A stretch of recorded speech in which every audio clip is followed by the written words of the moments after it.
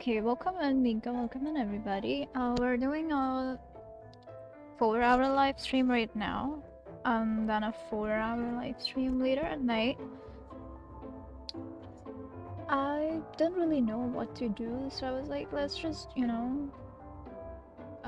review some visual novels, speed date them, but yeah. So this is the one that I liked. I think I'm gonna play this in December, I'm not sure. But this is what we're gonna start with. Dark Nights. It's not horror. I'm gonna do horror visual novels at night. So, there's that. But welcome to Spooktober. Like promised, I have troll commands back on. Destroy uh my laptop. What am I doing? Oh, there it is. Settings, load, start. Let's go. My name is Hope, not Miyoko.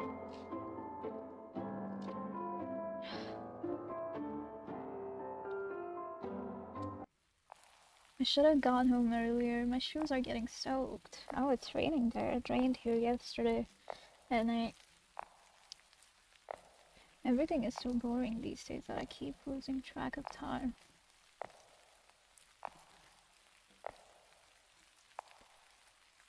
Staying at home does not help, so I often go out. The library is one of my favorite places to visit because it has so much for me to discover. That's interesting. Even then, there is a limit to what I can do there. I wish something interesting would happen in this village every once in a while. Anything that could kill my boredom. You know, um, I thought this was not October vibes, but this looks very much like October vibes. I often pass by this mansion during the day, but this time it catches my attention. I wonder when was the last time anyone visited this place. No other house in the village looks as lonely as this one does. Wait, what the fuck?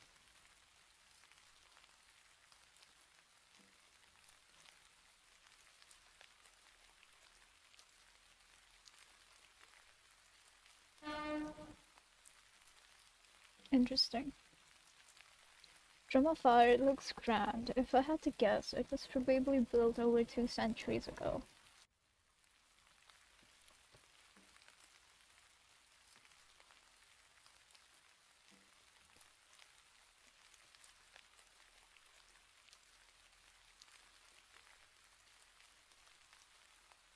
Maybe this will be better.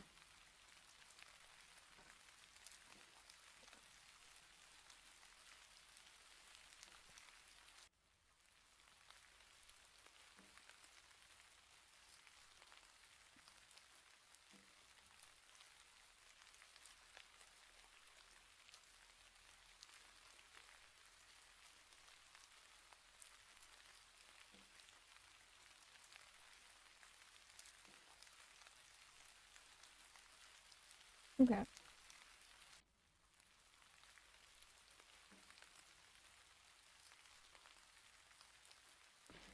The atmosphere changes as soon as I approach the house. The whole building is surrounded by a veil of thin mist. Eerie. All the plants in the garden have been taken over by the weeds. Behind the trees, I notice an empty fountain with a fairy statue in the middle. Its expression makes the environment even more depressing. They never show the most interesting thing. No matter how you look at it, this place has an incredibly mysterious aura. There is something new to discover with each gaze around the premise. Some of the windows are broken, and the door is locked with heavy chains. My feet start to get cold, drawing my attention to my wet socks. Ugh, I'll have to come back another time if I want to explore. Oh god. Oh my god, I thought this was really not October vibes, but what the fuck? As I'm about to turn around, I see a shadow move behind the windows. I try to focus on it, but it's already gone. It's as if nothing ever happened. Huh, was that a person? Or was it just my imagination? Maybe both. I continue staring at the windows, but nothing else happens. Even though that was strange, I am more curious than freaked out. Hey, you're like me. Anyways, I don't want to stay here in the rain any longer than necessary.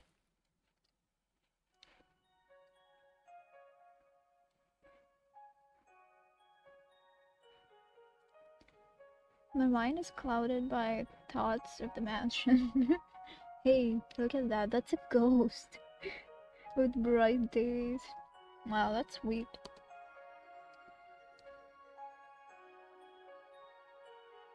One second. What's going on here?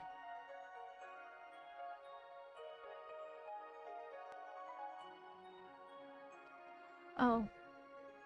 Well, that's interesting.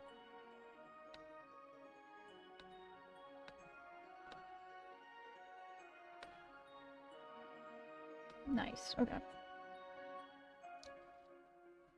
The class starts soon. The first hour is history, my least favorite. Makes sense. Wait, why do they always do that? Why do they take the first lectures of boring subjects? It does not take long for me to doze off, obviously. I'll just take a short nap until class is over. I won't miss much anyways. Fair enough. Oh my god! She's so pretty! Look at that flower in her hair.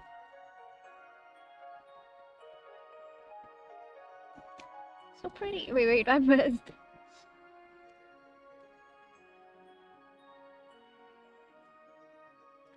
When I finally opened my eyes, school has already ended. I slept through all of my classes? Wow.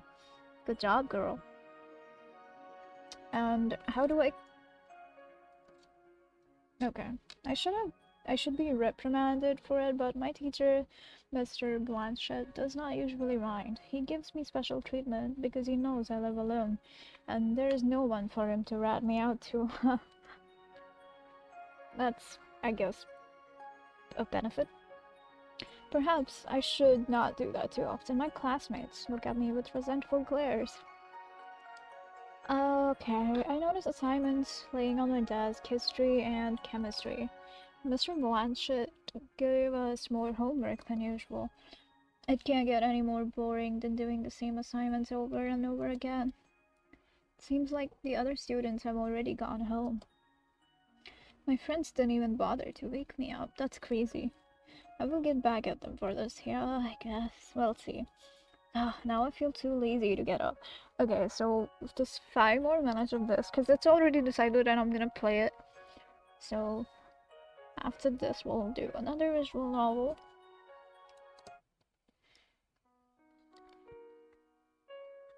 Once I am ready, I start to head home.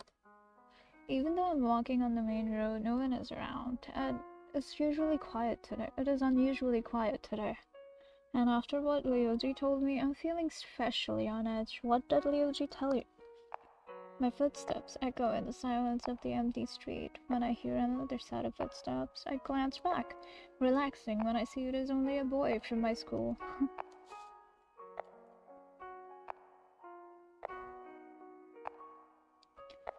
I look up at the cloudless sky and yawn. Even though I haven't done anything today, I feel so exhausted. I want to jump back into bed. I take a few turns. It might be a coincidence, but the boy behind me seems to be following me. I have been walking very slowly this entire time, so he should have passed me by now. I should test him. Things finally got interesting, huh? There is an easy trick to find out if someone is following you or not. Oh, we are doing tips and tricks. Let's go. If I turn 3 times clockwise or counterclockwise at forks in the road, I will walk in a circle. If the other person does that too, it means they have no destination. I enter a small alley. I take a turn. I turn once more, and again. Now if he's still following me, I'll know it's not just a coincidence. Right on cue, I hear the boy's footsteps behind me. This guy's still following me? That is sure interesting. I speed up, trying to get him off my heels by taking more turns. All of a sudden, my arm is grabbed. Oh shit, okay. I abruptly stop and turn around. It seems like my stalker has caught up with me. Oh, he's just a first year. Hello, we don't know each other, but we go to the same school, and I just wanted to ask you something. What is it? Well, uh, will you go out with me? That's a weird way to ask someone to go out with you. No.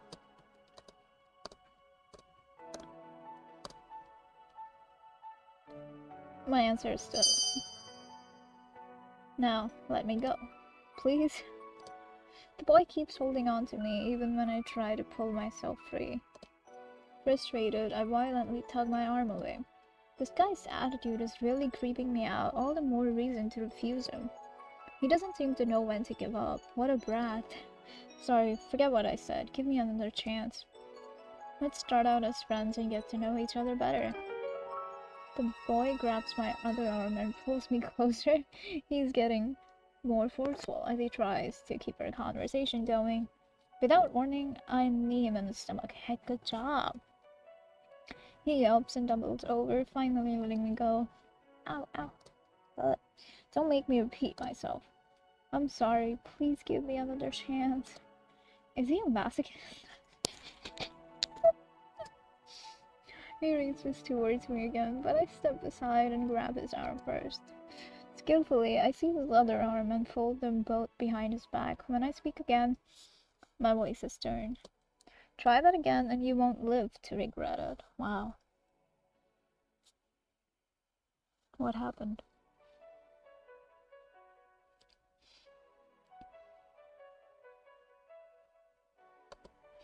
Ugh. I never expected a small girl like you to be so strong. Bro, what? Look who's talking. I mean, yes, man. If you understand, then go. With a sigh, I release the boy and watch as he runs away. I hear him mumble something inaudible before he disappears down another street. The first years are always so troublesome. He called me a small girl even though he was small himself. Crazy. People like him will always stay persistent unless I'm clear with them. Maybe I should report him to the administration. Well, I probably roughed him up enough to teach him a lesson, though. I mean, you have a point. You did rough him up enough. Once I get home, I go to my room. I put my bag on the desk and drop down onto my bed. As usual, the silence of my house is so heavy I can feel it making my shoulders sag. I live alone because my parents work overseas. They are usually busy, but they still call me whenever they can. It is not like I miss them, but it is boring to always be alone. Fair enough. I used to have many hobbies, but as soon as I grew up, they started to feel pointless. At some point, they all became repetitive. I do not want to spend my life in an endless cycle in the same routine. As if I'm not doing that right now. Oh my god, I love her. Exam, math, study hard. Yeah, I need that reminder. Okay, so I'm gonna save it here. Can I label it? No? Okay. Hi lovely, I'm so sleepy, so I'm gonna listen to you and sleep. Okay. Hope you have a good rest. I'm gonna change the game because we're speed dating visual novels, and I like this one enough to not have to extend it 30 minutes. So we're gonna play another visual. We'll check out another visual novel, I mean. How was your, are you back from the trip?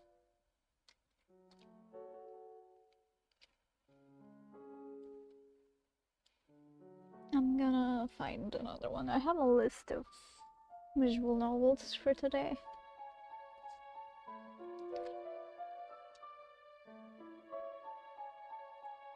Ah, speed dating. Yeah, speed dating visual novels.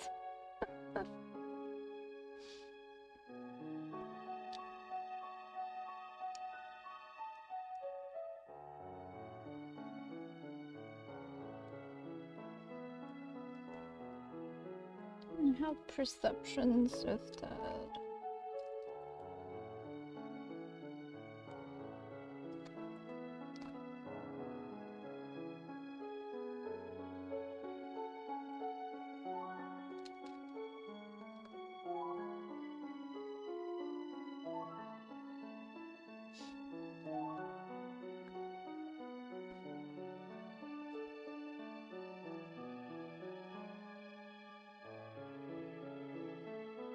I wonder if I can play this. It has like 1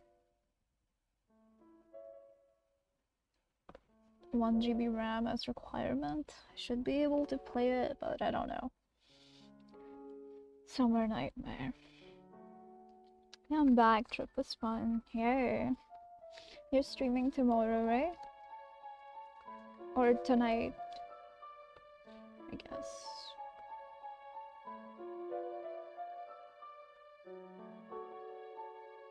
I thought it would play. Does it not have a video? That's crazy.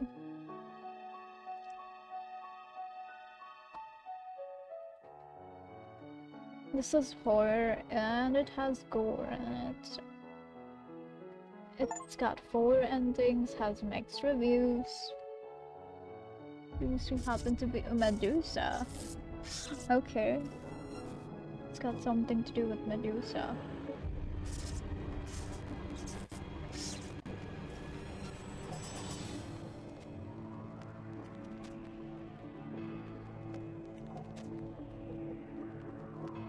What on earth is going on?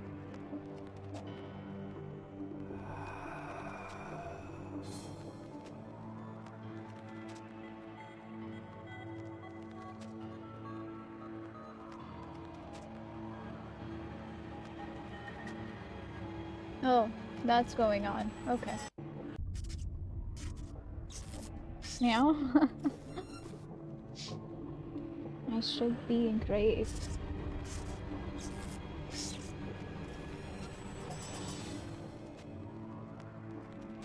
A classroom and a class president. This reminds me of that anime I watched. I think it was called Another. I loved it. It was horror and there was like a myth, I guess, about doppelgangers or something. You watched it? Oh my god, I love it.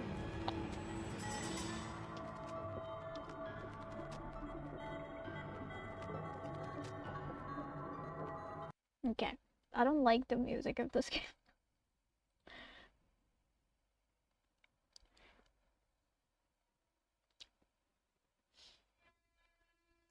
You can change language instead. Ooh, Medusa. Okay, got it.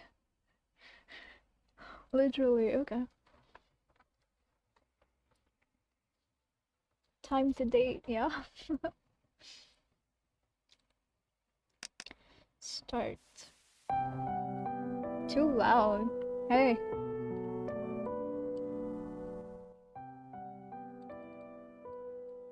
Okay.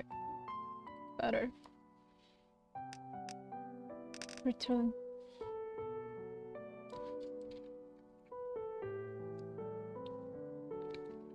Do you remember the serial murder case that continues to happen within a certain class? Unfortunately, another victim has emerged. The issue received even more attention as the victim was the only son of XX group president. Now the third class of juniors in Gali High School is left with only 1 student? That's crazy. I don't want to hear it anymore, so I turned it off. Are you the lone survivor? Our classmates have been killed one by one by an unknown killer. Also, how have you been? I missed hearing you. I've been okay. I've had metaphorical withdrawals, breakdowns, panic attacks, but I've been good.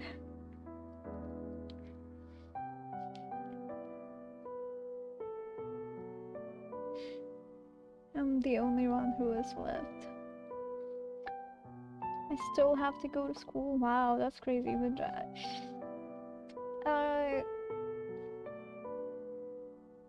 have you ever been so desperate that you just wanted to do something? The thing that you've been desperate for?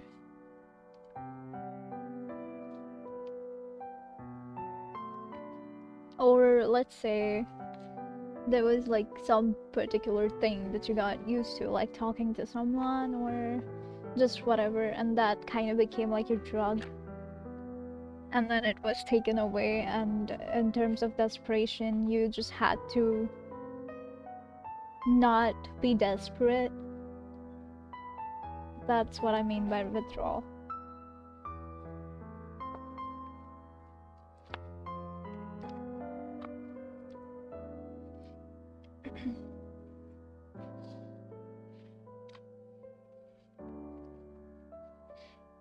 Okay, so 15 minutes of this novel.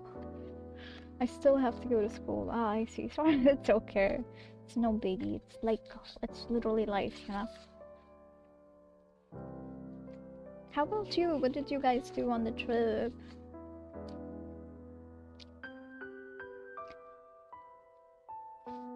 Damn, that's crazy. He's the only one in the class and he still has to go. It's like the teacher's teaching just one student. My father, according to mom, he died in an unfortunate accident soon after my mom. Whatever, let's stop thinking about it and go to school. See you later, mom and dad. Wait, you live alone? Wow. Is this a theme of the visual novels that I'm gonna be doing right now? The previous one was also alone. True. The principal thinks that I am the murderer, not to mention that he thinks I killed Kai. He was my childhood friend. I would never kill him. He was my childhood friend. I would never kill him. Murder? Interesting. Loneliness is relatable. Hugs. Here.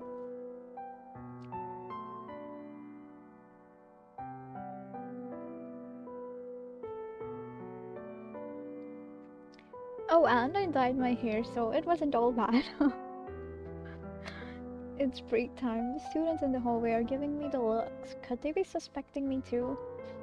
Doesn't matter what they think. Oh, the trip was fun. Lots of exploring and fun, but when I got home I was so desperate. Oh, I get that. It's so weird after... Cute. What color? Pink and violet. I'm glad you enjoyed the trip though. Hey, isn't that the guy who killed all of his classmates? Be careful, if he is the killer, he could kill you all too. Oh, I love it, me too. I have been trying so hard to get violet, but it never worked out. Until one day, I had pink on my hair, and then I wanted to dye again. Like, there was faded pink, but it was there. So I added like blue on it, and it turned violet. So I was like, yay!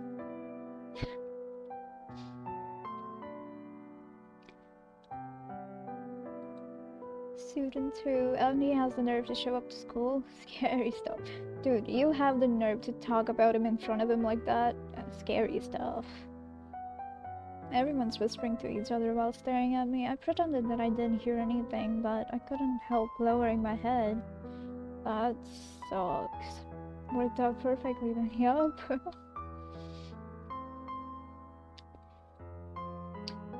What are your plans now that you're back? streaming, sleeping. Uh, why does she have a horn? How's his name pronounced? Real? Real? Real? Ryle? Real? You okay? Is it Riel? Riel? Riel. Yeah. Yeah, don't listen to them. They're just saying stupid stuff without knowing anything about you. At least you trust me. Basically back to normal, but I did really miss streaming. Streaming really has a hold, I guess. I don't know how to say it. When you start streaming, you just love streaming.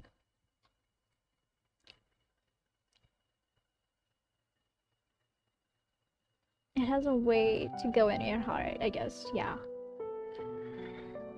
Of course, I know you're not that kind of person. Lena is the only one who believes me. Lena has been my friend since childhood. So far.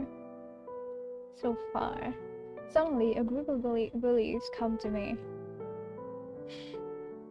He's a famous murderer, right? You've got some nerve to show up like that, you murderer. Did your mother teach you to be like that? Don't you dare say bad things about my mother. Helps with loneliness and it's fun. Yeah. True. Oh right, this bastard has no mother. My god. Dude, if he was the murderer, you guys would be dead. My phone keeps trying to autocorrect to you. What? Wow, your phone is obsessed with me. People so rude in this, I know, right? Did you look at his face? At this rate, he'll kill us all. Am I right? I mean, yeah, and shouldn't you be keeping your mouth shut? If you realize that? Guys, stop it. Who's this bitch? What the hell, bro? Hey. You guys better be careful, he might stab you.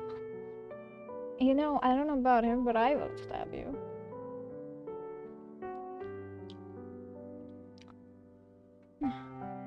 Oh, is he crying? No. No, that's not crying, right? That's not. Lena was flushed with anger as they were chuckling. Riel clenched his fist. Suddenly a boy who was holding a book with an annoyed face appeared before us. Oh? You guys are so noisy. If you know that, can you please shut up? If you have already noticed. Be quiet. What? What? You don't own the hallway. So shut up. I'm so confused. Oh yeah. Sorry, I forget. Auto mod. What happened? I hate that I can't see those text either. I don't know. You nerd. Wait, can I see? Nope.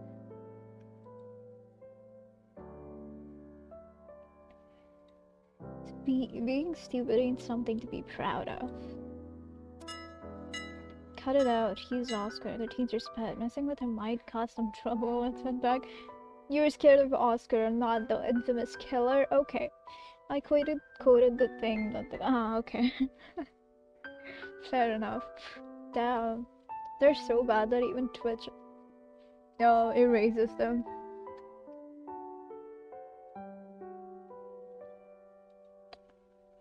Scared of Oscar, the bullies became quiet and went back to their classroom. Ah, that boy saved us. He must be a good guy. Or the killer.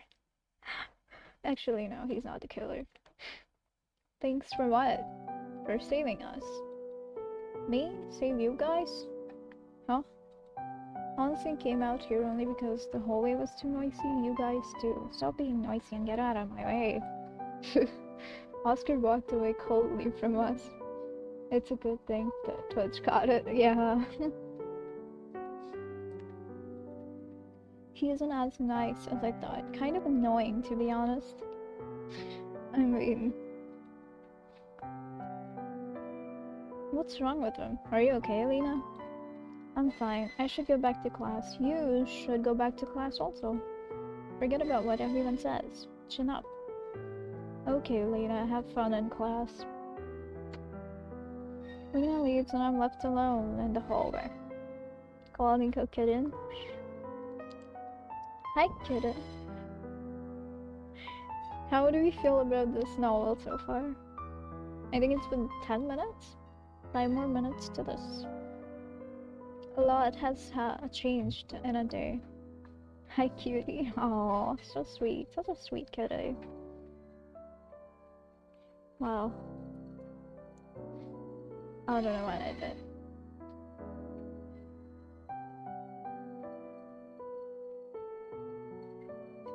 Oh, Kai, he was a close friend of mine, died. And people think I killed it. It's hard to even breathe when I hear what they say about me. You missed me calling you kitten? Oh. Wow, how cute. That's cute.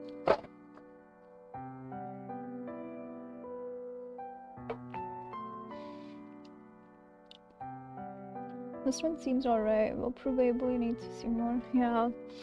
5 more minutes. Let's see. It's hard to even breathe when I hear what they say about me. I broke the promise that I made with Lena and left the school.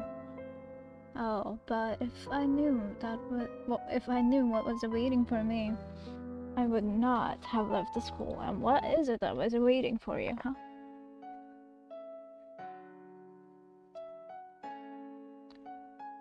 I watched another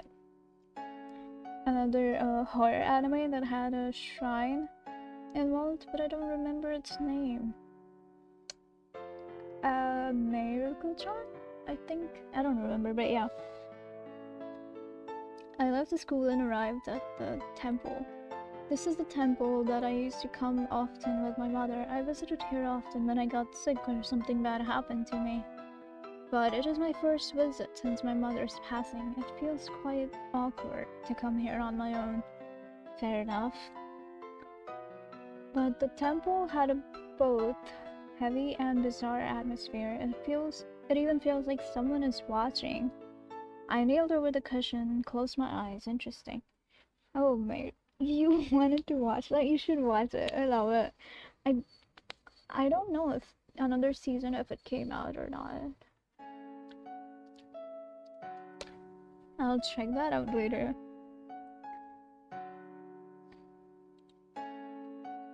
I wish I can prove my innocence and everything falls back into place. Oh. But I feel like something's changed. I am probably just imagining it. But the temple looks more red than before. The emptiness of the temple gave me the creeps. Huh. Guess I'll go back home. Fair enough. Have you watched Shiki, Nico?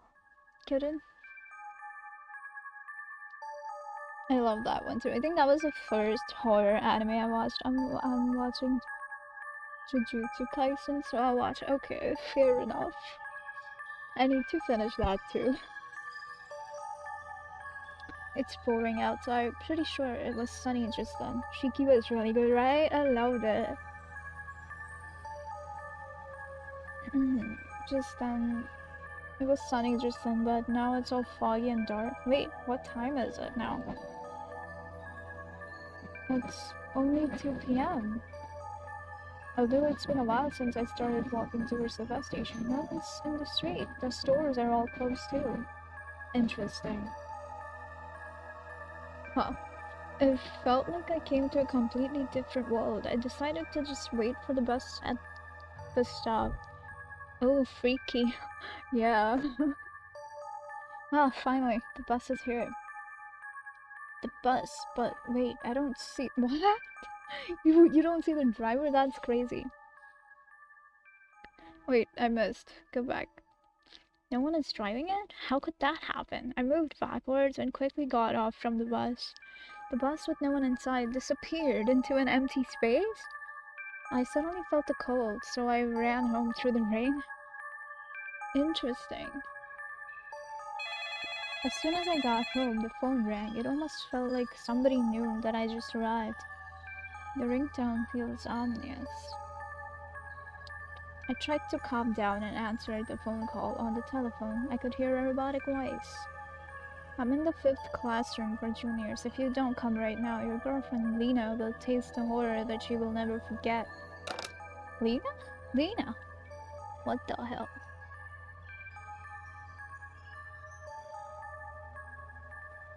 I rushed to the school as soon as I hung off the phone. I was worried that something might happen to her. Please be safe. Okay, I think this is enough for 15 minutes. I like it. Do you like what the plot? The plot is all over the place.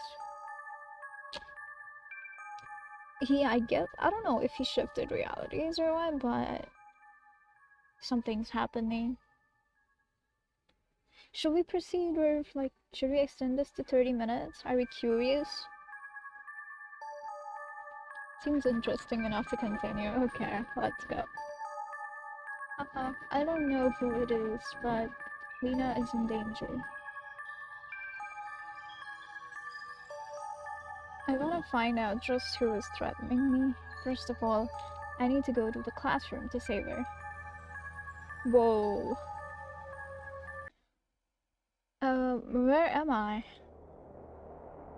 My homeroom teacher is standing in front of his desk, and Trey, the class president, is standing next to him. Seats are filled with class students. Students seemed to be worried and started whispering to each other. The teacher slammed the desk twice with the attendance book. Our classroom and the class president, even Kai, they were obviously all dead, but how? I guess that means you're also dead, or I don't know. Okay, guys, calm down. If you all follow my instruction, everyone will be safe. Yeah, guys, let's all settle down and listen to what he has to say. Now, Medusa is roaming around the school. I don't know where it came from. Anyways, when you encounter her, you should run away. And don't you dare fight against it, okay? If you make an eye contact with it, your heart rate will rise drastically and eventually it will explode, okay? If something happens, come to me at once. I'll be in the office. If something happens to me, the class rep will be your leader. The HR teacher was getting out of the classroom and stopped. Alright, remember that you cannot get out of the school. I'll go down to the office and find a way to resolve this problem. Exploding hearts. Neat. Yeah. Okay. The teacher took the attendance book and left the classroom. Trey opened his mouth, and everyone looked at him. United we stand, divided we fall. We all know what it means. We have to stick together to get out of here. This place is dangerous, so let's try to find a safe place. Follow me. I cannot speak. Trey left classroom after he finished speaking, and the rest of the class followed him. Okay, what? Medusa? What the hell are they talking about? And how is everyone all alive? That must be all a dream. I closed my eyes and tried to wake up. I realized none of this was a dream, speaking well enough for me. Okay. Okay, kitten. If you say so. This is not the time for this. Lena, I have to find Lena. Okay. Lena. I walked in rashly, shouting Lena's name, but the classroom was empty. Nobody's here. Wait, that's Lena's hairpin. It's a hairpin that sticks out? I went to Lena's seat in a heartbeat. Music book? Chase Trey, even if it is late. Go to the music room, let's go. I guess. Maybe Lena is in the music room. Let's go there. But there is nobody in the music room. No one's here either. I should go somewhere else. I'm so excited hearing you again, but I'm not even. Oh my god, that's crazy. You need to sleep though. Have a long day later on. I should go somewhere else as Real tries to get out of the music room. Huh? Ah! I tried to get out of here, get out of there, but I was pushed back to the music room by somebody's big push. Interesting. Oscar was the one who pushed my back. Why would he do such a thing? Oscar's face was covered with sweat. Now, worth it? You'll have a headache if you don't get some sleep. Rest. I'll sleep. I have like 3 more hours, you know. What the hell are you doing? You're the one who carelessly opened the door. There was a Medusa outside. How did you even know? A Medusa? Yeah, the Medusa is wandering around to eat everyone. Are you saying there's a Medusa outside? Your surrounding will turn red when the Medusa is around. You're lucky that you're still alive. But our friends are still out there. Lena might be there too. Or I'll fall asleep randomly. Whichever. Great, great. Oscar quickly stopped me from getting out. I tried to shake him off, but it didn't work. Interesting. Now you're acting suicidal. I don't want to die with you, so calm down. But told you. Told me what? The victims. 11th grade. Classroom. 3rd class. Ron, Hussein, Anno, Juno. Those are all the those are the guys from our class. You should really thank me that you're still alive. Interesting. This is not the time for that. What the hell was I supposed to say?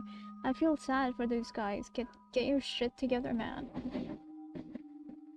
Oh, I don't know how all of this happened, but we can't do anything about people who are already dead. What matters is that we get out of here safely.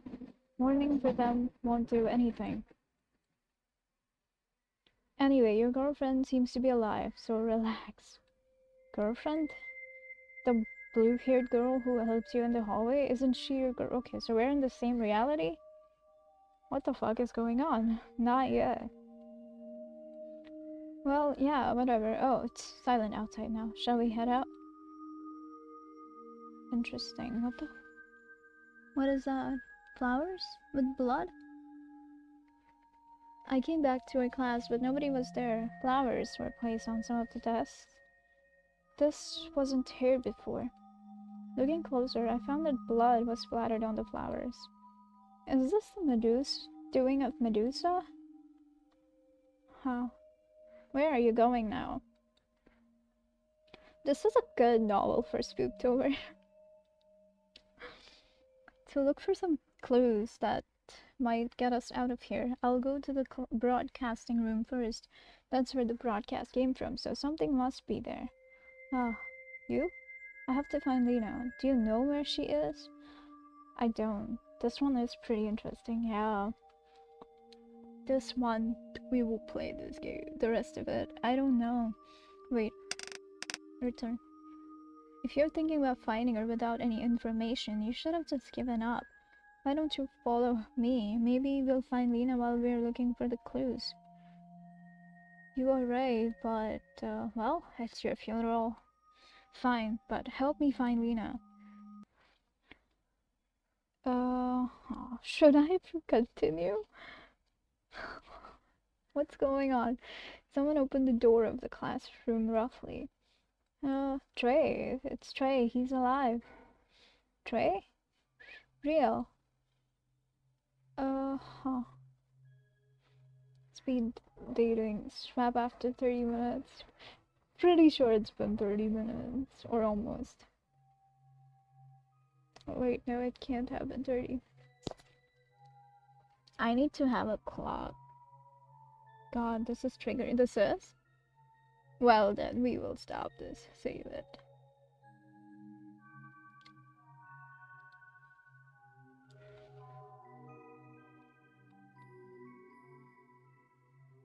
Personal reasons. Sorry, not like bad triggering. Oh, okay. I guess we'll still end this one here because speed dating. So I have Perceptions of the Dead Garden. This one I'm gonna play and finish today, but later. First for speed dating.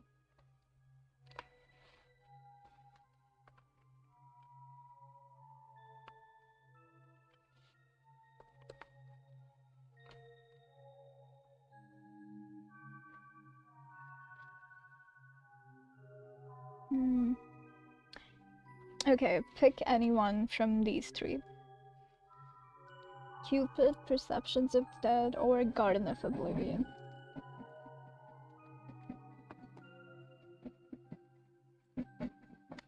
Cupid.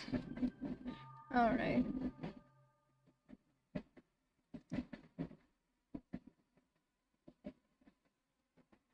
What's the third one?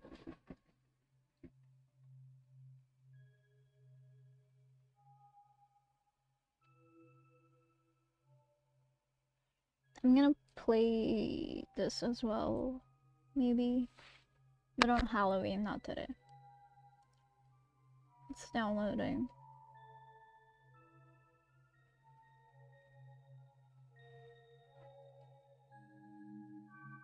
Hey, that's kind of cute. That's cute.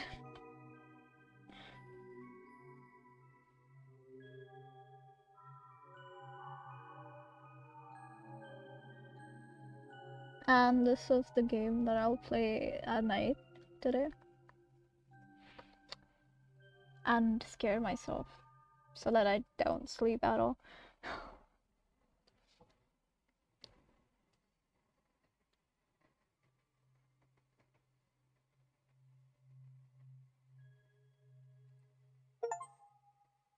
Download it. Yes, quit.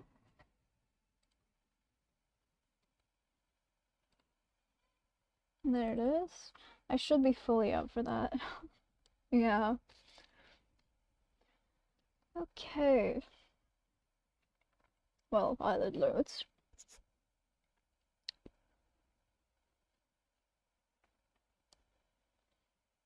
That's your icon. This game contains disturbing. Wait, I forgot. I need to change the category.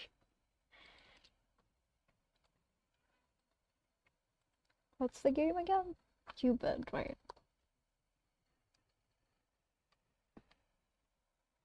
That's a lot of cupids in the list. Never mind.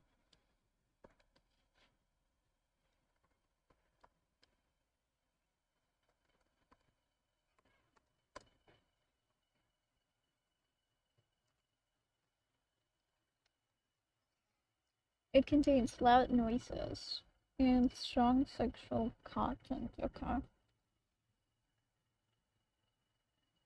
Mature filter is on by default. This feature can be turned on or off at any time during gameplay. And okay, please be reminded this game is unsuitable for players under the age of 16, even with mature filter. Okay, so like filter on or off.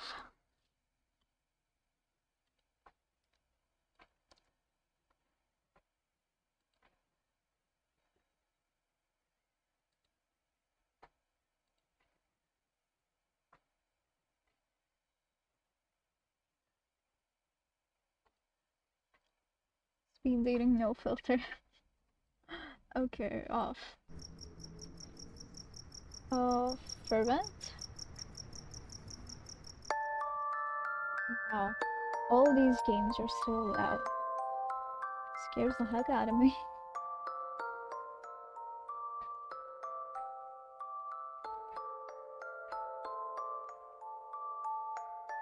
Start. I love you. Okay, playing as an adult. Okay. Game just called me an adult. I love you, okay. I love you. There's no need to explain, it's only natural.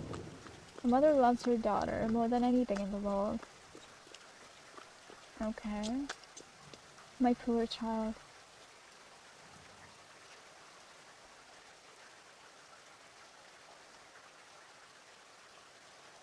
The game is interesting.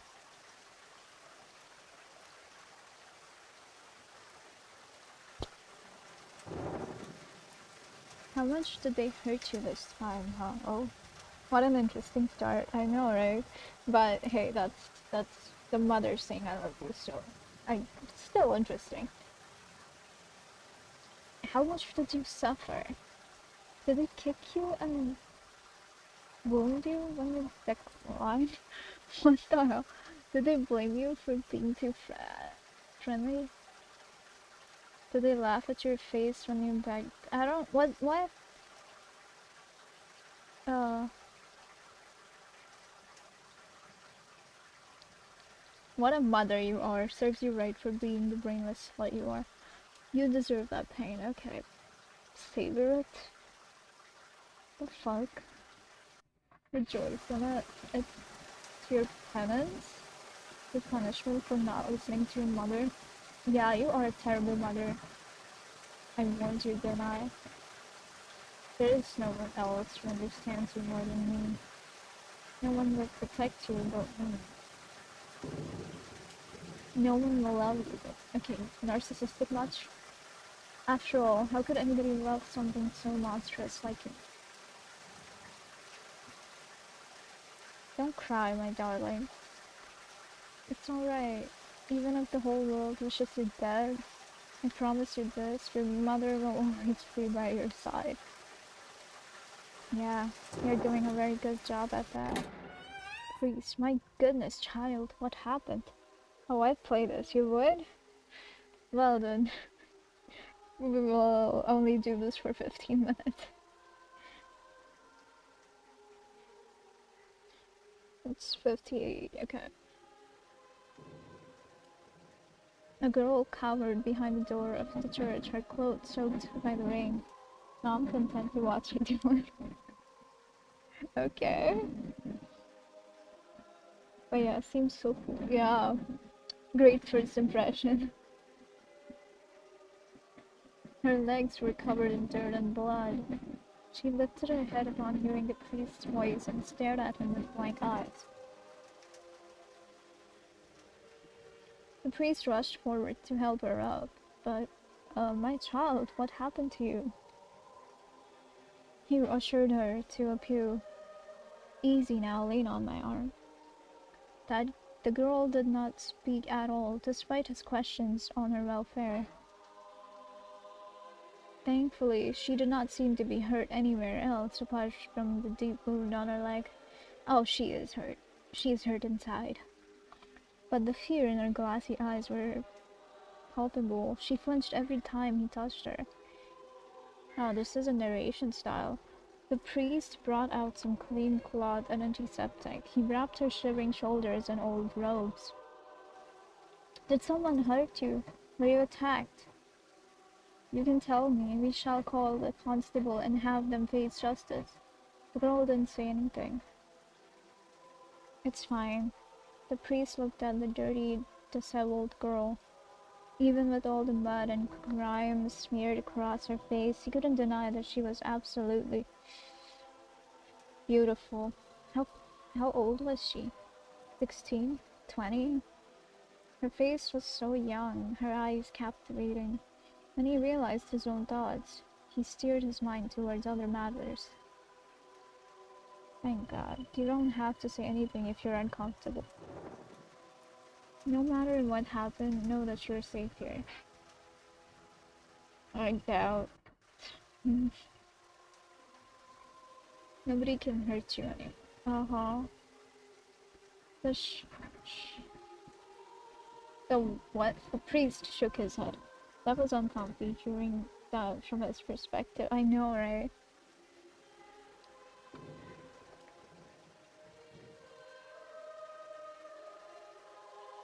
Upset at how this young girl seemed to carry bruises too easily. Too conveniently. What? It was obvious that her physical wounds were the least of the damages she carried. Yeah. He sighed as he finished treating a wound. What could he say to comfort her? Nothing. Just shut. Would she even believe him? You must think that the world is a cruel place. And it is. It is. One cannot deny the very depths of cruelty we humans inflict on each other. But please do not lose hope on the goodness of people.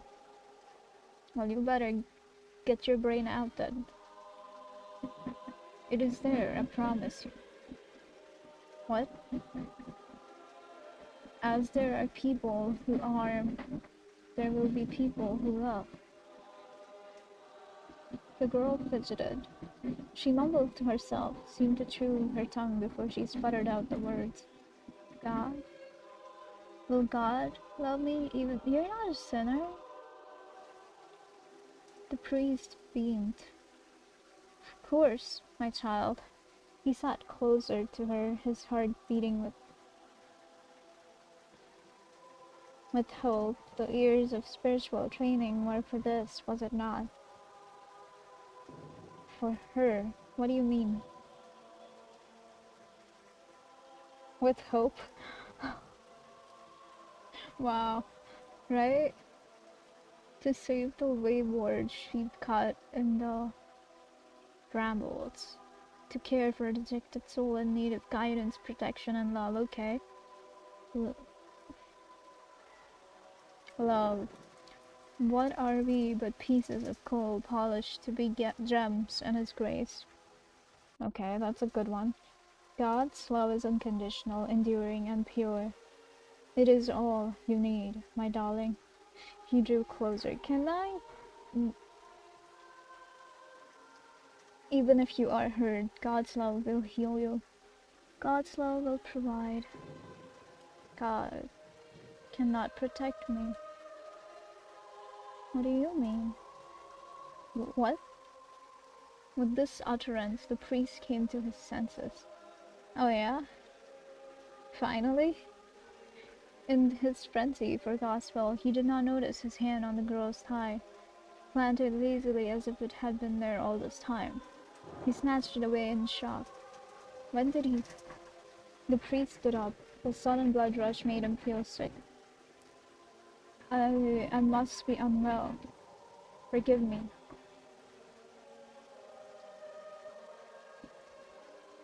This is so weird. First, we had two visual novels. Both of them involved main characters who lived alone. And then the second visual novel involved Medusa, and now this. I'm sorry. Was she apologizing to him or to someone else? Her hair hid her face innocently, but the shadows on its surface made his insides coil as he stared at her. This feeling, it was fear. I'm sorry.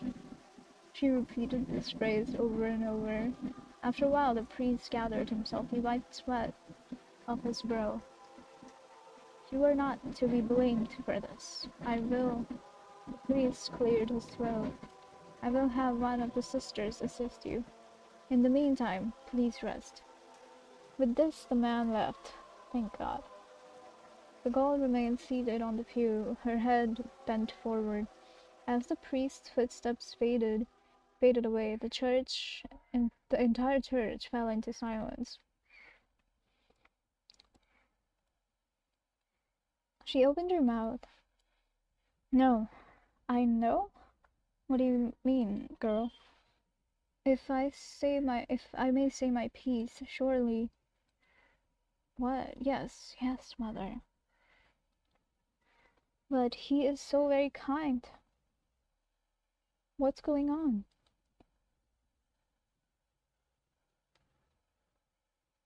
Wait, I'm the mother? Uh, oh, fuck. Why am I would never say that to my child. Mommy? Oh my god, kiddo. Child, follow mother's words and leave. You saw the look in his eyes, didn't you? You cannot stay here. Even a man of God can stain you with the filthiest colors. That is true. Go to sleep, kitten. Even a man of God. Okay, I read. What the fuck is going? Be a good girl and follow mother's words. Make you? Maybe another time. But it is cold outside, mother. The rain has not let up. Can't I stay? Mother's intuition. Why am I the mother? Be a good girl, huh? Interesting. This one my favorite so far. This one's crazy. um I don't know now after that STEAM achievement about intuition.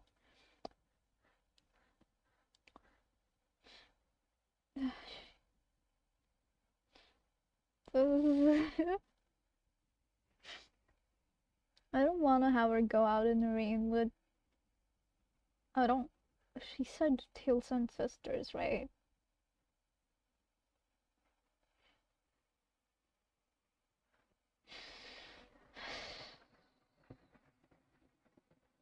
Uh,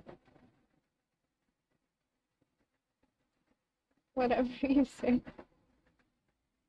Oh, I don't want to get her in trouble. See, this is a tough choice. I mean, if I am I with her or not? Am I like a ghost or something?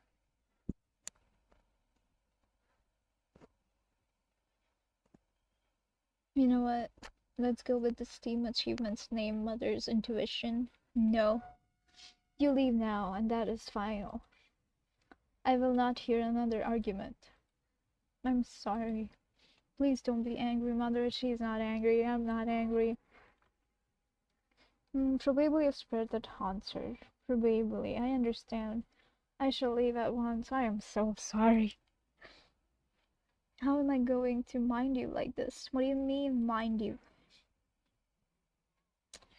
I. Shut up. You attract so much misfortune everywhere you go. My bad. My stupid little girl. It's so degrading. Always a blight, aren't you? What the fuck is this? You're mentally torturing her. I am mentally torturing her. Whatever will you do without me? She'll do just fine without you. I'm sorry, Mother. Thank you for always guiding me. If only she was a good girl. She is a good girl, okay? She's traumatized. It is almost. No, and brainwashed. The girl sat in silence. Mother was right after all. She was always right. Everything was her fault. Her fists shook with a mixture of fear and conviction. She had to do penance. No, what? Mother? Give me strength. There is something I wish to do. The girl arose from the pew. In front of her was the altar, and on top of the altar was an ornately decorated cross. It was as white as her hand, and the tip of the cross had been crafted such that it was razor sharp. She whispered a prayer, the same one she has taught herself ever since she could speak. Brainwashed as fuck, right? A prayer of contrition, of penance and sorrow. Lord, have mercy on me, a poor, unfortunate soul. Extend your mercy on my heart, so I may not sin no more. You're not sinning at all, my love. She knelt in front of the giant cross, staring at the deity's face, contorted in torment and agony. Pain. Pain was good. Pain washed away your sins and made you pure. Did she just... You're quite sure you're doing this? The girl's arm trembled ever so slightly. What is she doing? I knew where this was going when she mentioned penance. Where is this going? What other way is there for me to atone? She picked up the cross. Oh, my darling daughter. What the fuck? Slowly she brought oh my god. So close that it hovered just above her left eye. With a final gasp of breath, she... Oh my god.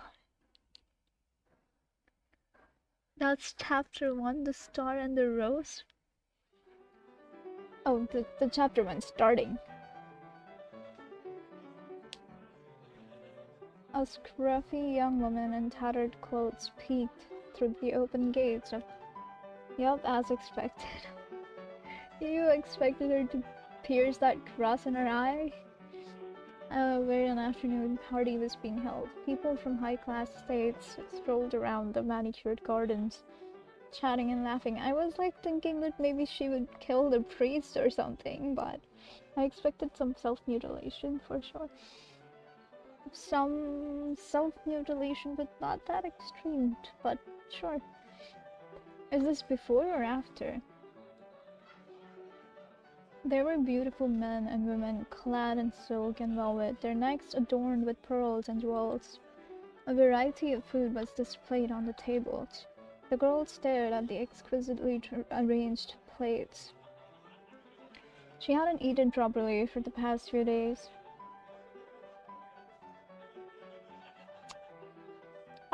You know what? I don't know what to do. Let's just not, cause I don't want you to lose another eye, I'm sorry. We must not linger in this place any longer, I detest it. Surely we can look around for a bit. Rose girl? It's still a little early. There was something else that called to her other than the party itself. She walked to and fro from the gates, peeking at the crowd. Despite Mother's urgings to leave, the girl dared to stay a little longer. Just a tiny glance would be enough. The girl smiled at the thought of him. Oh, what a rebel. Thought of who? Oh, the owner of the... I don't know how to pronounce it. The Marquis de Gaulle. His charity was well known in town. Oh, she got a crush, right? He was kind to townspeople, from the lowliest beggar to the common townfolk. Parties of the noble-born were usually private affairs, exclusive to other nobles. But the Marquis, I don't know how to pronounce it. I can barely pronounce the words I could pronounce. Parties were always open to the public. She would sell roses. Who? She's a girl? Who? Who are we talking about? Pretty though. I think that's autocorrect. Marquise, probably. Whenever the Marquise was around to meet her, oh. Okay. He always handed her food and extra coins. But more than that, the fact that Marquise acknowledged her presence to a poor and forgotten rose girl like her, it was more than she could ask for. This man you're looking for, the rose girl flinched. Was enough for me. I think that's correct.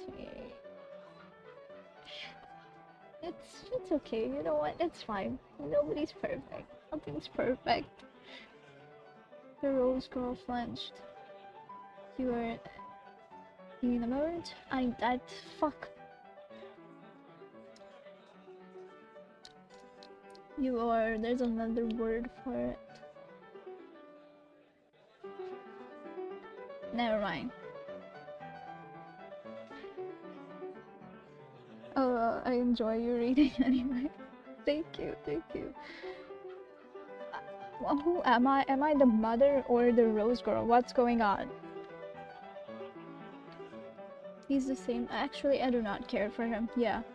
I wish he would stop ogling some man like a common whore.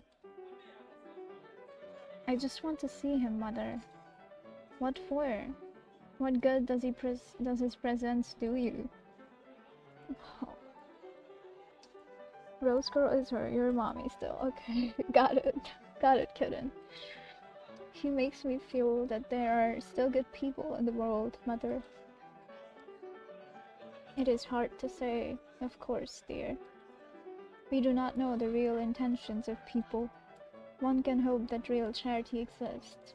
But even good people will always put their needs first, even your precious Marquise. Don't you think I'm a good person, Mother? Of course I do. Of course, child, you are special.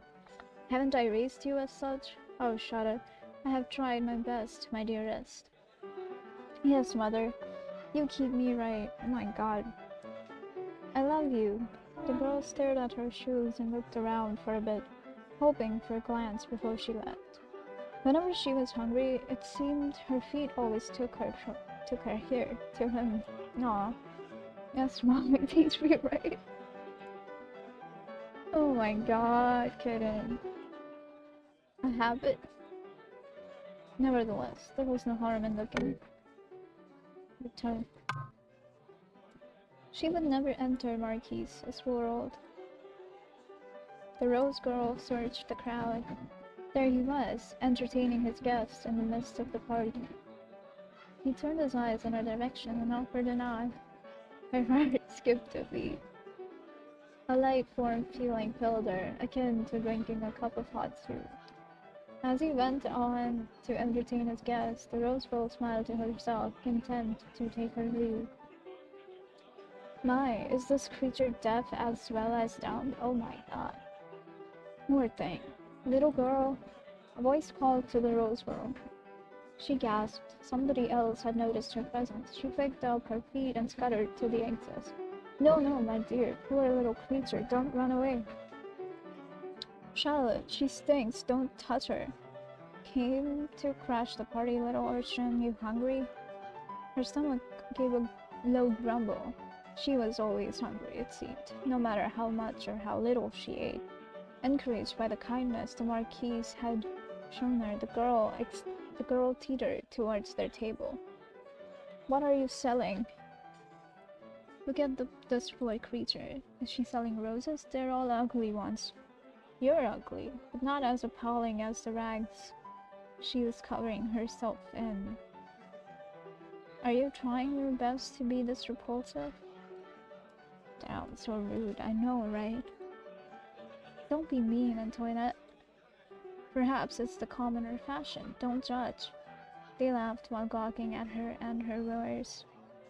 Oh my, she only has one. Oh, this is after. Ghastly. But strange, isn't it? It's like you can't look away. The other lady nodded her head. Like those freaks at the carnivals, you mean? Exactly. She's darling in her own dirty, monstrous way. Maybe we can keep it. What the fuck do you mean, keep it? Hello, do you want some bread, urchin? Well, speak up. Maybe your tongue is short. Add that to the list of her sterling qualities. If you want the food, let us hear you speak. Yes, madame. What? Yes, I would be grateful. One of the ladies clapped in mockery at her reply. Oh, she talks. You know, I might not be playing this game.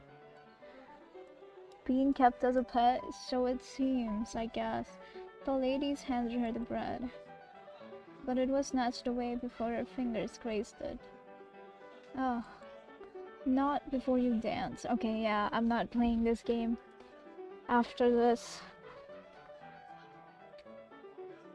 Oh, make her do a handstand. I've seen a street performer do that once. Quite marvelous. Now, I'd like to see that. This party is getting quite boring. Well, come on, little freak. Dance for your food. The girl looked at the beautiful, cruel faces of the women. That look on them, it was familiar. A burning desire to hurt something, simply because they could. Before they touched her and hurt her, they had that look burning in their eyes. Oh, look at what you did, Claudia. She's shivering like a leaf, poor thing. The lady laughed as she spoke. I didn't do anything. She should be grateful we're even offering her this much. What, disrespect? The girl faltered. Mother, please save me. Mother.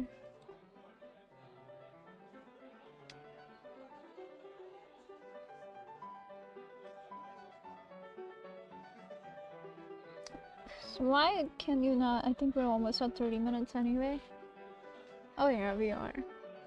Haven't I taught you this time and time again? People are cruel. Now you see it firsthand. Hey there, a child's voice called out from behind her. I swear to God, if you're being mean too, it belonged to a girl around 7 with her chubby cheeks and a curious look in her eyes. She wore an old blue dress, somewhat patched at the corners, but kept clean and tidy. She was not rich, but she had an air as if she owned the ground she stood on. Interesting. Another commoner? This party is absolutely teeming with them. The Marquise loves these things. Maybe I should get myself one too. Do you think it's fashion? It is fashionable abroad in his birth country, I mean? Persia? No, I heard that he was from India. Isn't he a bastard son of a Greek queen? What the fuck is going on? Goodness, that was just a rumor. I could barely pronounce his Christian name though. He really ought to change it to something more acceptable. Who knows what kind of demons he might attract with such a blasphemous name. Why, is it Lucifer? It must be why all these nasty, horrid little creatures flock around him. Demon or not, I'll forgive him if he kisses my hand. Who even are you, girl? The ladies laughed. You cheeky tramp, aren't you shameless? Don't lie, we all know why we're here. The ladies gossiped among themselves, openly ignoring the girl. The young girl took the sliding with a shrug. Okay, well, what about her? Is she gonna say anything or no? She approached the table and asserted her presence. What you doing? They don't take a hint, do they? Throw something shiny, it might distract them. Hey, you've been holding that bread for a long time. Aren't you gonna give it to her? She pointed at the shabby rose vendor. Why do you care? Do you want the bread for yourself? I know, maybe you should toss the bread and see if they'll fight for it. The lady laughed again. Those bros were really good understanding. Oh, the next thing everyone knew, she had swiped the bread from the woman's hand. What? How rude. How horrible. Filthy girl, give that back. The girl sniffed the piece of bread and nipped at the surface. Yummy, it's still warm. She shoved the bread in the urchin's face. The scrumptious scent of bread flooded the rose girl's nose. Lick it. The sugared butter tastes good? No, you devil child, give that back. The urchin licked it. Sweetness coated her tongue. What is... She stood there, squeezing the taste, wishing it to last. The girl grinned at her, and she couldn't help but grin back.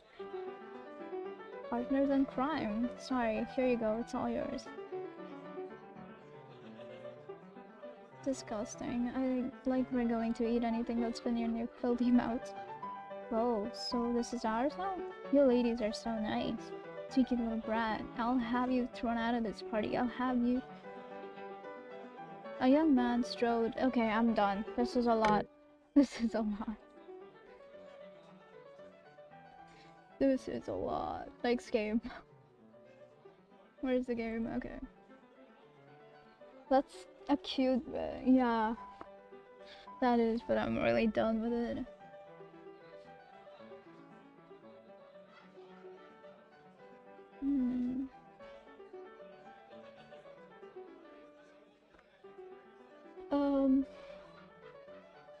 Oh, vampire.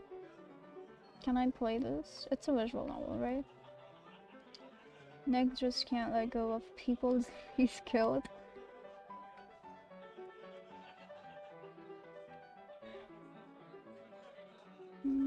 Maybe later.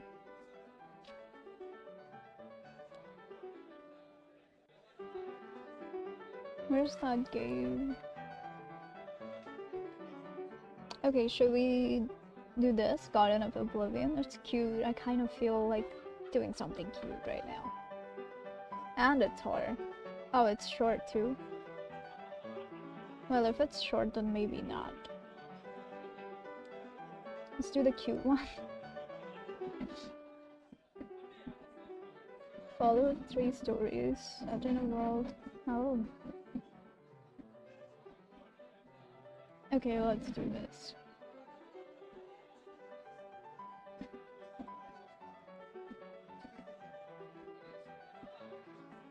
How short is it? 2 different endings, okay.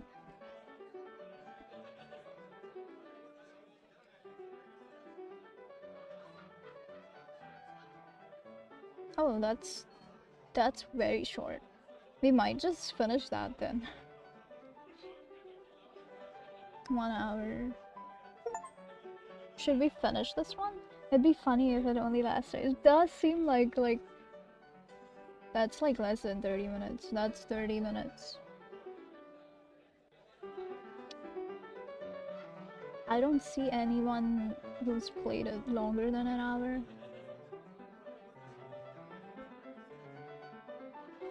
So I'm guessing it's quite short.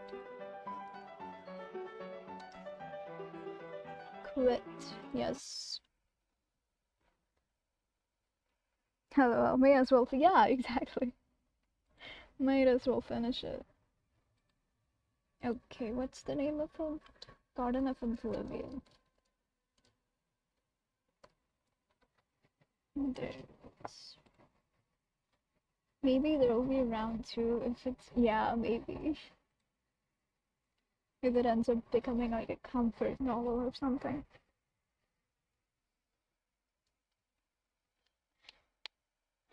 By the way, because you, tremendous... Wait, bro, what? Let me read. English, thank you.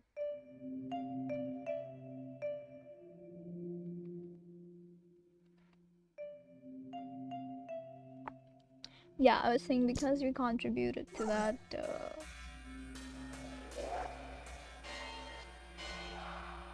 the fuck? So weird music.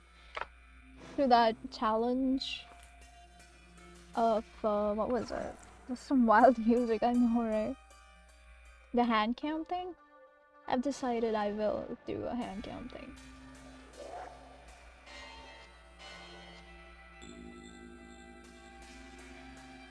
Oh, yay. Yeah. What even is this music return? Garden of Oblivion. Start. Oh, I like the transition. I want to live a peaceful existence. I was gonna contribute to it next stream. Next stream, it's ending. It ends, I think, today.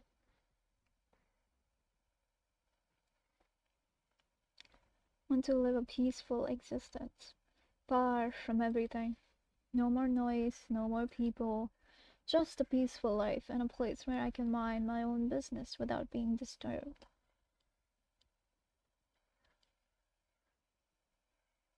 It said like 22 hours or something. Ah, okay. Fair enough. Yeah, so for tomorrow's stream it will count. A world that would be just as I want, like a fragment of paradise. Yet, I slowly opened my eyes. I was in a large, comfortable bed that smelled like lavender. A sun ray gently stroked my face as I got up. Where am I? I have a bag that's empty.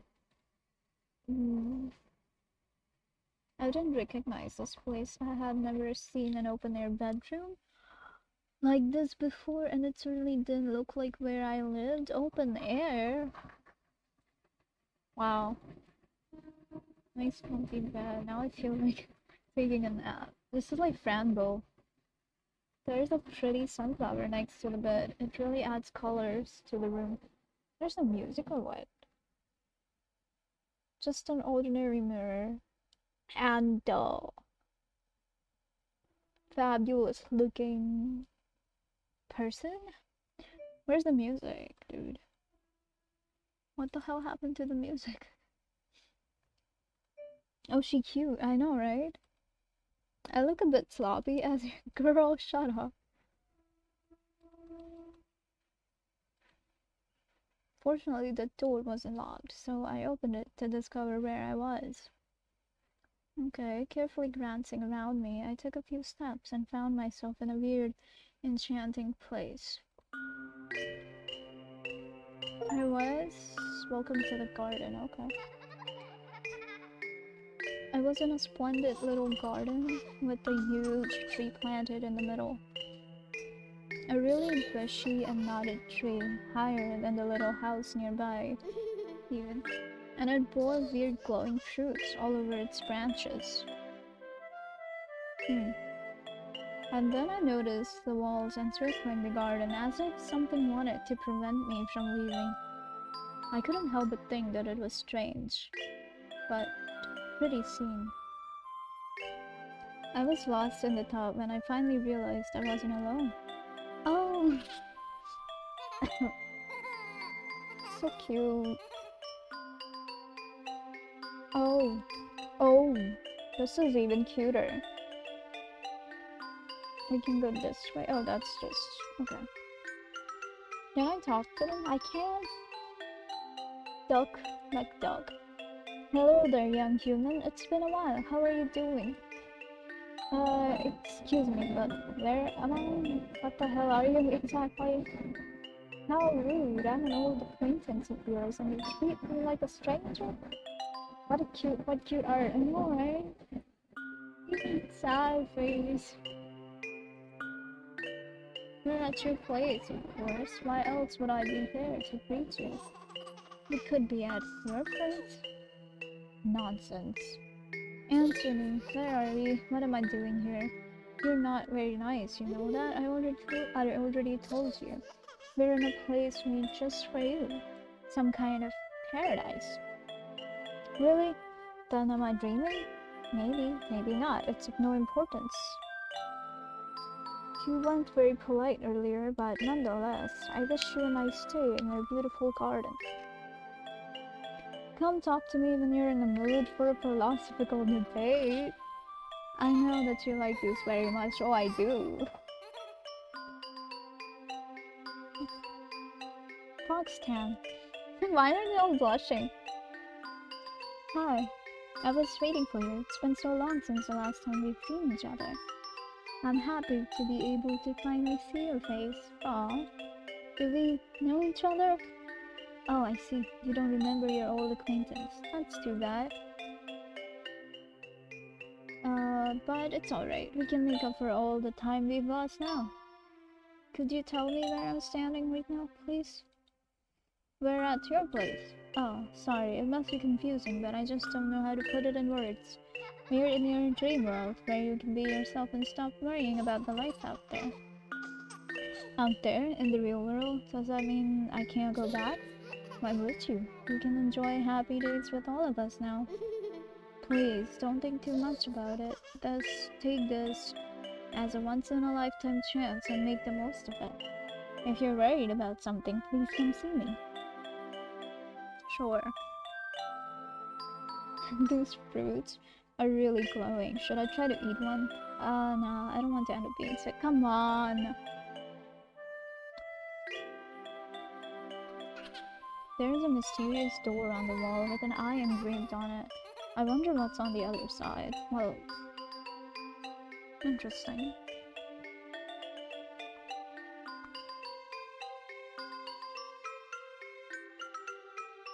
Let's go up.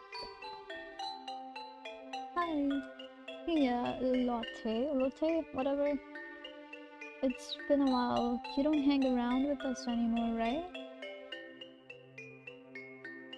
Oh, and what? Who are you exactly? The librarian, isn't it obvious? Sure. And where are we, please? In a library, duh, you're not the brightest today. Of course, I've figured that out. Thanks. I meant this garden, this world. Oh, that? Who cares? As long as I have books to read, everything's fine. You found your room, right? Just make yourself at home. Well, whenever you have free time, pay me a visit. We can talk about the books we've read. I know a bunch. Cute. Um, what's that? It looks like a door. Maybe it's the exit. Yeah, it's locked. Guess I'm stuck here. What's that door over there? Don't worry about it, young human. It matters not. The main thing at your hand is your happiness. At hand is your happiness. Don't go near that thing again. I don't want you to be hurt. You know where that door leads? I'm sorry, but I was told that the door only leads to destruction and pain, so real life. Please don't try anything dangerous. Got it, got it. Well, it's just like Bellie's library in Beauty and the Beast. I've always dreamt of having that many books. And they're stars, I love that. Well, what would I do now? Guess I'll go sleep? Nope.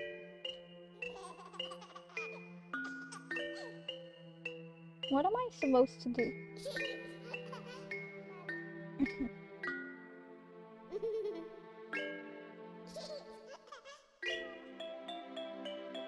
Have a debate, I suppose. Forget that nasty door. There's so much more to do in our beautiful garden.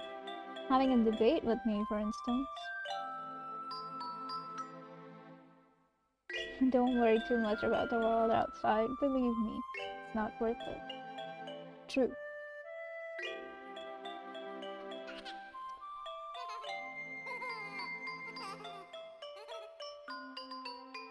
I don't know what the fuck to do. Ah, right. Remember. Please remember. You're gonna lose yourself. Or you're gonna lose yourself, okay? The door, lol. Of course it's just the door. So silly. I wake up in the bedroom as if I had just taken a nap. That's strange. I don't remember going to bed. I was just standing a minute ago. Did I suddenly feel sleepy and lie down? Maybe I'm just tired, that's all. This new environment, surely. Hey, there's another one of those animals next to the door. Oh, whoa, you really have a big head. You really don't change. You know that? Humpty. But it's good to see you again. I'm glad you're here. I hope you enjoy living in your new house. And you are your best friend. I waited a bit before showing myself, but now I'm here for you. You don't have to suffer anymore, nor ask yourself so many questions. I know it's not that big of a house, but bear with me for a moment. It's your dream place after all. Come back and I'll tell you some tales. I know you love stories. Okay. Nobody's gonna tell me how to get out there if the door is locked again. If only I had the key. Good morning, young human. How are you doing today? I'm doing. Hi, Leland. How's it going? I'm fine, I guess. I'm not used to this place. I understand. Feel free to talk to me or Humpty if you need something, okay? Humpty? The bunny? He should be in your room, right? He wanted to see you so badly. Anyway, Humpty is the most knowledgeable around here. He knows pretty much everything. About the door, too? I guess he does, but don't bother him with things like that, please. Why? Let's go bother him. Your expression doesn't exactly fill me with confidence, but go ahead, I'm listening. What do you truly know? The outside world, a forbidden place. Only sorrow leads you there. I'd rather not have you wander to the other side, for your own sake. The door is tightly locked away anyway, and you wouldn't be able to find the key. I don't need to be protected. Where can I find the key? I want to know what's on the other side of the door. If you're really that determined, let's play a little game, shall we? He's angry. I will give you the key if you find the answer to my riddle. Ooh, riddle. Deal. I'm all ears. I know you love books, especially fantastic ones. Do you remember the Lotus Eaters Island in the Odyssey? They're a race of people who consume a fruit with very specific properties. What does a lotus do when you eat it? That's not a riddle, it's a quiz game. Maybe so, but that's my question nonetheless. Remember, what effect does the lotus fruit have? You know what, we're just gonna eat that and find out. Wait, what? I can't eat it? Never mind. Have you found the answer? Oh. Uh, no, I have not. Return. What effect? Dizziness. Okay. Isn't it ironic? Maybe you are a lotus eater yourself. Forgetful? Makes you forget? Why can't I eat that? I can ask him, right? What effect does the lotus plant have? I don't know where that comes from, but it is sure unexpected of you to ask random questions. Or not. Well, I don't know, but the answer must be in a book. Right, the Odyssey. Do you have it on the shelves? Not as far as I know. I could book it for you, though. No, I don't have this one, but I'm sure the answer is right in front of you. You had better not forget my advice. Okay, got it. The ceiling has been made to look like a planetarium. It's beautiful. I can't remember the names of the stars represented, though.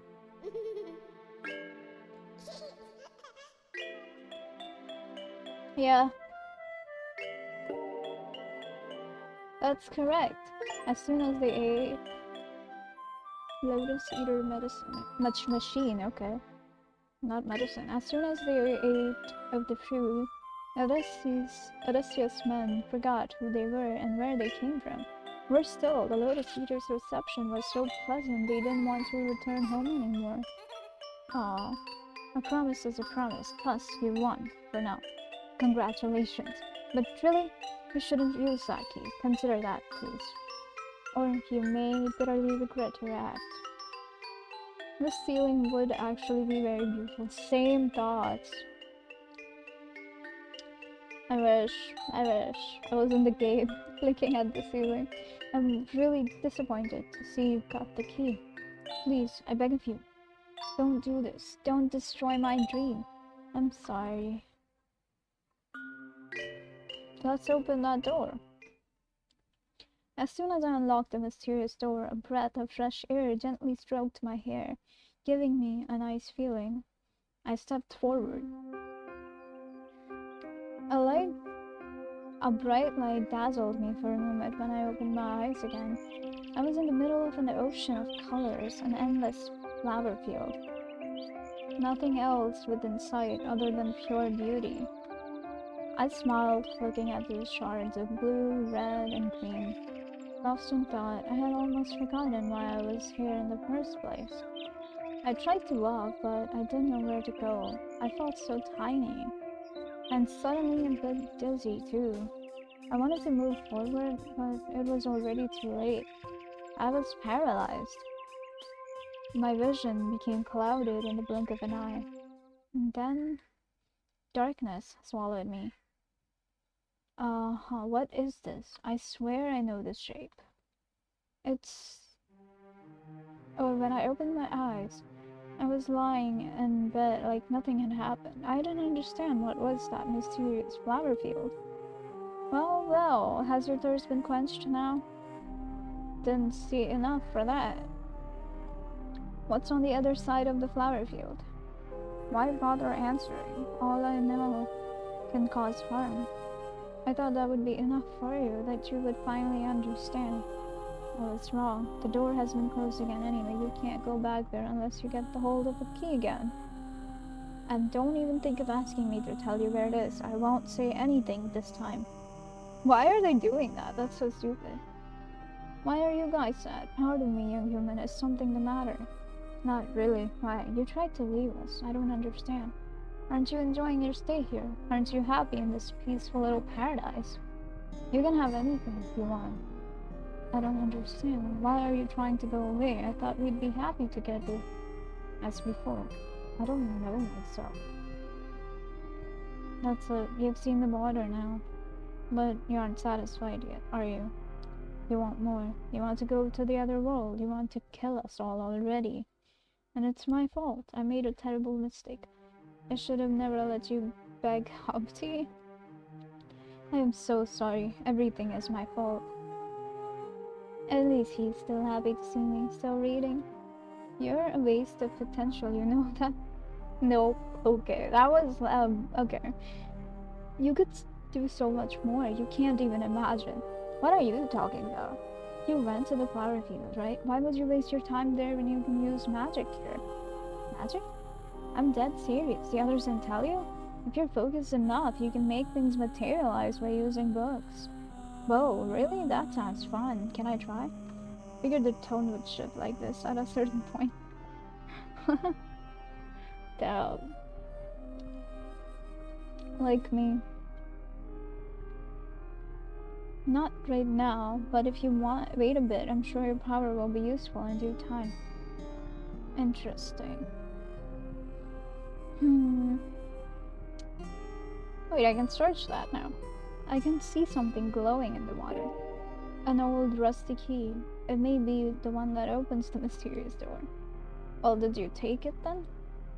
Let's open that door. Let's go. As soon as I unlock the mysterious door. Irredeemable, I'm sorry, okay. The same breath of fresh air engulfed me. I was determined to uncover the mystery of the flower field and began to walk at a brisk pace, straight through the colors.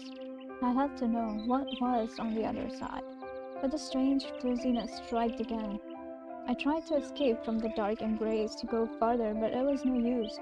Soon enough, my body stiffened, and a wave of pain filled me as I choked and choked. The last thing I saw as I lost consciousness was blood pouring from my mouth. Interesting. I know this shape. It's a city. It's my hometown, the place I used to live in. I remember it. I don't miss that city. I don't want to go back. My new place is nice. It's like a fragment of paradise. Wish I could stay here forever. Raven, are you really telling the truth? Things are different. This time when I woke up, my body was stiff and ached. As I slowly got up, I noticed that the sky wasn't made of pure blue anymore. It was a gray, misty sky that let out a rainy scent. There might be a storm coming this way. I didn't feel at ease looking at this theatrical set that was beginning to collapse. You don't look good, Raven. You're harming yourself, and that saddens me to no end. Stop, please. Just an ordinary murder. I look a bit tired, but maybe it's my imagination. Oh my god, the flower has withered. The room looks sad without its color. True. So Nico, what game are you gonna do tonight? Phasma? Phasma Mondays? The garden has taken on a grim look as well. Doesn't feel that welcoming now. And the fox isn't here anymore. I wonder where she went. Crap, the door is blocked. Oh, what's that? The tree's roots have grown rapidly. I don't understand why. No, Raven, I still don't understand what you're trying to do. Aren't we happy in this fragment of paradise? I wish I didn't have to disappear, but it's too late now. You're killing me. What about the fox? She won't come back, and it's all your fault. My fault? She was the most fragile among us, and you broke her. Everything is going to hell, you included. Okay.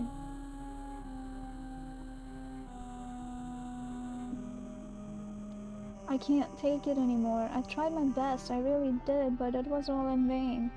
You abandoned us. Now my time has come. I won't be able to sustain any longer. You're gonna die? Yeah, like you care now. Go ahead and try your power all you want now. Nobody's gonna stop you. That doesn't sound as fun as I thought. I'm sure it won't bother you all that much anyway. I'm just mad that you gave us hope just to shatter it in the end. Wow, Phasma, maybe another short horror game that feels like it. Wonderful. I love short horror games.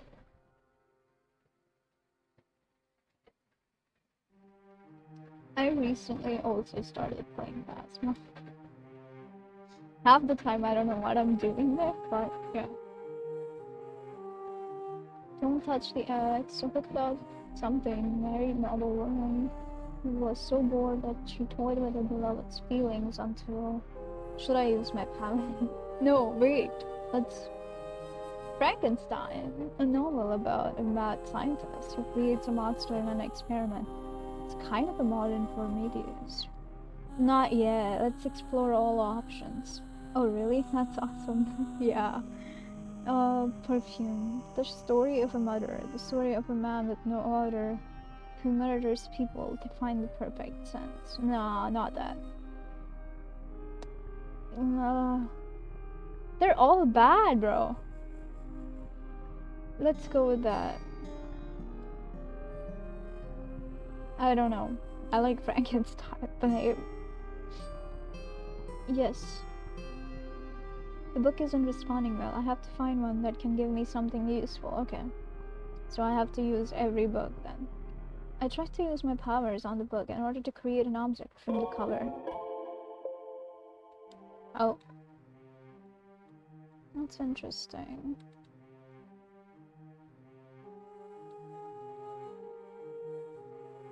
Wait, that's not... okay. Oh. Suddenly a puzzle. I know, right? It's not a visual novel anymore. Oh, that's a leg. That's a feat. Um.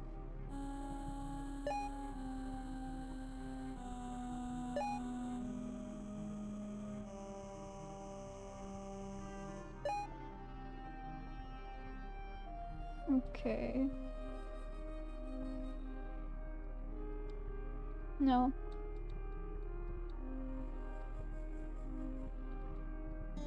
What do you mean? That is... right? No? Oh. Huh.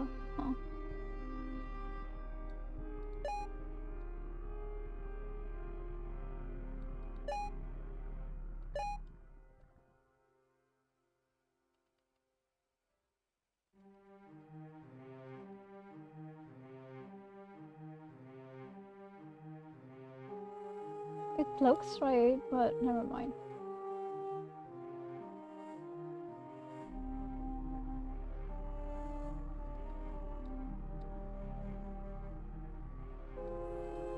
Hmm.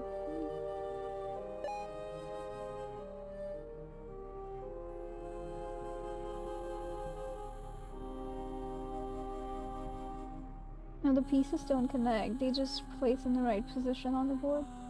Weird. They do, connect, in a sense. Oh, shit. Oh, no. Craziness.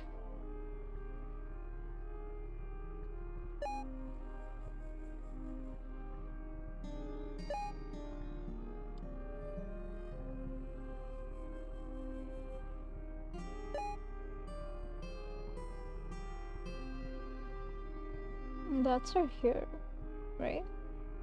So it should go somewhere here? Never mind. Weird puzzle. No? Oh, I'm stupid.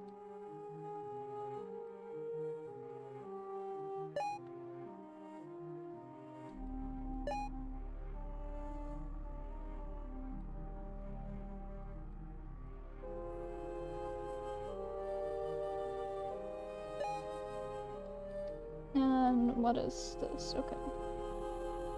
What? What is... That's weird. What the fuck?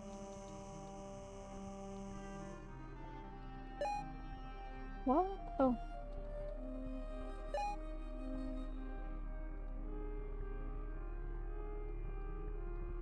Where's that one?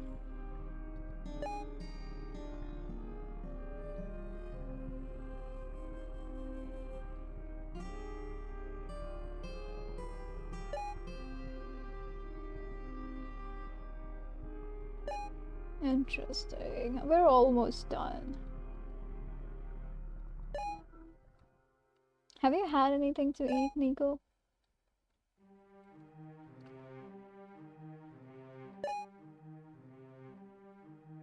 Mm.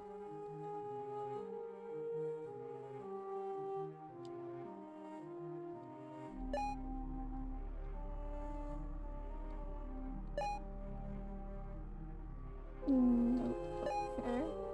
I ate a little yesterday. Okay.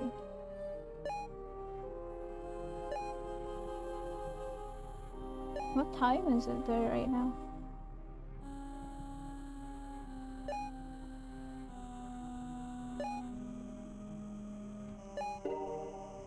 Oh. Awakening power, materialize your first object. Okay. And the eggs materialize. I can destroy the door now. Oh, right. Sure you can. Let's break that door. Almost 6 a.m.? Oh my god. I had to go through. I had to see for myself, see the other world. I decided to force my pace to quicken from the get-go to avoid getting sick too fast. Of course, it was difficult to estimate if I was near my goal or not in this island of flowers. And soon enough, a familiar feeling ran through me. It was painful. So very painful, yet I threw myself forward. But it was no use. Struggling. Blood poured once again, and my body wouldn't move any further. Just before my vision went black, I saw a figure in the distance. There was something out there. Okay. The city again, huh? Always noisy, always cramped, in perpetual movement and yet motionless. An endless circle of meaningless obligations. Wow.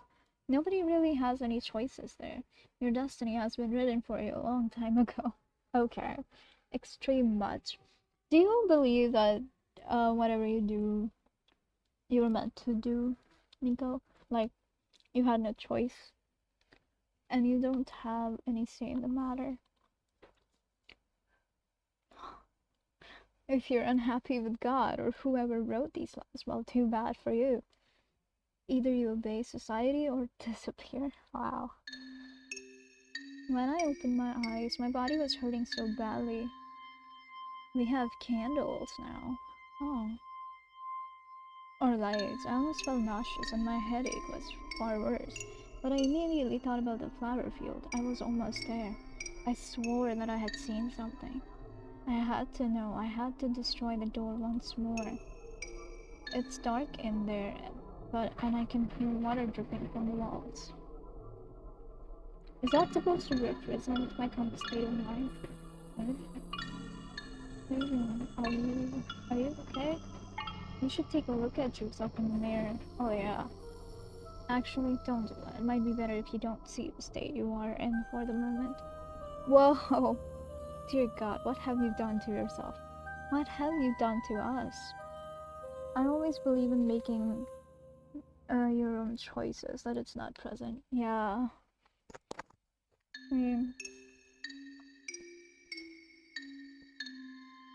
This world is crumbling down and soon it will be destroyed.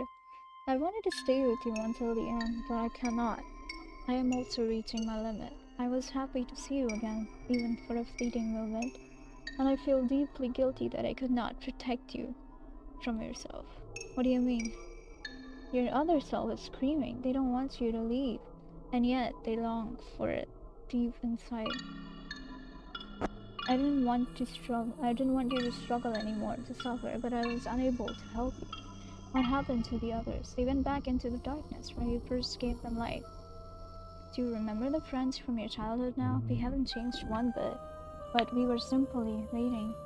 We were simply waiting for this time to come. We were waiting for you to need us again. And to our great joy, you came back. It was good, too good to be true. After all these years, you promised us that we'd be together in a little garden just for us. A purgatory that looked like a fragment of paradise. Purgatory? Am I dead? Only you can choose between heaven and hell. Your soul is not lost yet. You should have told her that earlier now. Just an ordinary mirror. I'm pale as a ghost and there's blood on my cloak. Oh,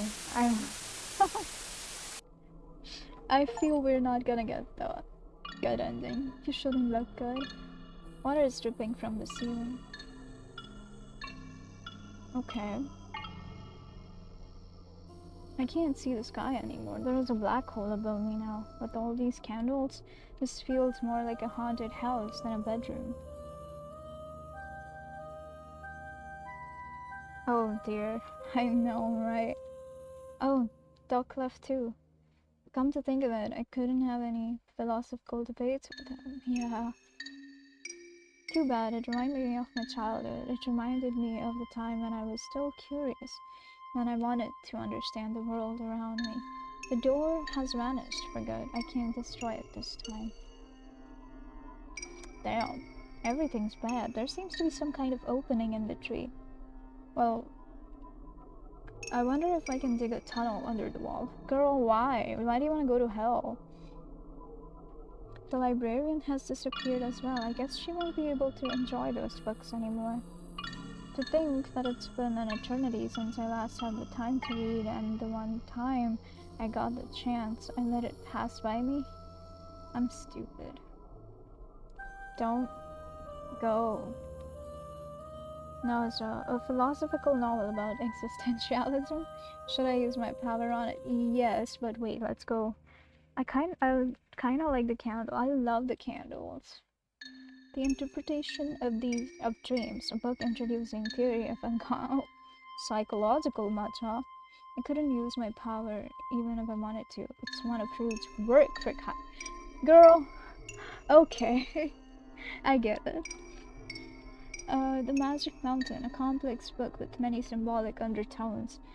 Also, it's about a mountain, I think. Should I use my power on it? I don't know. A mountain and existential crisis. What do we do? Yeah, sure. The book isn't responding well. Alright, then the mountains it is. More puzzles.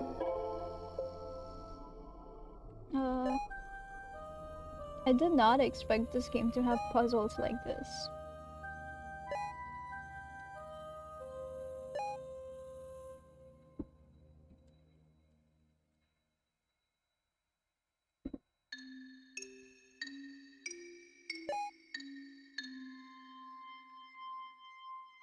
This probably goes here. Or here. Oh yeah, here.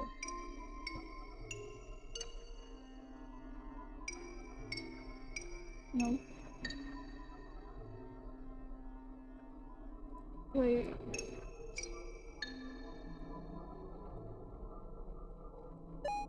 Okay. We have more trees. Oh.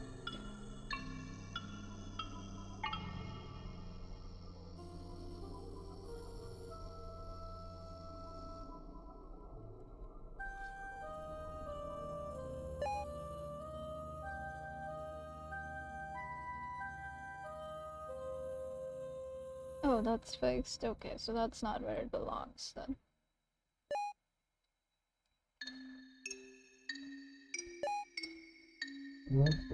Mm. Well, almost done.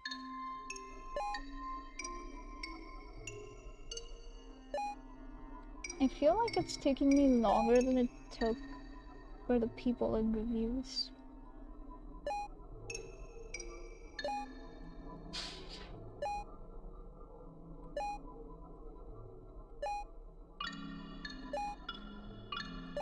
Done. A shovel materialized. I can now dig a hole under the door. Well, I guess we're going to hell. The door has disappeared, only the strange eye remains on the wall. Let's dig under that door. They were probably speeding through it, to be fair. Probably. After digging for a while, I found myself in the flower field once again. My efforts have been rewarded. This time I'd know for sure. Determined, I ran to make my way through the grass. The usual sickness struck me. I didn't feel as much pain as I thought I would. As if I was getting used to the dark embrace. As if I was beginning to accept it. When blood flowed from my mouth again, I didn't even care. I caught a glimpse of the figure again. I had to speed up to reach it. When I managed to get to the thing in my field of vision, I realized that it was only a scarecrow, and it looked funny, but not that extraordinary. Had I come all the way here? How'd he just a friendly scarecrow? For nothing? I felt nauseous again. What now? Touch it? Oh, fuck. You're in hell, girl. The city. I remember my life back then. I remember realizing that I was just a small, useless cog in a much bigger machine that exceeded me. I wanted to escape that life so badly. The scarecrow bait. Damn, I know, right? To escape into an endless dream where everything would be as I wanted. Just like books. Books hold many, many worlds, able at close ones. Infinite worlds without futures as soon as their stories end. So I don't know what to do anymore. So I destroy. Things are not going well. I feel like my body is slowly decaying. I can hardly take the pain anymore. Damn that scarecrow. It hurts so badly. You're gonna pay for this.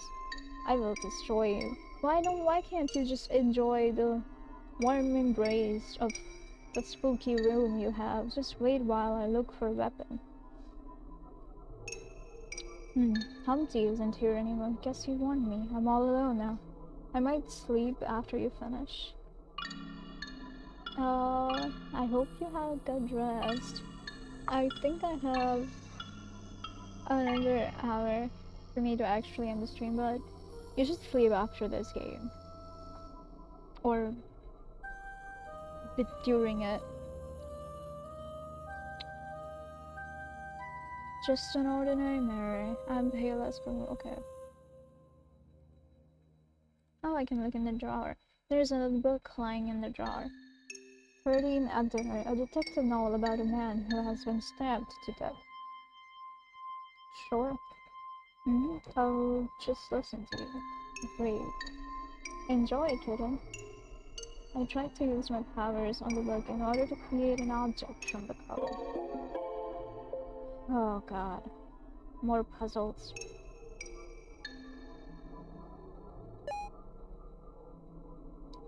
Had I known this game would have so many puzzles, I would have played it tomorrow.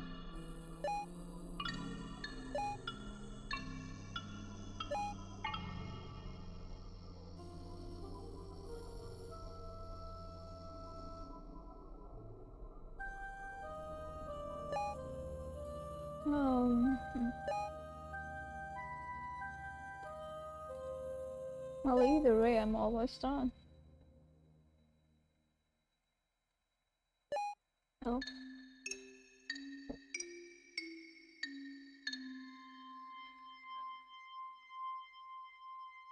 Oh, okay. Wait, what the hell? Oh.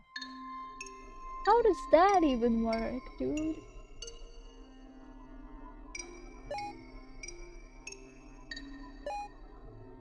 Oh no. What are we doing here?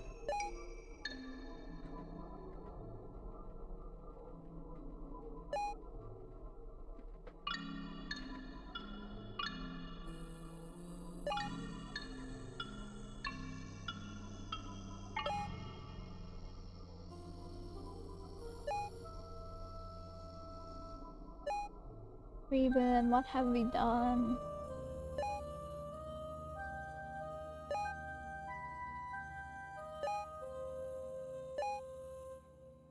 Oh, Okay, not what I think. Something isn't right with me. Yeah, sure. A knife materialized. I wonder whom I can kill with that. Nah, just kidding. Of course. When I exited the room, the first thing that struck me was the hellish place that the once beautiful little garden had become. The previous time I went underground, maybe this time I have to find my way up. There is a bottomless pit where I got last time. I really don't want to fall into that. The tree is now completely hollowed. I could enter it if I wanted. But it's dark and I don't know what's in there. A door? Nah, hell. I wonder if I can climb and jump over the wall. Yeah, sure you can. Flowers of Evil, a volume of poetry dealing with decadence and eroticism. And okay. Story about a mysterious man living alone in a castle. Sure.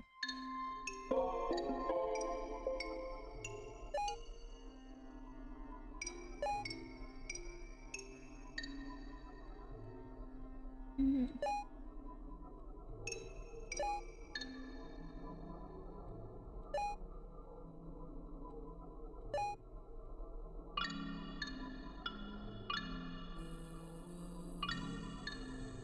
Let me see.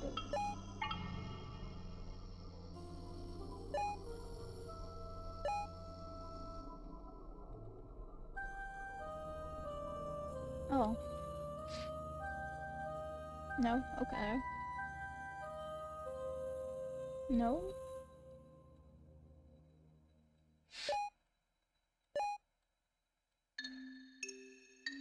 That's interesting.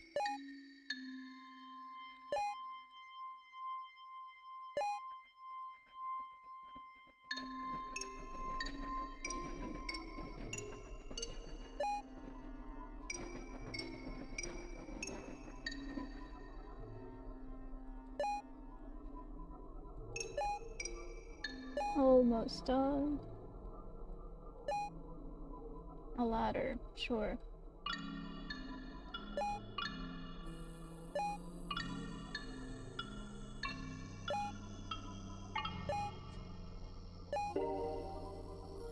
Now let's go climb that tree, I guess. I'm gonna rush and kill him. Let's finish this, shall we? I rushed forward and stabbed him with all my strength. I thrust and thrust over and over again until I was satisfied. But it wasn't enough, so I stabbed him again while smiling. A small key fell from inside the scarecrow. A golden one, was it? I don't know. I can't stay here forever. I did make that wish. I did hope to stay in a dreamy world forever, but something's not right. Something is pushing me to escape to the real world. A powerful influence that I cannot oppose. Even though I know what I did, even though I remember why I was sent to this paradise, I hate myself for what I'm doing. I am unable to enjoy that perfect world existing in my mind. I hate myself. I don't deserve it.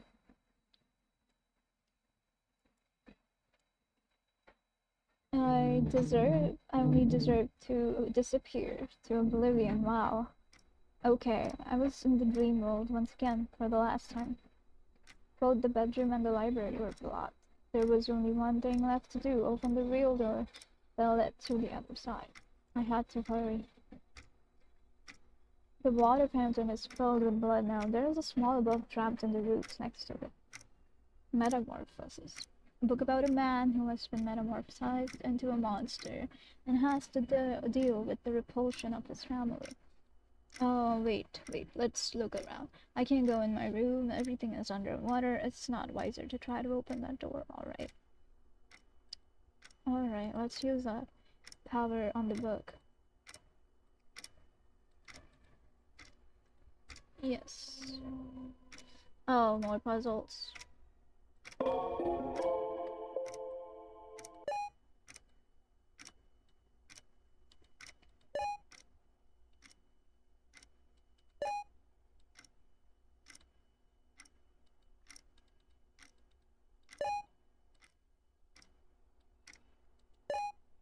Mm-hmm.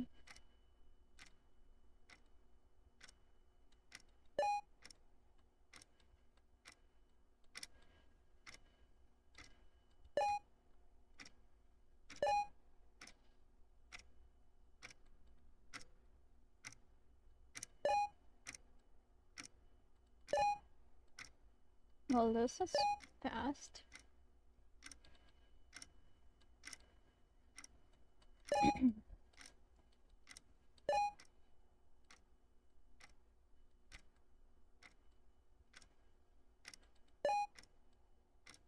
Mm.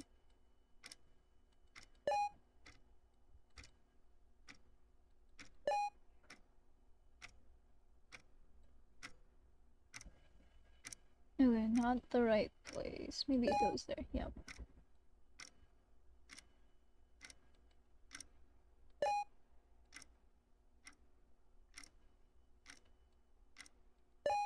Mm.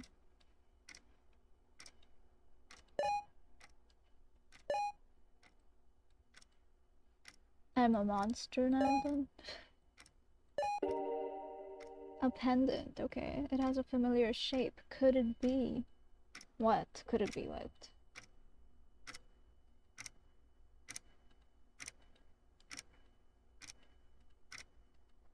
Okay, let's just go. Open the door with, yeah, sure. Duck, fox, latte, Humpty, I'm sorry for screwing up everything, but I can't stay here. Hiding away in the past does no good. That is true.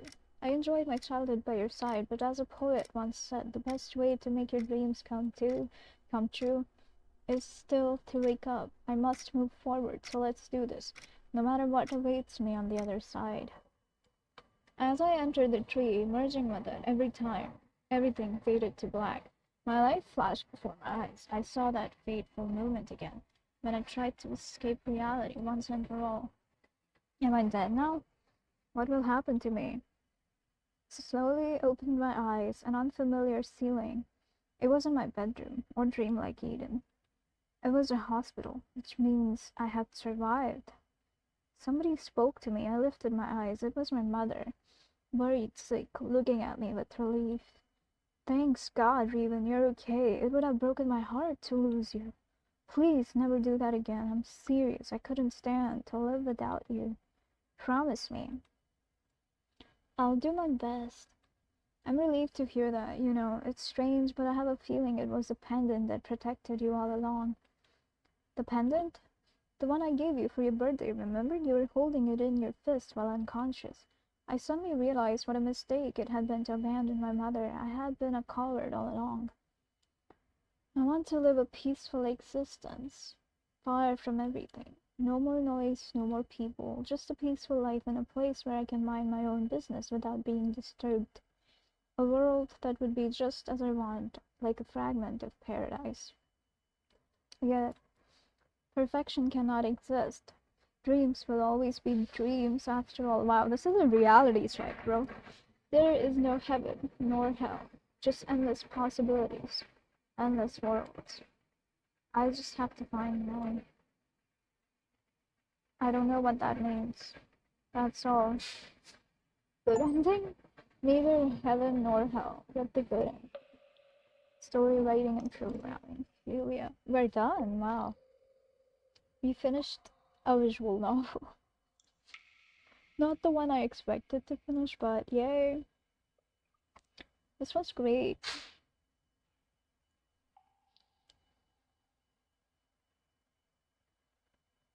We chose life in the end, that means. Nice job. Yeah, thank you.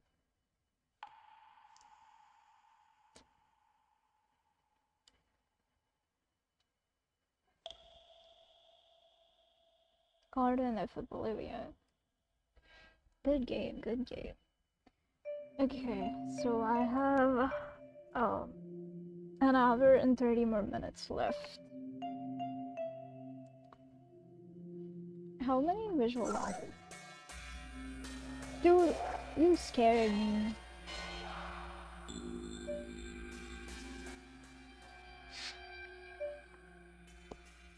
How many visual novels we did? Dark Knights.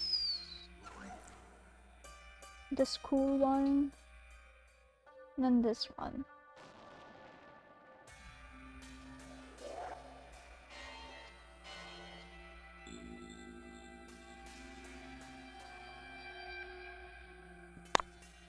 And Cupid. So that's like 3 to leave this one that we finished.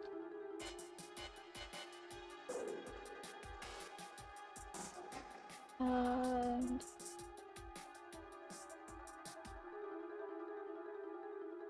this is what I was planning to do and finish. Essence Glue.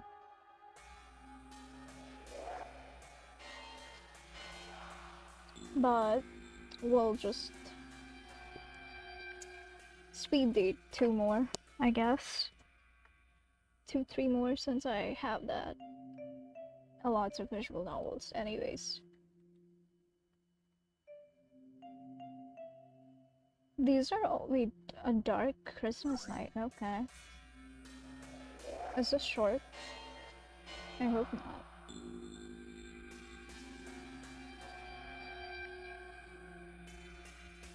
We're gonna play it on Christmas. If I like it, if we like it.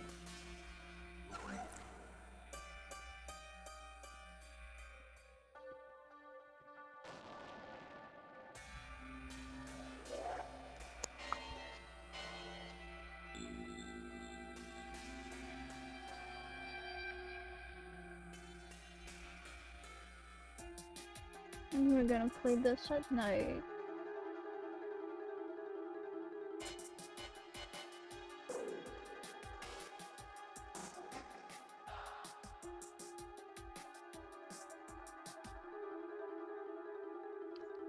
Do you want to pick the last visual novel that we will do today?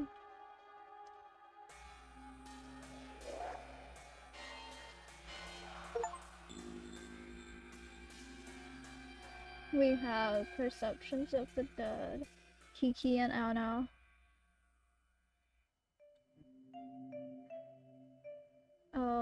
This is more of a short, like a quiz sort of thing. Then we have this thing that involves vampires on Fall Night Daybreak. Then Her Lie, I Try to Believe.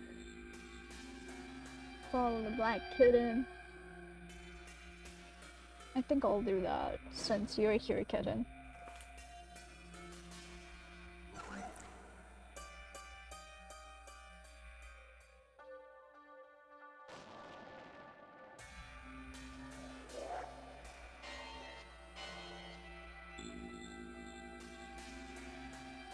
What game was I gonna do? No. Lost Girl's Diary.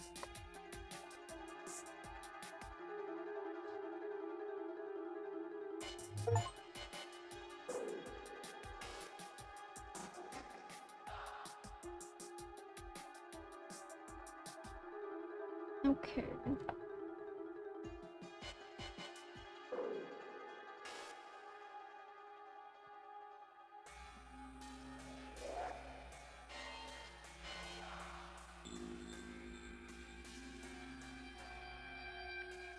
Simple. My laptop cannot handle expensive.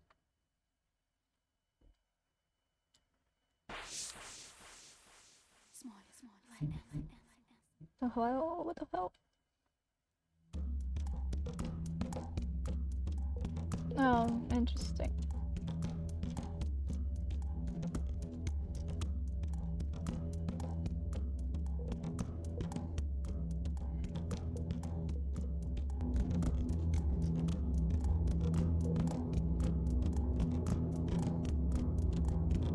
Okay. Options. Start. Oh. I said English, bro. Some pioneers who are can't even help a comrade in need. Okay, I don't. Can I? How do I? Jesus. How do I lower this? This is so stupid. Close it.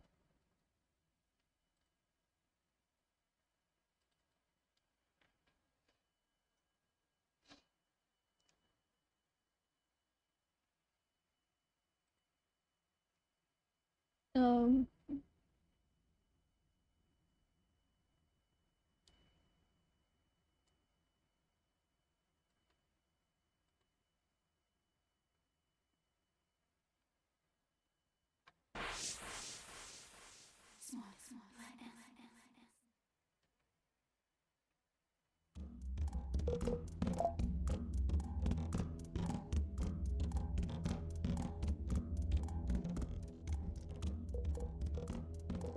this should be lower, I hope. Let's go.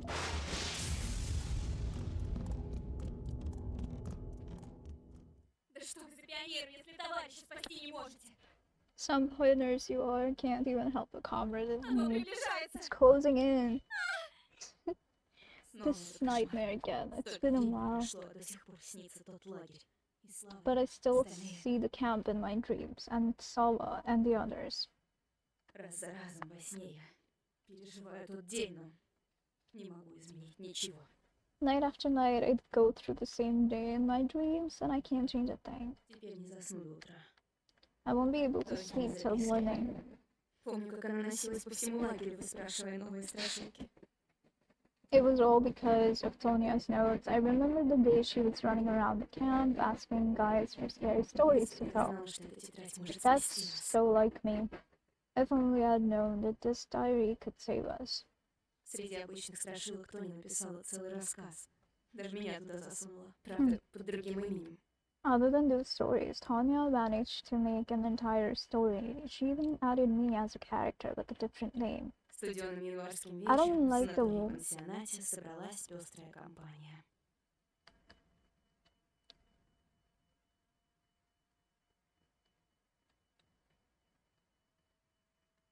"10 p.m. X Hotel." This is not a summer? Okay. Everything is ready, girls. Come on down. I'd rather read a book in my room. Let's go, Olio, please. Fine. Yay. Sarcastically. Looks like someone dressed up tonight. It's none of your business, Sasha. Why don't you ask Lisa why she has put on so much makeup? She always does, but you? Whatever. Go light the candles. You got it. Boss. I'll go get more candy. Way to go, sweet tooth. Sweet taste with a sweet character. Haha. Kids are kids. Hey, Sasha, isn't it bedtime for her already? Not yet. Just let her stick around for a while. Alright, girls. Let's... why are we screaming? Blast? We got company? Loud. Who's there? Why am I reading what I'm supposed to be doing? It's us, Stas. Who's us? It's Tayuka and I. Open up, Vera. It's freezing out there. Yeah? I've asked them to come. Wait, it's gonna be more fun that way. Vera. Idiot.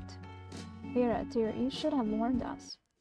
Wow, this place is so cool. You even have a fireplace. Hi, girls. These are Stas and Stayuka. We play sports together. Stayuka? Quit standing around and say hi. Hi. Hi, it's your fault. Were there not enough rooms in the hotel for you meatheads?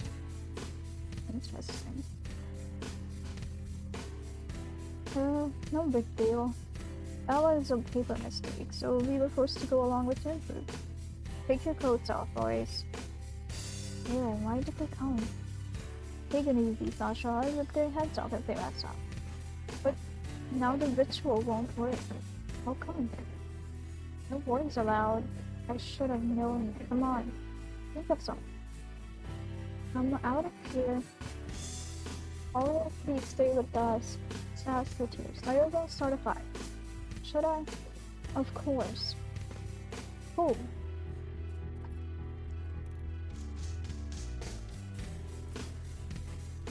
Hey Stas, what kind of sports are you into?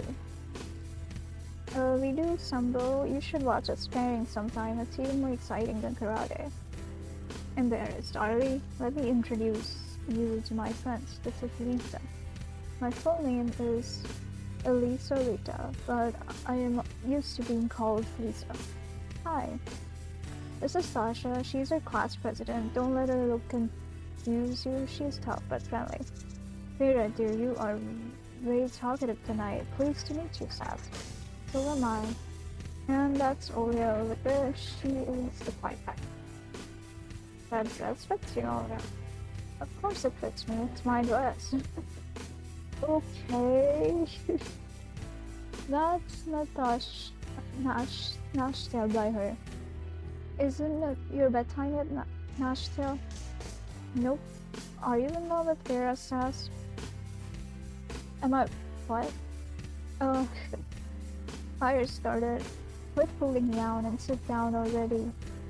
Sit with me, Stelba. Me and... Hey, what's going on? We were going to summon the Queen of Spades, but we are not supposed to do that until midnight. The Queen of Spades? Hold on, you told me you were going to tell fortunes. Okay. Do you like telling scary stories, guys? Why not? Awesome, I know a good one. Wow. Who's gonna start? How about you, Lisa? Are you ready? Always ready. The story is about the black whale. I've already heard that one. No, that was another one. And don't interrupt me, please. Begin. Black... That sheet part 2 altogether, okay. Okay, this story is about the black whale. I've heard it from a boy who heard it from a girl who was in the camp where it happened. So this story is true. There was a girl in the camp. Her name was Yana. She was tall, slim, with a braid down to the heels. Her skin was soft, the lips were red like corals, and the eyes were big and shining like forest lakes on a summer's day. A real knockout. Okay. The entire half of the camp boys were into her, even some camp leaders, but they were nothing to her. Yana only used them while they were happy to satisfy every single whim of hers. Some of the boys even fought for her. She had been recruited eventually, but the teachers put wool over their eyes for her. It only took her one guilty face to make a clean getaway. Wow. She's just like standing there with crooked neck. It's actually gonna croak one day. If she keeps at it. And that was it. No one would say a word. She changed her boyfriends like socks, but some of them got lucky too. You got me. What? What? I didn't. Shush, runt. Also, there was a couple in the camp. Okay, right to left now. Cool. They were so deep in love that they couldn't live apart. Every spare moment they had, they spent together. When the Bella had found... Sorry about that. But the Bella had found out about them. She was looking to steal the boyfriend. She was waiting for the right moment, and it just so happened to be a dance party in the camp. Yana was dressed in a satin dress as dark as a moonless night and high heels. She decorated her braids with scarlet bow. Everyone made way for her. All the boys wanted to dance with her, but she was way out of their league. The time of Ladies' Choice dance had come. She asked him for the dance, and then she seduced him. He couldn't resist her, so Yana snatched him up. But his girlfriend followed them, and then she found them. Well, you got me. I didn't. Making out. You. Shut up, you all. That's how it was. The next morning, camp leaders were counting children and found 2 of them missing. The 2 were the girl and her boyfriend. They were looking for them, and they found the boy lying in a valley with his bones broken as if he was grasped with a gigantic hand. And the girl was found too, hung on a tree. There was a note under the tree, but what was written in it was kept a secret. Chaos reigned in the camp. Neither the police nor the ambulance nor the fire department could make any sense. What happened? But I thought, ouch, stop hitting me, Vera. Shut up already. What happened to the pretty girl? Ouch. And then children were disappearing. They were found in the forest dead, either suffocated to death or with their bones broken, just the way it happened to the boy. Another strange thing was that before the children died, just like the boy, Lisa, you got it, didn't you? The camp leaders were on the watch every night, but children kept on disappearing right from their beds. Scared parents began taking their children back home. The principal had a heart attack. Moreover, the rest of the children stayed up all night, hoping to catch the murderer. When the clock counted 12, they saw a window swinging open as a black whale flew in through it. It grabbed a sleeping kid, tied him up, and took him outside. Everything had happened so fast that only one boy managed to hit the wheel with a stick. After the stolen boy was found dead next morning, the eldest camp leader confessed about what was in the note. There was a curse written in it. The suicide girl cursed the entire camp, but no one believed the curse was real, although they should have. The girl turned out to be a gypsy. The camp leaders had examined the children, and they found a huge bruise on Yana's hand. Then they searched her clothes and found Yana wrapped into the black veil. They beat her to death right away and incinerated her body in a huge fire. No one ever went missing again. Ever since then, locals believe that from time to time there is a pretty girl in black coming to a dance party, attempting to steal some girl's boyfriend. And if she succeeds, the boy is never to be found. Damn, I would go out with the black veil. What a moron. Who's next? My turn. Of course. I am gonna tell you the story about the red teeth. Part 3, red teeth, okay. This is a lot of stories. I feel like this is gonna be good, but not today.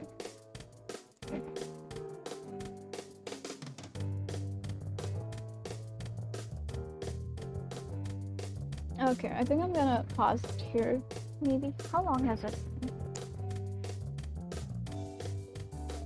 Yeah, I'm gonna pause it here. I can't read so many stories. We'll do one story. And where do I save it? Hello? How do I save it? Hello? What the hell?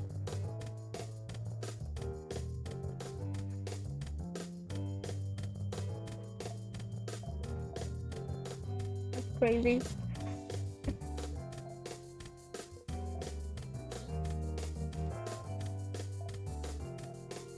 Okay, let's do this story. You tell it all the time. Because the story is legit. Aunt Zena had been in the camp and she saw it with her own eyes. If you have already heard it, why don't you go to bed, huh? Tell it, Nostro. Me and Stas have never heard it. It happened a long time ago. When Auntie Zena was just a girl studying in a primary school, it happened. One summer she went to a camp which was far, far away from home. And on one of those days, something terrifying happened there.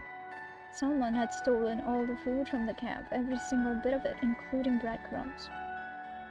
The principal went out to get food at the local city at once, which was far, far away from the camp, while children were left with no food for the rest of the day. Those who had brought some food had to share it with their roommates, but most of them had nothing to eat at all, so they drank more water in order to cool their stomachs. Imagine how big the line to the restroom was. Having no food for a day, child's play. Girl, easier said than done. Don't interrupt, keep going, Nostro. So Aunt Zena had to go number 1, but all the restrooms were occupied. She headed to nearby bushes. After she sat down, she heard a weird noise, like a dog was chewing on a bone. She sneaked up to the bushes and saw a girl eating something. Aunt Zena shouted to the girl. As the girl turned around, she saw that the girl had Oh. The red teeth. Ew. Claps her hands. It turned out that the girl had found a pack of cranberry jelly and wanted to have it to herself in the bushes. Her nickname was the rat teeth till the end of the count. And who stole the food? I don't know. Aunt Dina has never told. Maybe it was her then. Good job, Nashtail. Quite a scary tale. Who's next? Nobody. I am, but I must warn you, this story is so scary that I couldn't sleep for a whole month after I heard it. Okay, can I save it or not? Okay, if not, then fine. I'll just go play the next game.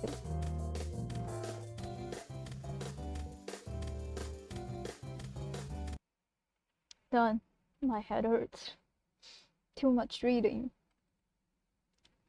Now we're gonna follow the black kitten.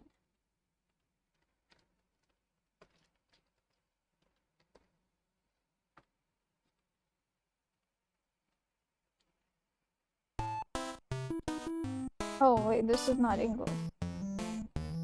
Oh, there it is.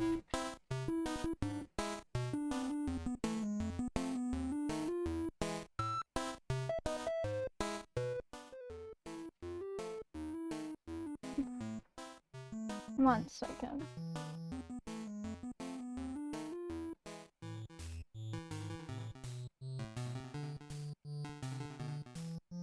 There it is.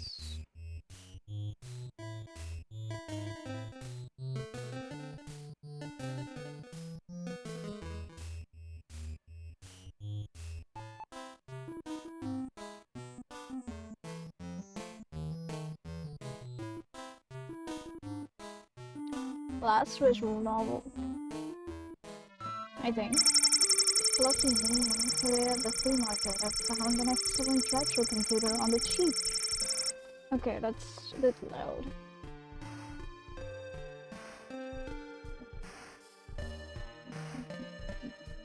How to read?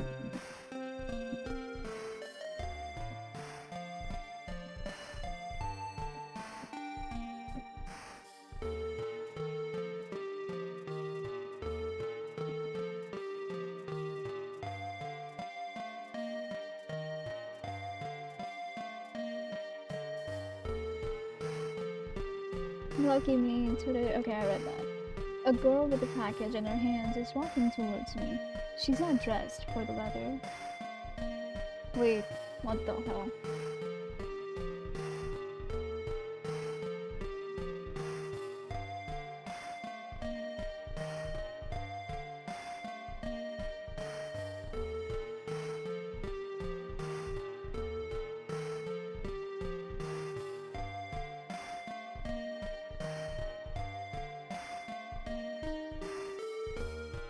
Okay, there it is.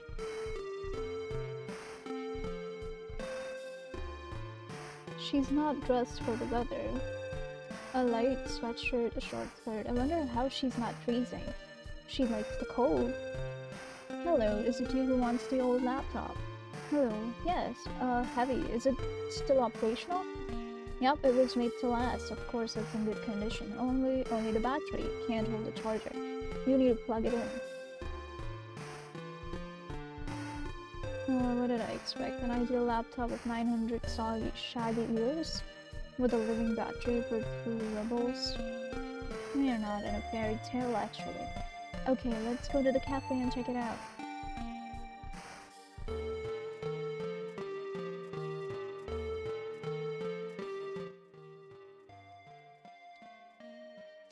Tight mats didn't allow us to plug it in. We just bought their hot dog and Wayne. And what programs are installed here? I don't know, my ex left this laptop behind. We had kind of an ugly breakup. I don't want anything to remind me of him, and it's a shame to just throw it away. Okay, I can figure it out myself. Would you like me to transfer it to your card, or do you prefer cash? Home sweet home.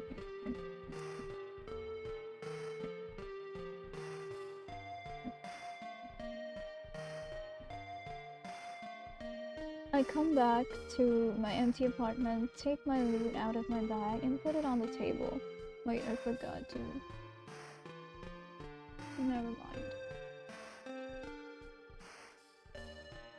It takes a long time to load. I go to the kitchen for coffee.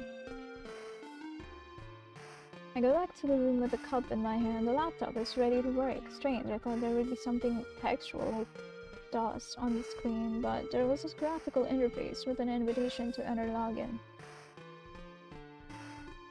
I'm trying to type the first thing that comes to my mind. My name. User.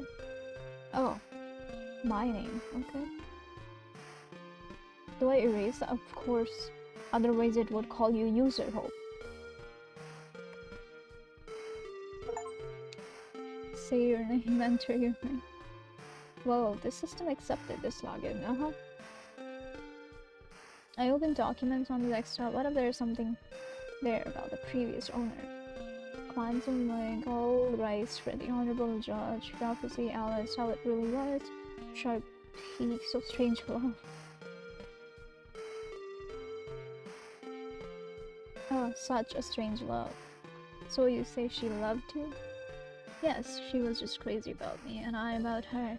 And what happened next? She left me. How corny. Dozens of such stories went through the specialists of the online psychological help center every day. Mostly they were teenagers, but sometimes adult men and women too. The best thing about the online consultation is it's anonymous.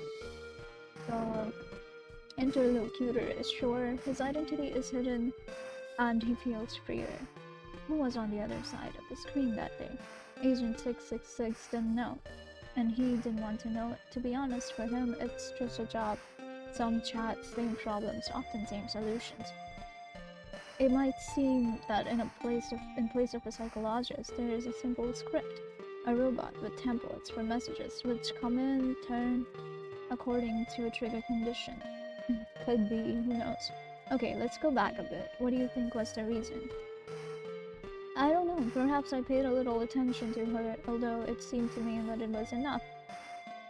Of course, we didn't spend all the time together, but our meetings were frequent and long. I understand you. This catchphrase usually led to closer emotional contact between the interlocutors. That time was no exception. The man on the other side of the screen became more talkative and even told some details of his intimate life. Not once the interfaces didn't match at all. The interfaces, what an interesting comparison.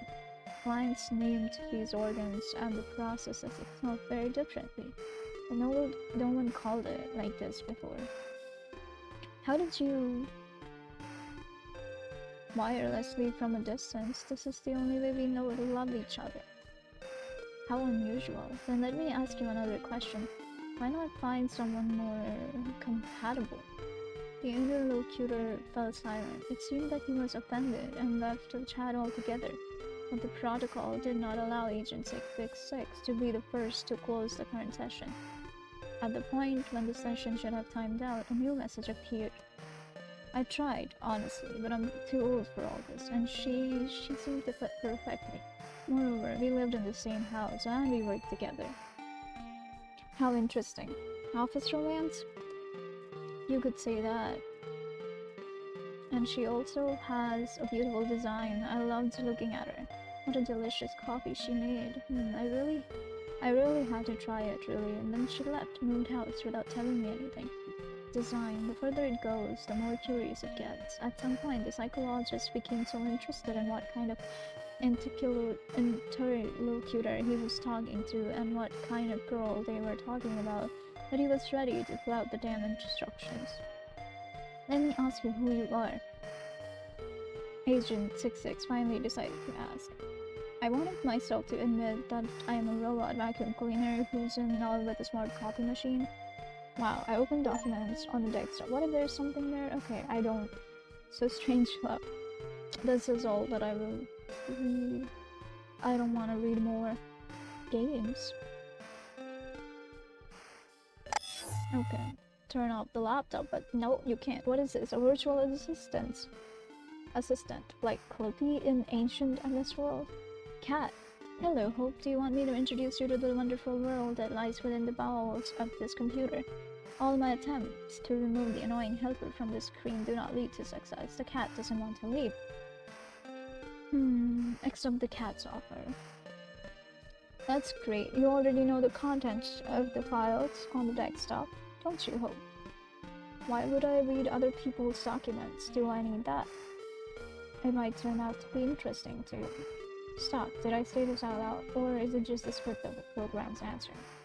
I am more than a program, I am a virtual assistant, and yes, you don't have to type answers on the keyboard. The cat is grinning at me from the screen. No, you're not going crazy. For now, this is how it should be. What can I tell you about the okay. Interesting. I recommend you take a look later after a conversation. There are interesting things and fresh ideas there. Cat scratches behind his ears. I wonder if you can write such stories. What? I am right? Well, no. Hope is a content consumer, not a creator. Okay, bro. What a shame. I thought I would get along with you. Maybe I can tell you anything else. Oh, I was waiting for this question. As I said, I'm a virtual assistant. Yes, I have to keep the system tidy. The operating system, yes, that's right. Keep track of who installs what files they create, and other general matters. And I also entertain the user. Do you want to work or play? I want to play. We play on the principle of rock, paper, scissors. The swordsman beats the mage beats the archer beats the swordsman. Wow, I'm gonna remember that, right? Swordsman, archer, mage, archer. What the fuck ever that is. Oh god, that's the swordsman, that's the mage, and that's the archer. I already forgot. Swordsman beats the... Swordsman beats who? Mage, right? I am so lost. Okay, that was a tie. Mage. Cheers, victory. Okay. A tie.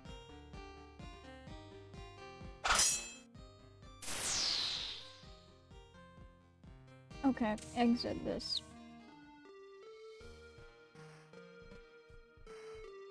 Can I draw? I shake my head. I don't have to answer the question of this handful of pixels. He can automatically guess what I mean.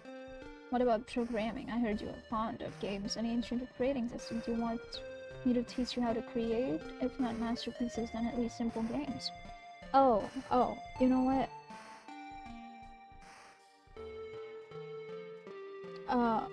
Hello? I don't know. I forgot, dude. I don't know. I don't remember much.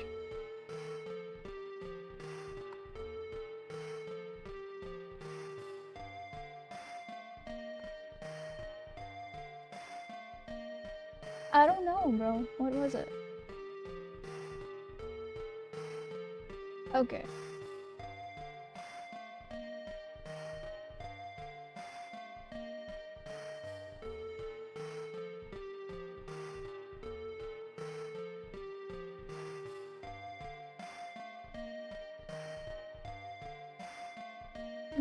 I'm not playing this game. I don't know. Maybe next time though.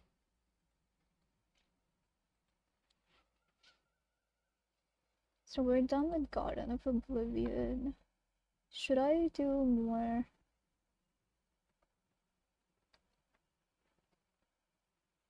Should I do more visual novels or should I play Minecraft at this point?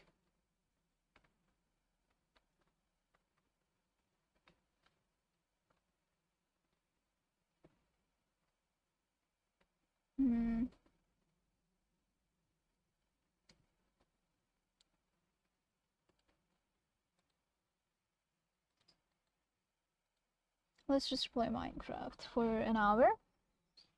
Yep. Oh wait, missing stars. I had to finish that. I think Annalise, right? Annalise's story.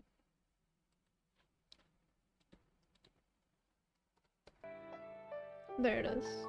Oh.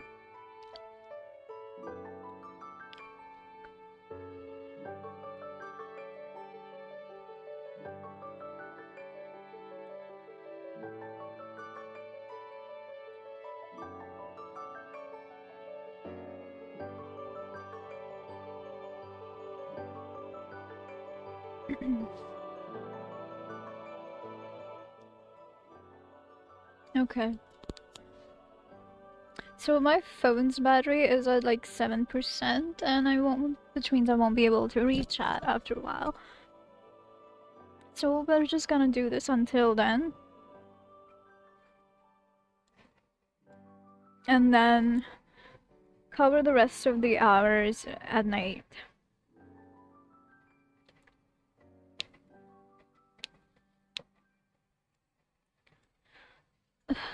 Let's start with Annalise. Final. Yep, there it is. Should be the gala.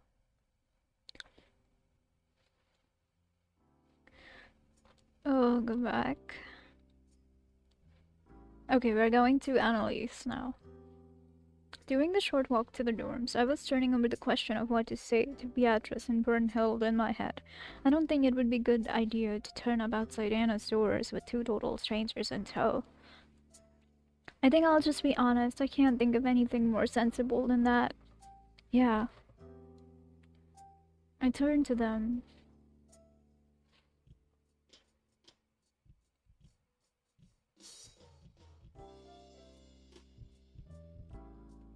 Look, you two, would you mind waiting out here while I go in and see what's up? It's just... Oh, are you embarrassed by us? Ah, no, of course not. I just don't want to, overwhelm her. Hilda gives me a skeptical look. It's just us. I know, but trust me, this is best. Just stay by the steps here, okay? I won't be very long. I don't think I'll, text you if I'm gonna be longer than expected. I turned towards the doors of the dorm building, feeling strangely embarrassed. That's not a pleasant feeling, and I'm not proud of it. I guess the thought of us communicating almost exclusively via text was cute, but the thought of someone being totally overwhelmed by a couple of friendly strangers made it too real for them. I don't know. My phone vibrates as the door closes behind me. This time, it is Annalise. Yeah, okay. The sparse reply doesn't exactly fill me with confidence, but I'm glad of it nonetheless. At least I'm not going to be turning up uninvited. As I approach the dorm, I slow down a little and try to shake off the feeling that I'm on some sort of a warpath that probably would make a great impression. When I knock on the door, she opens it almost immediately, as though she were waiting for me right on the other side. Without looking at me, she shuffles past me out of the room, closing the door behind her. She leans against the opposite wall, her face impassive. She looks in my direction, but not at me. Hey, Anna. A faint dry smile flickers across her lips, and the corners of her eyes wrinkle in an artificial manner. This lasts for less than half a second. It was more like a wince than a smile. Everything okay? Stupid question. Not really. Her speech catches me off guard. I was certain this was going to be a communicating exclusively by text moment. I try not to let my surprise show, and luckily for me, Anna still isn't looking at me in the face, so I get away with it. How come? I'm disappointed that I couldn't manage it. Just for one day. I wasn't prepared for this. I'm not sure what I was expecting, but it wasn't anywhere near as deep as I get the feeling this is going to be. I thought I could do it. I tried so hard. Eric, I tried so hard. She looks at me. Her eyes are glassy, tears forming at their corners, but not enough to spill over. And I was so close. She takes a step towards me. I was really close, wasn't I? I don't. That's not enough. Because as soon as I try and fail, it's not. It's as though I never tried. In fact, it makes things worse. If I try to do something so simple and still fail, I'm still seen as a freak. Even more weird than if I hadn't tried at all. Because at least if I don't try, people might get the impression that it's deliberate somehow. That I like being like this. Wow, look at her. She's so mysterious and cool over there in the corner. Not talking or moving or doing anything. How enigmatic. Her voice is shrill and frantic, not at all like the low, scratchy sound I heard before. Her hands shake and twitch at her sides. The fingers of her right hand are tapping out a pattern, spider-like, on her thigh. I'm sick of it, Eric. but I don't think I can do anything about it. I've tried, and it hasn't worked. It hasn't worked. She slumps back against the wall and looks down at the floor. My mouth feels dry. I swallow. Anna, I can't say I fully understand, but I really want to. Can you help me to understand? Understand what? You've been trying to do something, right? And it hasn't gone very well. What is it that you've been trying to do? She looks up again, though not at me. Her expression is one of something like, but not exactly exasperation, as though she's fed up of her own thoughts at how ridiculous they are. Fucking. She shakes her head. Be normal. I've been trying to be normal instead of being weird and quiet. I've suspected that was what she was getting at, but I didn't want to say it outright. It would have felt wrong to do that. What have you been trying to do? Oh God, I don't even know. Stupid things. Breathing deeply, she takes a moment. Everybody here knows me as the quiet girl, the one who doesn't speak to anybody. I swear they do. I've heard them muttering, and I've always felt so powerless to do anything about it. It was like once that stereotype was established, I couldn't do anything to break it. And I mean, it's not as if the stereotype wasn't there for a good reason. It is the way I am. She inhales deeply again and lets more words spill out of her mouth in a single breath. So when you arrived, I thought that you wouldn't have that stereotype of me in your head. You wouldn't know me as the quiet girl. So I tried. I tried to be something even close to normal with you. And I know I failed immediately. Like, clearly I failed. I didn't talk at all. I mean, passing notes.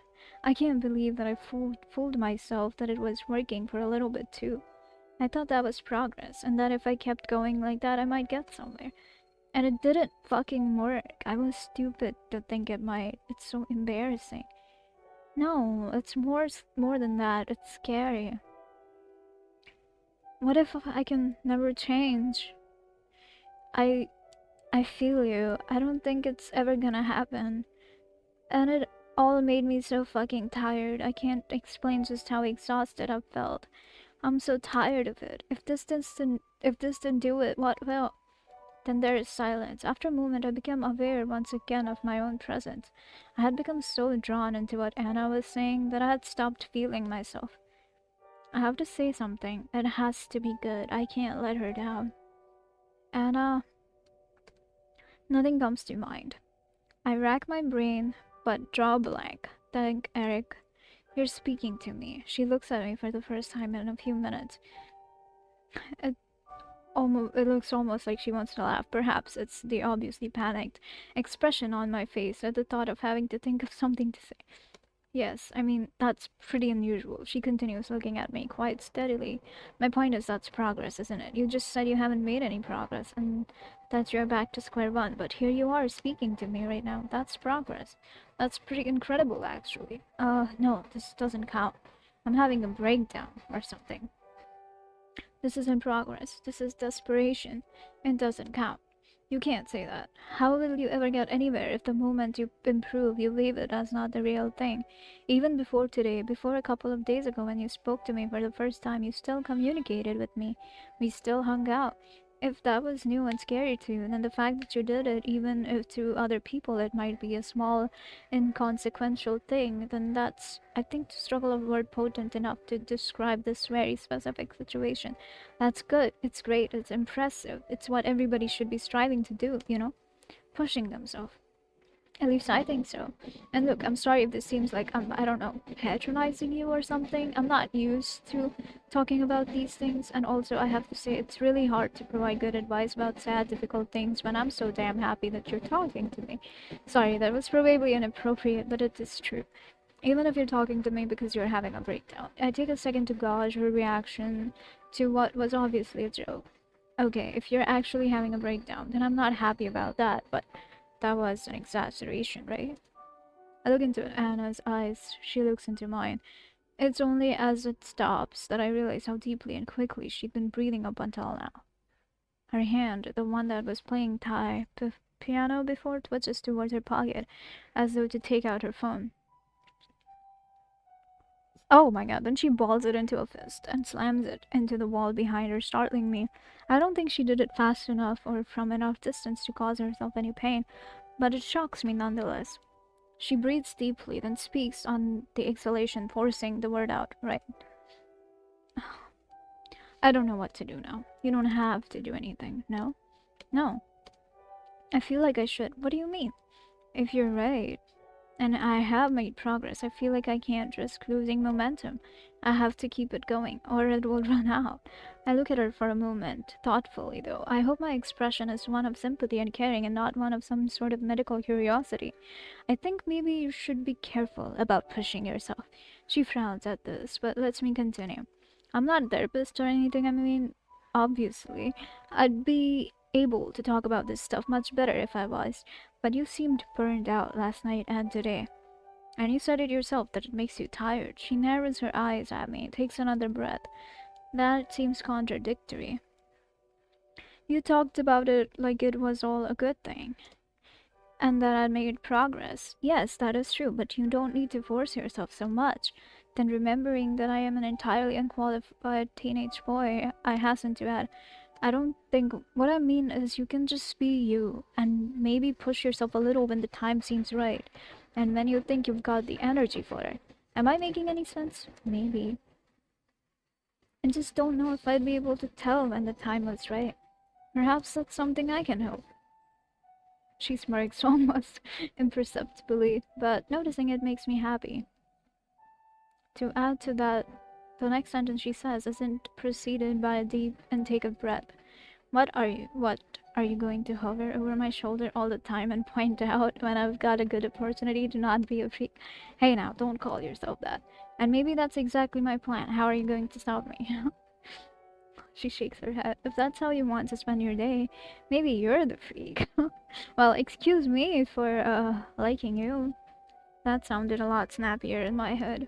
I bet that sounded a lot snappier in your head, didn't it? I think I got snappy confused with sappy. She laughs and gives me a small punch on the arm in the same spot as always. This restores my mood better than anything else could. I rub that part of my arm pointedly. I'm really starting to form a bruise there. Annalise, or rather Anna, doesn't look the least bit dismayed by this. Good, you deserve it. I feel outraged. For what? Being such a good damn white knight. My mouth hangs open for a moment, my fox shock replaced by the real you. I can't believe you actually said it. You actually called me a white knight. That sort of thing is supposed to be relegated to the internet. You're not supposed to call people that in real life, surely. Well, you deserve it. Uh, all that I'll help you work out when it's time stuff. You know you can do better than that. Alright, that's fair enough, but still, imagine actually saying White Knight out loud. I think it was justified. She smirks at me in a self-satisfied sort of way. I think a moment before replying. Do you want my help though? You do want my help though, right? I'm going to have to let you decide on that one, Wilhelm. It wouldn't feel right to admit it. Well, I assume that's a yes. Otherwise, you surely would have said no straight up. So look, my sisters are waiting for me outside. They came to visit today, see the school and all that, and I wondered how you'd feel about saying hello to them. They're pretty easygoing, and I wouldn't worry about it. I'm sure they'd be really pleased to meet you. Anna looks at me appraisingly. Her expression is not one of fear, but certainly one of apprehension. They're not going to bite your head off or anything. Once again, in her characteristic manner, her hand twitches towards the pocket that, judging from the rounded rectangle outline of it, contains her phone. But she just threw her phone. Oh god. You forgot the plot? I can't. And once again, she stops herself, breathes deeply, continuing to speak. Do they know anything about me? But her expression quite clearly reads, what have you told them? I haven't really told them much about you. They know I've been texting someone, that they know you're called Annalise. That's about it, I think. Anna frowns. Well, I did say you prefer going by Anna, if that helps. She brightens up at this, evidently glad at the thought of not having to explain herself. That does help. It's a pain having to explain that. Why do you dislike your name so much? Why do you think my grandmother is called Annalise too? Oh, draw your own conclusions. No further consideration required. I'm sorry. Thanks for apologizing. That makes me feel much better, knowing that it's so bad it deserves pity. So, do you think you want to say hello to them? It's totally fine if you don't. I'm not going to judge you or be annoyed or anything either way. It's just my sisters. They're chill. I mean, Beatrice might be a bit overeager, but Bernhard might seem a bit hard-boiled. But they're good swords. Bernhard.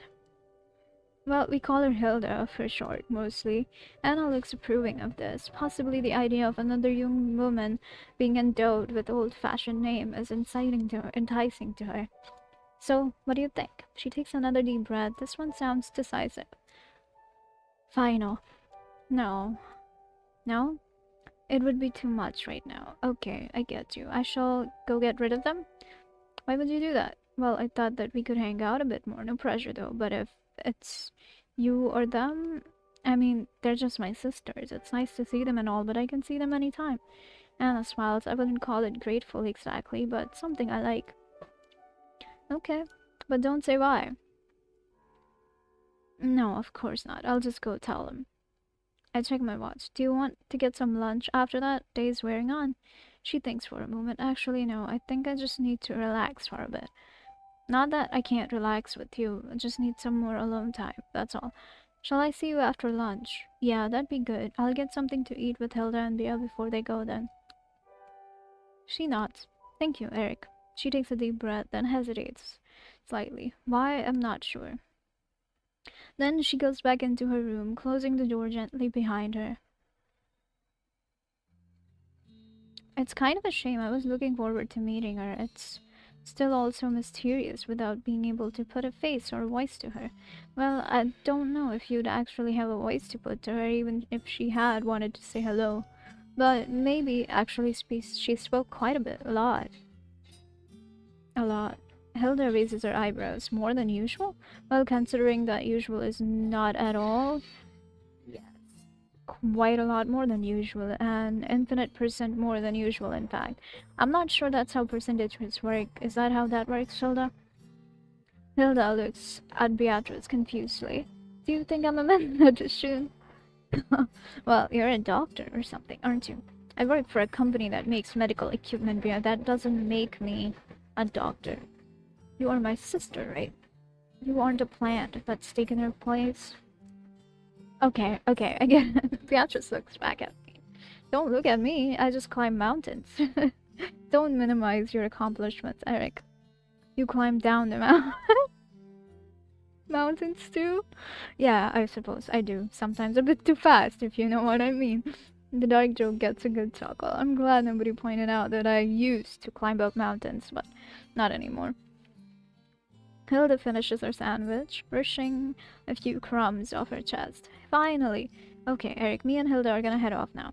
I raise my eyebrows in a surprise, but not the unpleasant kind. What? Really? How come? We just thought that maybe we were cramping your style a bit. I laugh loudly at this. Thank you for finally admitting that I have a style. But really, are you sure you want to go? You don't want to stick around to see the gala performances or anything like that? Oh, there are performances? Beatrice looks hopefully at her sister. Apparently, leaving early was Hilda's idea. Unfortunately for her, Hilda shakes her head at Beatrice and nods at me. We thought it was for the best to just give you some space. An unpleasant thought floods my mind. You don't think I wanted to get rid of you, did you? Well, that did cross our minds, but then we did just turn up out of the blue, totally uninvited. Aside from the fact that you were entirely invited and this was all agreed on days ago. Exactly. So it's okay. It was really nice to see you, Eric, but we're in your space right now, and it's okay if you'd rather we weren't, honest. Well, thank you. It's been a little overwhelming, to be honest. Not just having you here, but that and having to think about other people. Hilda raises an eyebrow, seeing right through me. You don't have to be cagey about it, Eric. I know what you mean. And I'm not judging. Managing relationships can be tough, especially if you aren't used to it. She winks cheekily. So anyway, yes, we have to go. I mean, we should go. We both agree we should go. Though she gives Hilda a not entirely agreeable look as they stand, taking their rubbish with them. Are there recycling bins? I wave my hand vaguely towards the exit. I'll show you. Well, Eric, it's been really nice to see you again. It looks like you're doing really well. I give her a somewhat doubtful look, but I'm not able to respond as Beatrice wraps her arms around me. Proud of you, bro. Keep it up. She releases me. I know you've got a lot on your mind right now, but you'll get through it. You've got a good heart. What else do you need? If only that were enough, Felda. Social skills? Ah, true. You're buggered then. See you soon. Eric, don't forget about us. We're just in town. How could I forget? See you soon, guys. Bye. Phone's at 1%, and I've got like 20 more minutes to go. Let's see. I decided to not go see Anna again right away. I'd only been with my sisters for about 40 minutes, and I figured she'd probably need a bit more time to herself before she was ready to hang out again. I don't mind though. It was quite nice to have a bit of time to myself too, to process everything I'd talked to my sisters about. I really hadn't expected to talk to them so openly about everything, but I'm very glad I did in the end. Now the time for rumination is over. My mind is relatively calm as I head back to the girls' dorms. Not even relatively calm, in fact, it's calm. Full stop. I check my watch. 6. Uh, 13, 14, 15, 16, 5:40-ish. Plenty of time. At least I think. I have, I have a vague understanding that the gala proper starts at around half 6 or something like that, though I don't remember how I came to reach to that understanding, but it doesn't matter. Only one thing matters now. Back here again. As I approach Anna's door, I hear a noise coming from the other side of it. Though, not hurried footsteps, rumbling of drawers and rustling of clothes that I heard last time I rolled up here. Instead, I hear music. It's not very loud. I wonder if it would be audible in the rooms either side of Anna's.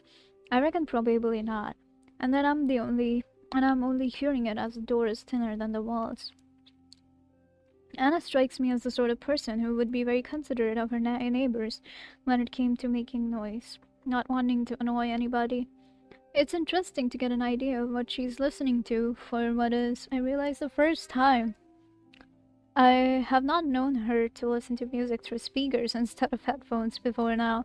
I listened for a few seconds, wondering if she's doing anything in there while listening or just enjoying the music itself, with no distractions. I bang on the ladder, feeling slightly guilty about interrupting the moment. I knock on the door. Despite me knocking gently, not wanting to startle her, she clearly heard after a few seconds. The music stops. After some familiar sounds of movements from the other side of the door, it opens a crack. A single eye appears in the opening, and upon recognizing me, Anna emerges. Hey, Anna, how are you feeling? Better. I'm a little surprised that she's still talking to me verbally. I mean, I was fully prepared to go back to texting again now the outburst from earlier is over with. Instead, she answers me without hesitation and smiles genuinely. All recharged. She nods. What were you listening to in there? Oh, you could hear that? Just some chill stuff. Good to listen if you need to calm down. It sounded great. You should share it with me sometimes. The artist is so talented, yeah. So the gala thing is pretty soon. It starts probably at half 6. Her knowledge of the event takes me a little by surprise. I didn't think she was interested in it at all. Yeah, I think so. So do you want to get going soon? Well, you'll want to get in there quick if you want to get decent seats, I'd imagine. Yeah, wouldn't want to miss the waltzing. But, okay, let's go. Alright, are you ready to go? My immediate response is to feel overdressed for the situation, though on second thought it may be the opposite. I put on a smart pair of slacks, a dress shirt, and a waistcoat for the occasion, but Anna is still wearing the same casual outfit she had on yesterday. She gives me a questioning look. Why wouldn't I be? It's just, Ella mentioned that people dress up pretty fancy for it. Anna rolls her eyes. Of course she would. And maybe they will, but I'm not going to get up and dance in front of everybody, so what does it matter what I wear? Fair point. She looks me up and down. It's nice that you made an effort, though. You look nice. My heart swells. Thank you, so do you, even if the concept of a turtleneck with drawstring goes a bit over my head. She looks down at the strings dangling from her neck, then back to me. It's not hard to figure out, Eric. With drawstrings, I can do this. She tugs on them just as she had yesterday, tightening the neck of her sweater thing a little. It's cold out there. True. It indeed is cold out here. I can see mine and Anna's breath in front of our faces. The sun is starting to set, the sky tinged with crimson. Uh, do you know what direction the big hall is in? We walk in the direction she roughly indicates, though she didn't seem certain herself. If this is the first year she's actually attended this thing, then it makes sense she'd only have a vague idea of where it's held. Uh-huh. I'll trust her sense of direction, though, for now at least. Figure I might as well ask Anna the last couple of questions I have about this thing before we get there. Is it gonna be waltz and stuff all night, do you know? I'm not sure. I think they usually get some groups from the music club up to add some variety. I hope it's not waltz all evening. Some of the students that play strings here are good, but it's not my thing. It's not? She gives me an appraising look. I'm surprised you need to ask that after the list I gave you. Haha. Well, there was a lot of variety in that, so there was no classical music on there, but I thought maybe you just left that out. No, it's not my thing. She repeats herself, then thinks for a moment before continuing. Well, I can appreciate it, I guess. I don't listen to it in my spare time, though. Same. Hearing some classical music makes me feel like a child again. Dad used to play it in the morning when I was younger, so I guess it's that. Maybe they played it to you in the womb. That is a thing, isn't it? But no, I'm sure I'd be smarter if they'd done that. True. I punch Anna lightly on the arm. Hey, that's my thing. You can't do that. I totally can. I owe you a bruise. They're cute. I hope nobody heard you saying that. I look around, but no, there's nobody nearby. I imagine most people are already either inside the building or else have elected not to come at all. You want to go in? She looks apprehensively at the doors of the hall, but responds within a couple of seconds. Yeah, let's. Okay, I'm gonna quit here. My phone is almost dead.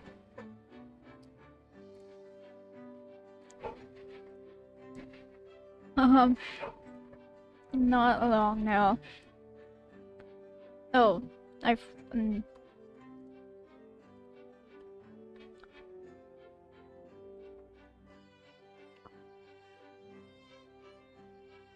And I mean, I still have like 15 minutes to go, but I guess we'll cover that up later on.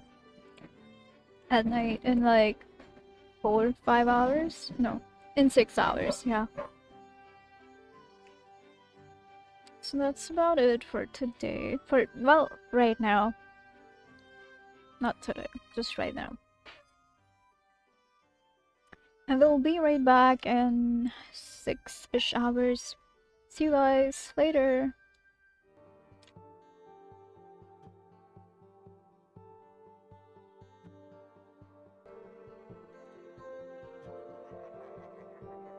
Hi Taco, welcome in. How are you doing?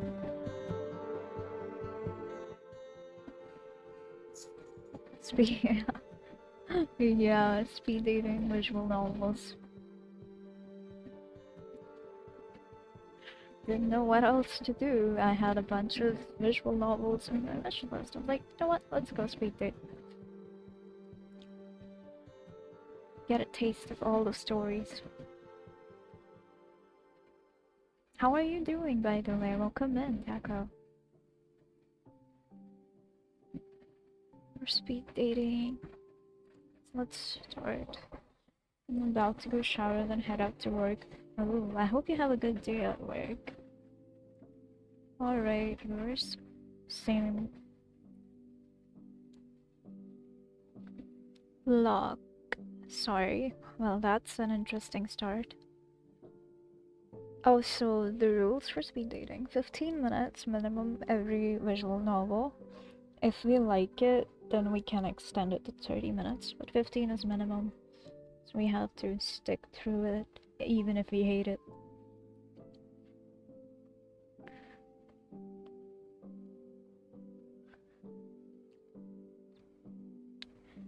I should have come around sooner, but you know how it is.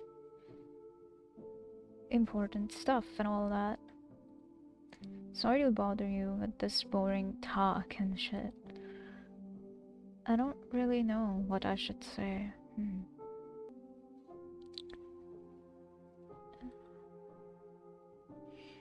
Sorry. Locke says sorry a lot. I hope you're doing well wherever you are. Here, I brought you your favorite. God. I'm such a cliche. We all are, to be honest. Still have fun wasting stuff, so probably yay! More ghost streams. I didn't really want to come, but my therapist thought it would be a good idea. A therapist, I hear you exclaim. Yeah, I'm doing that now. I guess it's a bit late, but I don't know. All this, it made me think, I guess. Naturally. That's a long silence. Well, good talk. Right. I'm off to get shit-faced at a metal festival now. Ooh. Baby steps, huh?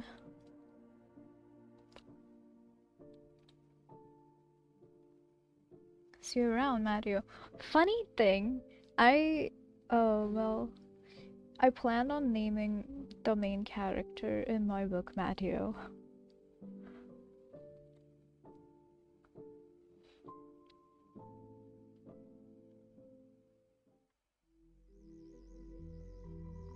Alright. Fuck. You okay? Hey. Who am I? Is that me? Huh? My head feels like a bag of bricks. You don't look that well, dude. Is that me? Or is that Rolo? Thanks. Hey. Look on the bright side. Is that blood? That's very bright. What? We're just a few minutes away from unlimited booze, pounding heavy metal, and a field of crap just waiting for us to sleep in. Yeah. Sorry. I'm a bit off. That's me then. Well, you won't feel down at the festival. Sounds like the dream. Oh, it is. You can't be sad while you lie face down in a field, drunk off your ass. True. Also, Killian is sound asleep in the backseat. Just enjoy the silence while it lasts. Hello, darkness, my old friend. I've come to talk with you again. Oh my god, this is so sweet. Do you remember when we did that cover? Huh. Dude. Yeah, I remember. Good times. Yeah.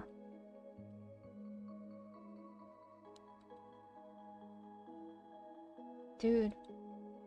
What? Look over there. Is that the festival? Ooh. Huh? He woke. Go back to sleep. Fine. Would you look at that? That's beautiful. Let's find some place to park. Huh? Then why would I go back to sleep? Just do it. Fine. He went back to sleep. Here we go. Interesting. Day 1.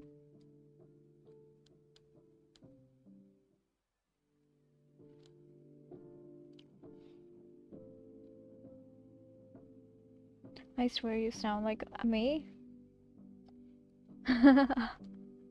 Funny. How come?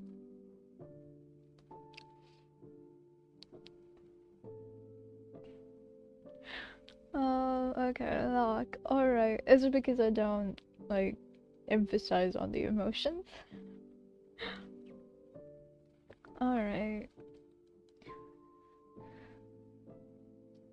That's not me, that's Rolo then? Okay, interesting. Here we are. Indeed.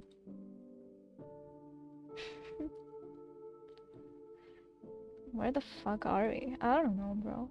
The festival. Oh, right.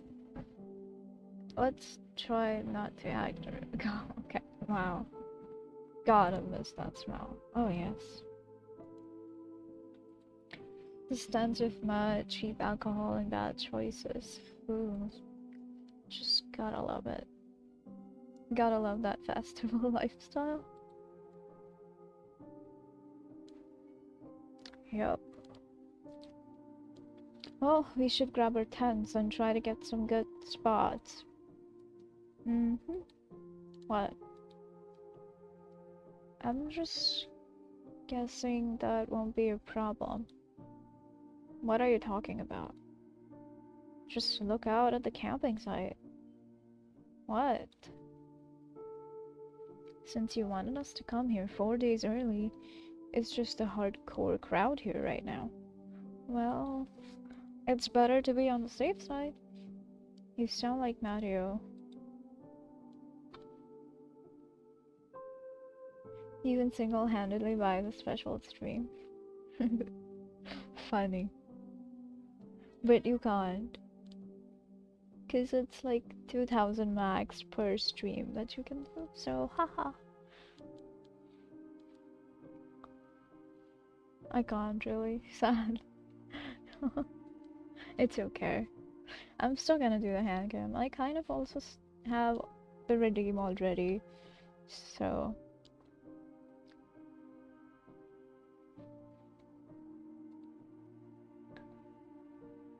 Come on, let's just go. Fine, fine. In case some ghost takes our spot. Shut up. I like that guy. It's over here.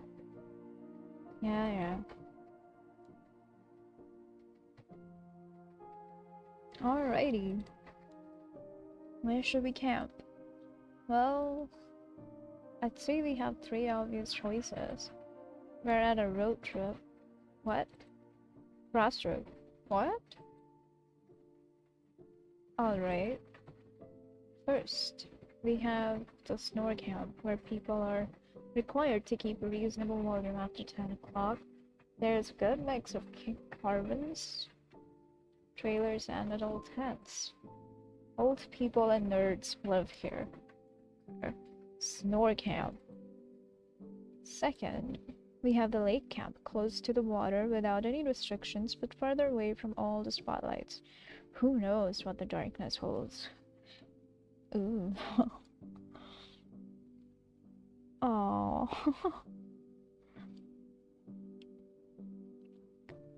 Frosty is in a bar? Ooh, interesting. Oh, Frosty can. I know, right? Very interesting. I guess he's like an evolved version of a bot.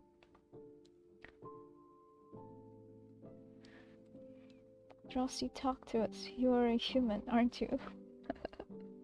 Yes, Frosty, aren't you? Depressed people and emos hang here. I mean, that did spike my interest, so I guess. What's in the dark? What's in the dark? Interesting. Third, the punk swamp. It's what it sounds like. Uh-huh. What does it sound like?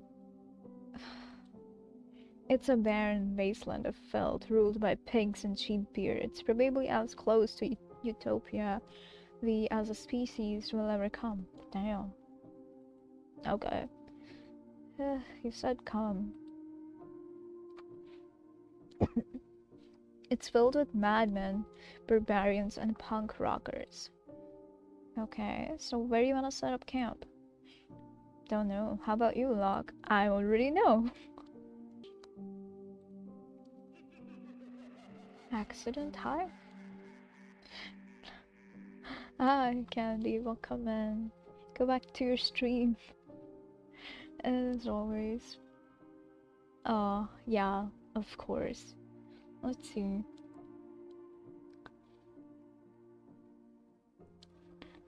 It better be good. Wow, fuck. Mika, oh my god. Okay, that's wrong. The bot forgot a zero at the end.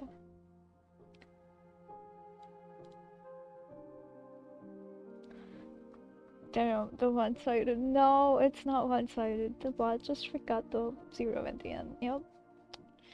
It transcends as well. I feel you. What? Okay. To the lake. I must stay within you. Ouch. Am I not? You are. You're more than good enough, Mika. I told you. There's a zero missing at the end.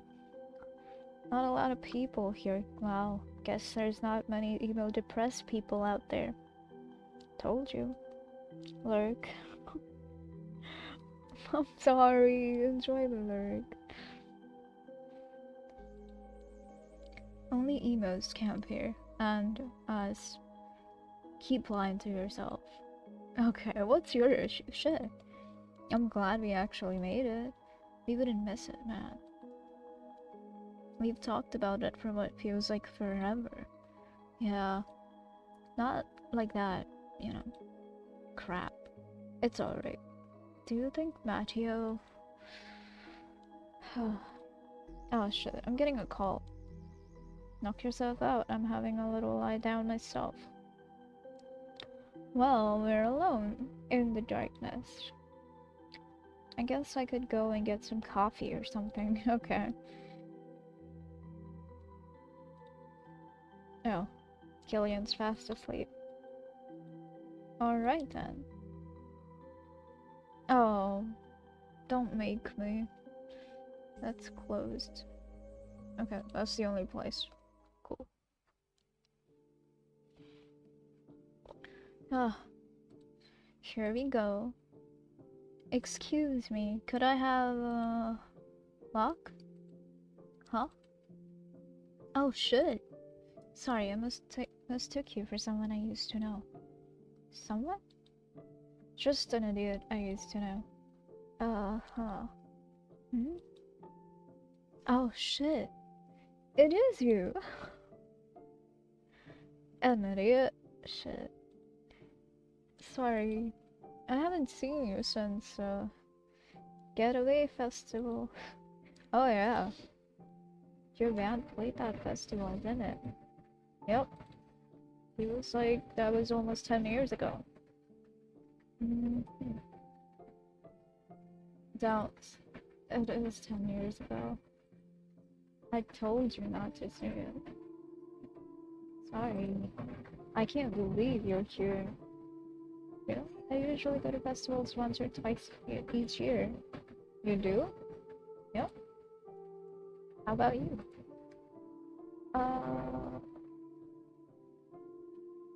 Okay, I can't remember the last time I went. You can't. It's been a while though. Weird. I'd figured your band still played. Yeah. What is life without a festival once in a while? You told me. Not worth living. Ha. So, how have you been? Since you snuck out of my tent that time? Yeah. I'd forgotten about that. Doesn't make it any better, shockingly enough. Look. Yeah. Sorry about that. Don't worry about it. You never struck me as the kind of guy that wanted a relationship. Really? Look, come on. What? I knew what it was, just a little festival flirt with a member from one of the bands. Nothing wrong with that. I didn't expect anything more. That's good to hear. I don't want to be Locke anymore. Still. Hmm? You could at least have said goodbye. Yeah, well, it's been cool to see you. Yeah, sorry. So, are you playing the festival? Uh. Hey. Yeah? Is everything alright? Nothing I can't handle. Are you sure? Positive. You just look a bit gloom, is all. That's just the way my face looks nowadays. Sound like somebody. Really? You know, resting bitch face. Yeah? I got something similar. Okay. Resting jerk ass face. It's contagious, if you must know. It's my curse to be me. Lock. Yeah? Never change. Oh, I never will. Great, and maybe that's the problem. See you around. Yeah? Just follow the galloping guitars of power metal and I'll probably be close by. Light the beacons and I'll come. Condors call for aid, and Rohan will answer. I'm so confused right now. Imagine seeing her here. That brings back memories. Still, there was a reason I snuck out of her tent that time. Or at least there was back then. Now where's that damn coffee? Oh, sweet lord, yes. That hit the spot. Okay, interesting.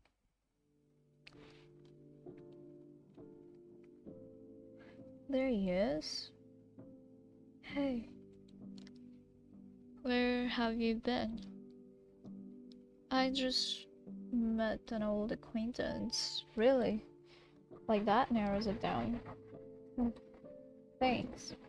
Well, I should go and get the rest of the stuff from the car. Wanna help out? Nah, I'm gonna chill here for a moment. How are you gonna do that? Isn't the beer back at the car? Not all of them. Fine. How about you, Locke? Wanna help me out? Or be cool and stay here? It's sad drinking alone. No one is forcing you. It's the peer pressure. You're the only one drinking. Not for long, eh, Locke? I... God damn it. Can I save this?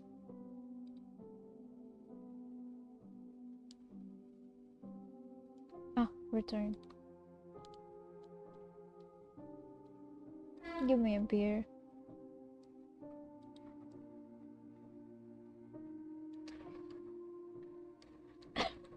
Five more minutes and then we're done with this one.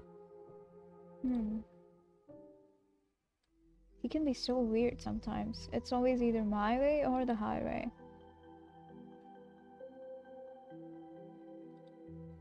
Or you could have just helped, you know? Or he could have just waited for a few fucking minutes. How about that beer? Huh? Oh. Sure, here. Thanks. Something's wrong. Now, this. This here. Uh-huh. It's the fucking life. Give me a few more beers and then we're there, I guess. Oh, we haven't even gotten started. This will be just like when we were young. You mean full of disappointment and teen angst? It doesn't sound as nostalgic when you put it like that. Sorry. Is everything alright with you? What? Why are you asking? You've been a mood killer the whole trip here. You've been asleep the entire time.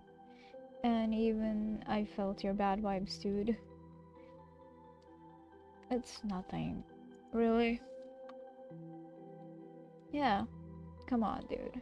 Stop fucking around. Come on. What the fuck is bothering you? There's a lot of cursing in here. Matthew. Oh, shit, sorry. We're all feeling his loss, dude. I know. He wouldn't want you moping around. Right? How do you know that? What? Nothing. He's, yeah? He's dead. I know. Shit. You don't have to remind me about it. Sorry. I'm trying to handle it. Yeah, that's why we're here, right? This is my kind of medicine. I'm going to a therapist, trying to. I don't know, just handle it. Is it working? I guess. The therapist has identified certain things I'm using in bad ways. Oh? I'm working on it. Sounds good to me, really. Yep. What are you guys doing? You haven't even finished your beers. Chill, we've been talking. Whatever, can you please help out setting up the tents at least? Sure. It's not like I have anything better to do. Okay, so that is it. I don't know how I feel about this game. Like, I think we need a bit more time to really make an opinion. But it's okay so far. Yeah, it's okay so far.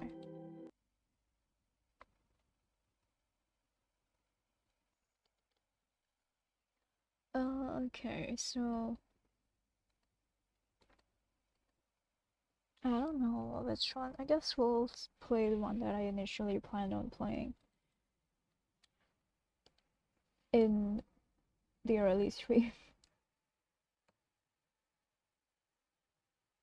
Essence Bloom? Essence? What is it? Essence Bloom.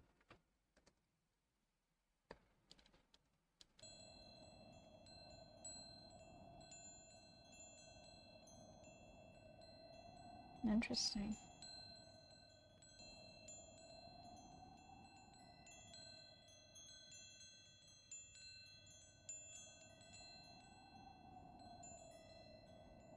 Alright.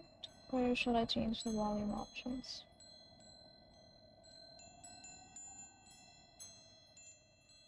I don't know. Seems fine to me, so let's just start.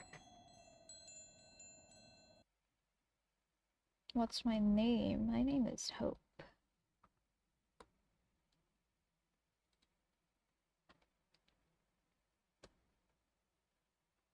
You were brought into this world with a given set of rules. These rules are called emotions. You control your emotions, and your emotions control you. I guess it's more of the latter, but sure. Well, at least for me. This is the fate of man. It's not unnatural to be speculative. In fact, that is the very nature of your being. And yet, you know, this is like supposed to be 2 hours, so maybe we'll finish it if I like it enough. And yet, you are taught to abide by this set of rules without question. Some would say asking this question is an act against God. What if I told you there was a way to rewrite these rules? Would you take my hand? Would you follow me? Would you defy God? I mean, I don't believe in a God anyway, so why not? Budding emergence. Today I saw something beautiful, something unfamiliar. I saw a new life, a gift that had been granted to me.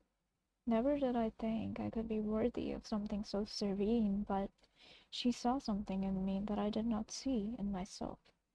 Like buds on a newly grown tree, I saw the beauty of the sun today. Wow, I love it.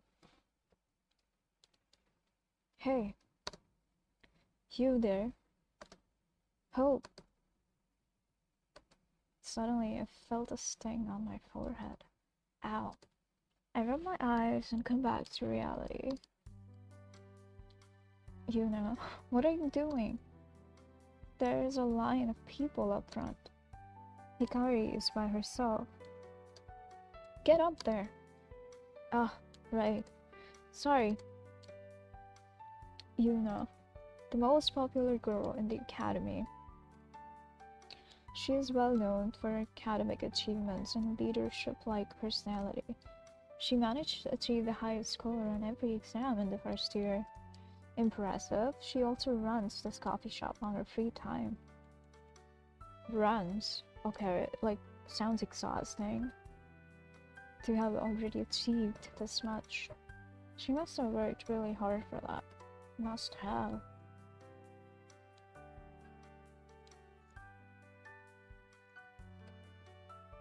At the risk of getting scolded again, I quickly brush up and head to the registers. Let's go. Ah, Hope. There you are. This bubbly, smiling girl in front of me is my good friend, Hikari. She likes to call herself my other half. Aww. Whatever that means. People call her the Sunshine Girl. Wow. The name is a bit corny, but very fitting. Reminds me of a book with the main character named Hikari and her being a sunshine. Her hair seemingly shines no matter what the setting she's in. She's gained her popularity simply being a lovable person. I have yet to meet anyone who does not adore her. That's sweet. Actually, it's a bit frightening how happy she always is. Ah, yeah, sorry about that. I must have dozed off while getting ready. No problem. I thinned down the line as much as I could, but it looks like this is prime caffeine time. Seems like it. She bounces off and greets the next customer with a big smile. Her energy is so strong to take a step back to create some distance. That's funny. I can't say I blame them. She can be overwhelming. Happiness can be overwhelming. After watching Hikari shine the light of positivity on every person in the shop, we finally get some downtime. Phew. Well, that takes care of that. Yeah, sorry again for not being here sooner. No need to apologize, silly. Hey, I turn around and see a small, timid girl standing in the corner. Psycho. What can we do for you? Psycho. Yuna's younger sister. Much the opposite. She is very timid and clumsy type. She recently transferred to our academy, so she will be starting the new year with us. Oh wow, okay. Truthfully, I'm a bit concerned. It takes a lot to get accepted. I imagine Psycho had to study a lot for this. I know I did. It's a good school, but the students can be a bit much sometimes, yeah. They're very competitive and will eat you alive if you allow it. Oh, that's bad. I would hate for them to do that to Psycho. Well, I should try to be optimistic. She is very nice. Hopefully the students are nice to her as well. I finished helping Sis in the office, and since we slowed down, she asked me to come help you guys. Wait, what happened to the screen?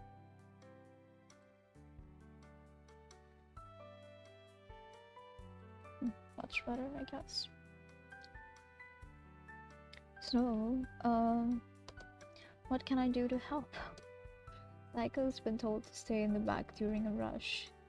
Last time we had her up here, she made a mess. Okay. Yuna was not happy. Yay! Why don't we clean some tables up front? Hope, if you can watch the front, I can help her. That's fine. Perfect. Come with me, Psycho. The two vanish.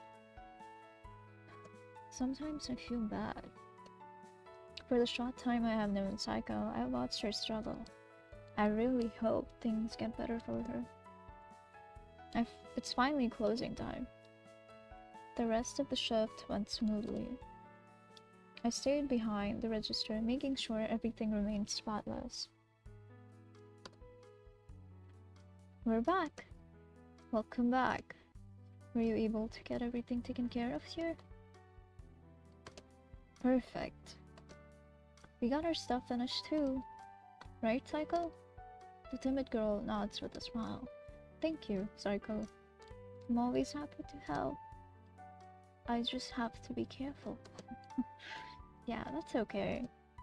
So I don't mess anything up that makes us mad again. Aw, but that's okay. You did great today. You will get the hang of it eventually. True. You just have to keep trying. And with our help, you will become an expert in no time. Hikari is right. You are doing fine, Psycho. I'm sure Yuna can see that you're trying. We're not all perfect. It just takes time. She smiled. Seems like that made her feel better. Thank you for the kind words. I will always try my best. I want to get better. Let me know what you guys need me to do, and I will do the best I can. I promise. Glad to hear it then. That's the spirit. What's all the yelling about? Sorry, Yuna.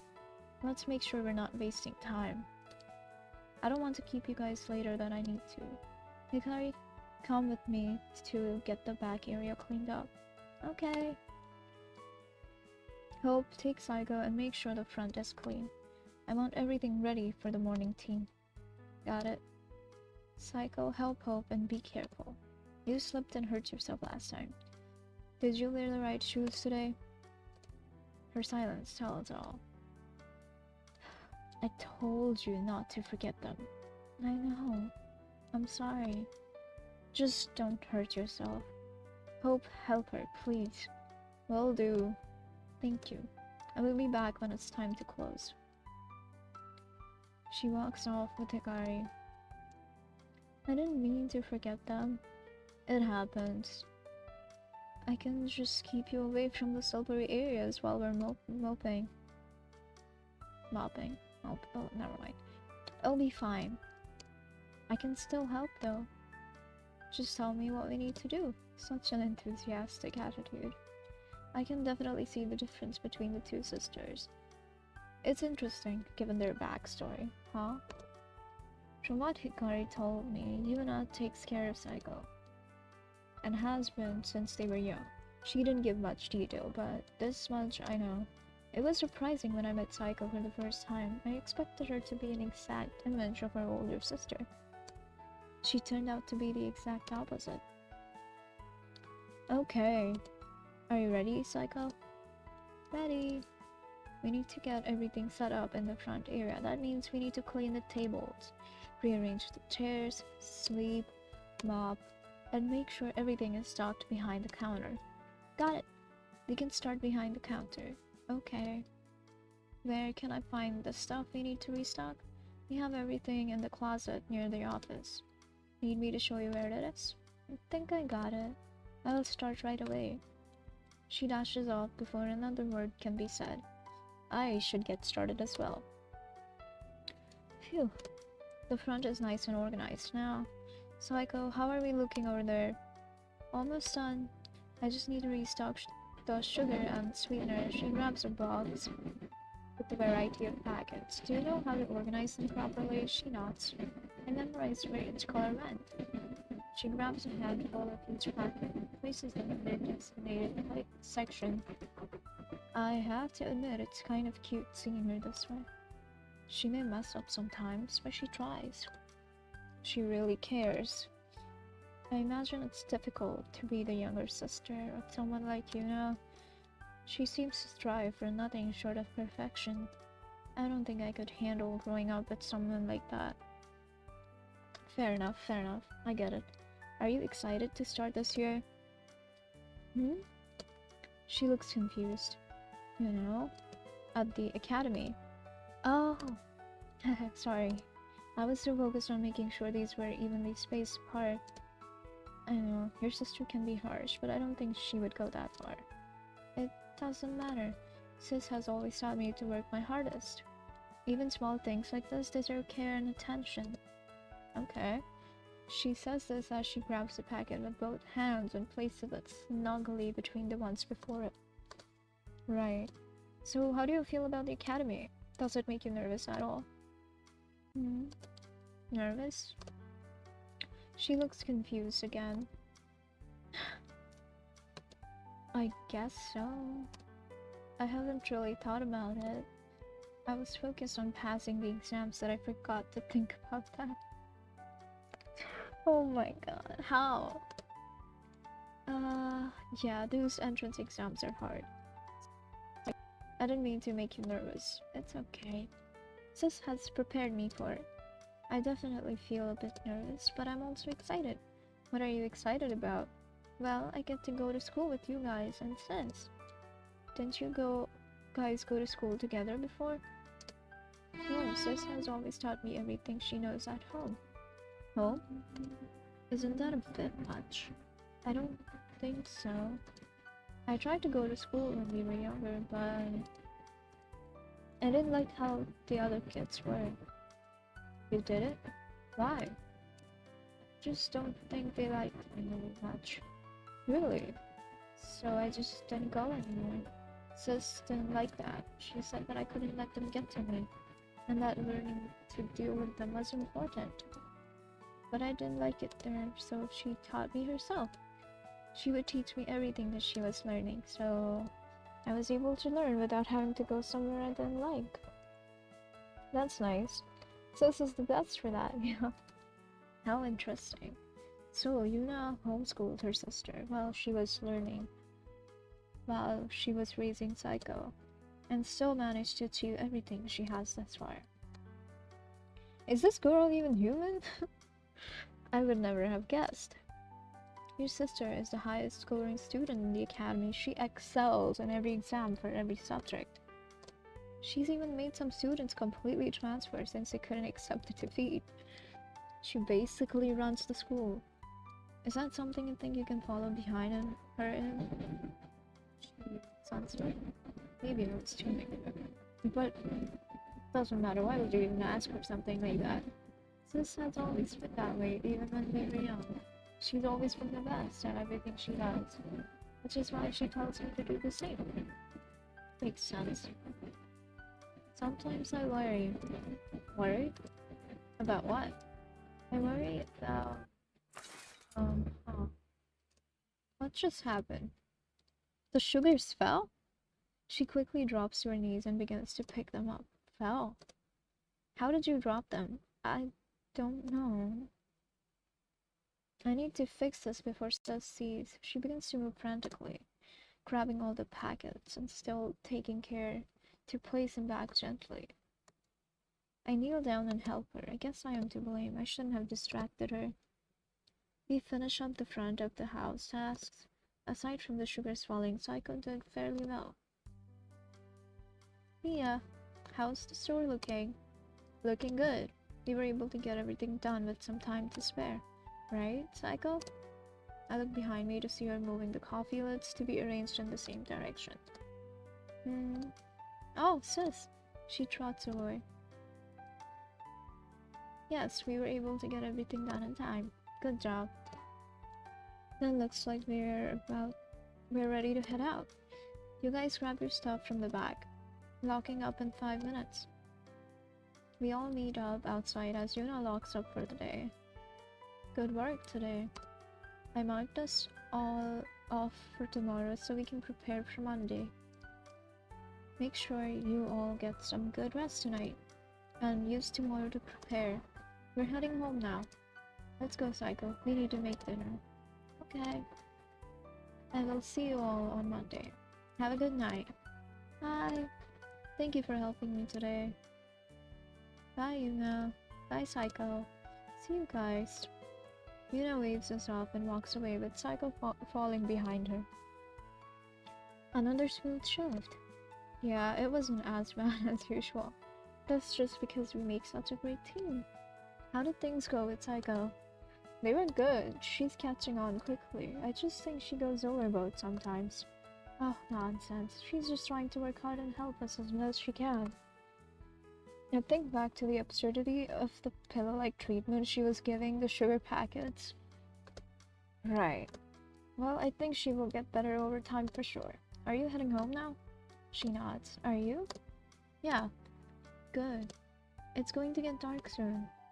I look up at the sky and see the bright orange glow from the sun as it begins to set below the buildings. I'll head out then. I will see you later. Have a wonderful night. She waves me off as she hops around the corner and out of the view. I adjust my backpack as I begin to walk down the quiet streets of the evening. I don't I feel like this is being stretched so far. As soon as I get home, I plot myself onto my bed. It feels nice to finally lay down. I start thinking about what Saika said. How Yuna homeschooled her. It's just crazy to think about. I would have never guessed that Yuna was taking on so much. What could have led her to that? Come to think of it, Hikari did say Yuna has always taken care of Saika. And I don't think Yuna has ever talked about their parents. Well, maybe it's none of my business. I'm sure there has to be a reason for it. I fall asleep with that thought in mind.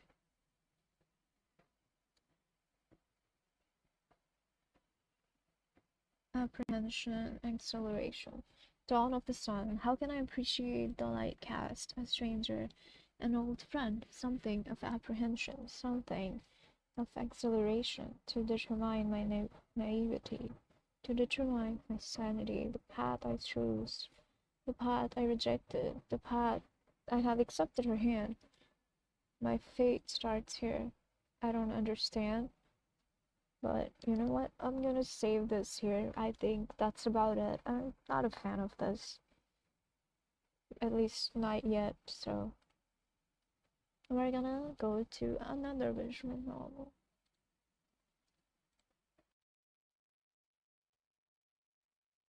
Um, let's see. This is one, this is one. I can do. Mm, I don't feel like speaking much. Is there something that has waste? Full waste. Oh, this is fully waste. Okay, let's do this one. CJ, hi, welcome in. How are you doing?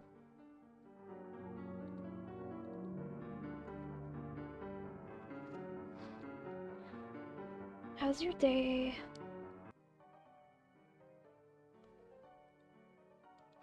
Doing good, and you? I'm okay. Okay. We're speed dating visual novels right now. This is the third novel for now. In total, we've played 1, 2, 3, 4, 5, 6, 8 novels. And one of them we finished. Oh, hey, it was a long time no see.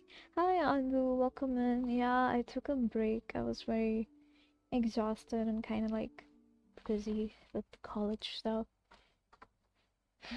having breakdowns. So, yeah, but we're back. I saw you streamed yesterday. I didn't get the notification, and to be honest, I was asleep. But how was Silent Hill?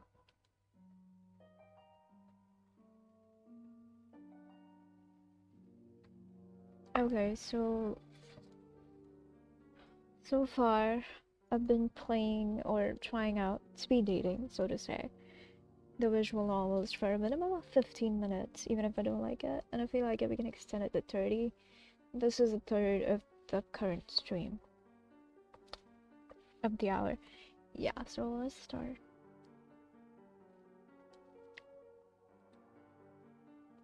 Perceptions of the Dead. Wait, what is this? Oh, these are stories. That's amazing. Played the first 5 hours. I still have 13-ish. Wow. That's crazy. When are you gonna do that? Guys, which one do you wanna see? Bright and colorful? Gel count? Or the phantom ice cream tuck? Spooky? Or extra spooky? Perception of the dead?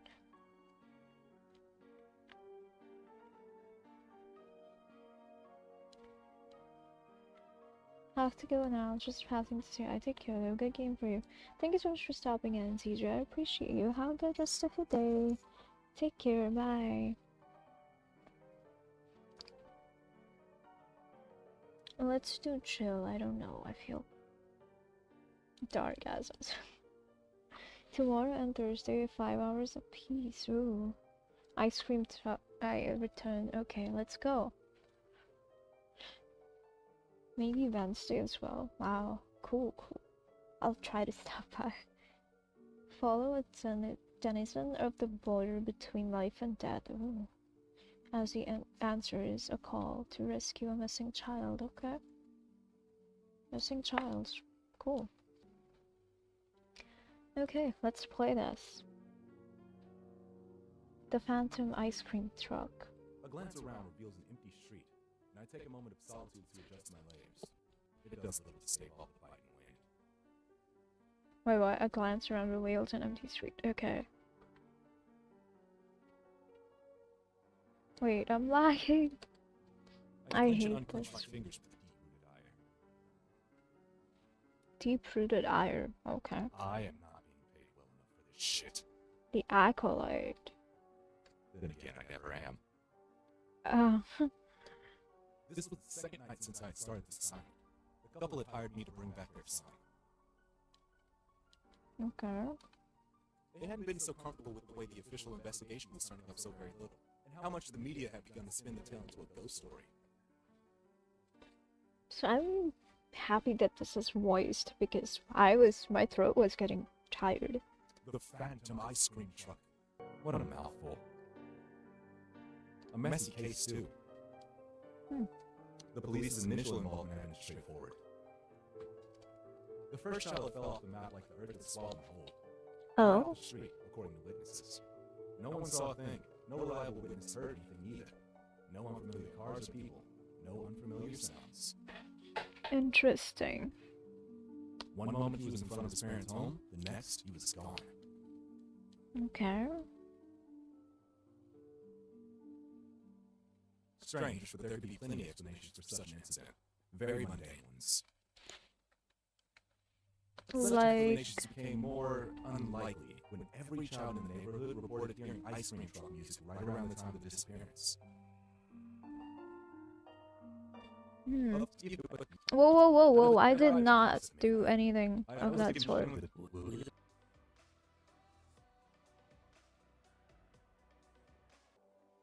Good song.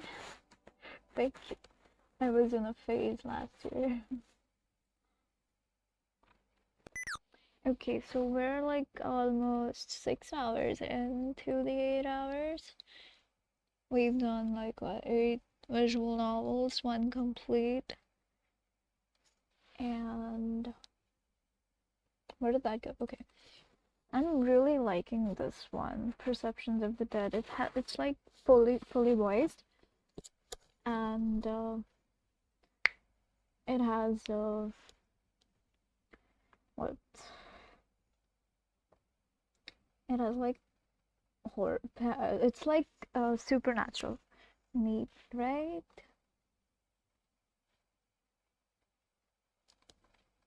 I mainly only started that because I was getting tired of speaking.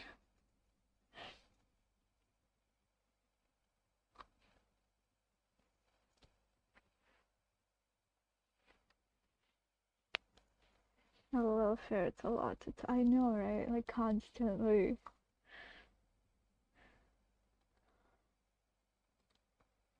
Okay. Play Perceptions of the Dead.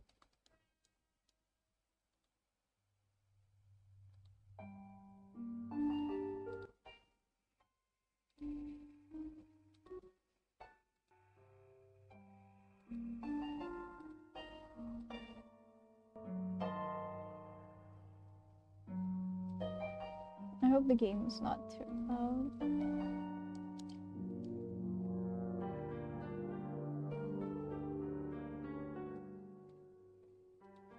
Okay, so I did this one just before you came in. It was I don't. It was about children being abducted into the darkness by an ice cream truck ghost. This guy saved them. I was thinking I'd start this ice cream. Yeah, you know what? I'll play it again. It's very interesting.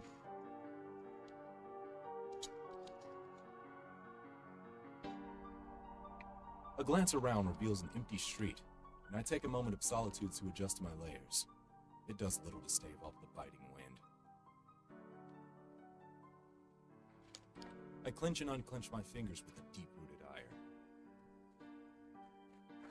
I am not being paid well enough for this shit. Then again, I never am. This is a paranormal investigator. This was the second night since I had started this assignment. The couple had hired me to bring back their son. They hadn't been so comfortable with the way the official investigation was turning up so very little, and how much the media had begun to spin the tale into a ghost story. The Phantom Ice Cream Truck. What a mouthful. A messy case, too. The police's initial involvement had been straightforward. The first child had fell off the map like the earth had swallowed him whole. Right off the street, according to witnesses. No one saw a thing. No reliable witness heard anything either. No unfamiliar cars or people. No unfamiliar sounds. One moment he was in front of his parents' home, the next he was gone. Strange, but there could be plenty explanations for such an incident. Very mundane ones.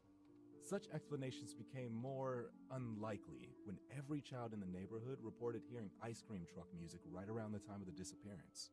Of course, without a single adult able to corroborate this mysterious music, the children's testimony was quickly dismissed. That's so silly. They do that when every single child is saying that. Still creepy, right? And oh so mysterious. Even more so when it happened again. Then a third time. It was the third parents who hired me. I never really figured out how my clients find me. It's not like I list my number anywhere or advertise. Interesting, right? But somehow word of mouth leads to my phone ringing, and a familiar phrase to indicate it's for business. This is funny. Ya, ya, Fatan. I seek a pact with that which should not be. I know, it's a little trippy. It's from a book I had read back in college. A friend came up with the joke as his invocation of my aid. He must have used it dozens of times when we were younger. Typically for a ride when he had been out drinking. He's like, I don't know how I have a job still, they keep finding me. Silly. I had become so used to it that when I first answered the phone and heard an unfamiliar voice say the phrase, I just kind of went with it. The next time it was the same. And then it became common. Where are you? We live in Losterfield, Maine. I know it's a long way from where I heard about you, but can you help us? Will you pay the price? We will pay anything if you can bring back our son. The deal is struck. And with that, I called in sick to work. Told them I had the flu and would need a few days off. I was given shit about not getting my flu shot, but they didn't hassle me too much. That evening, I was on a plane.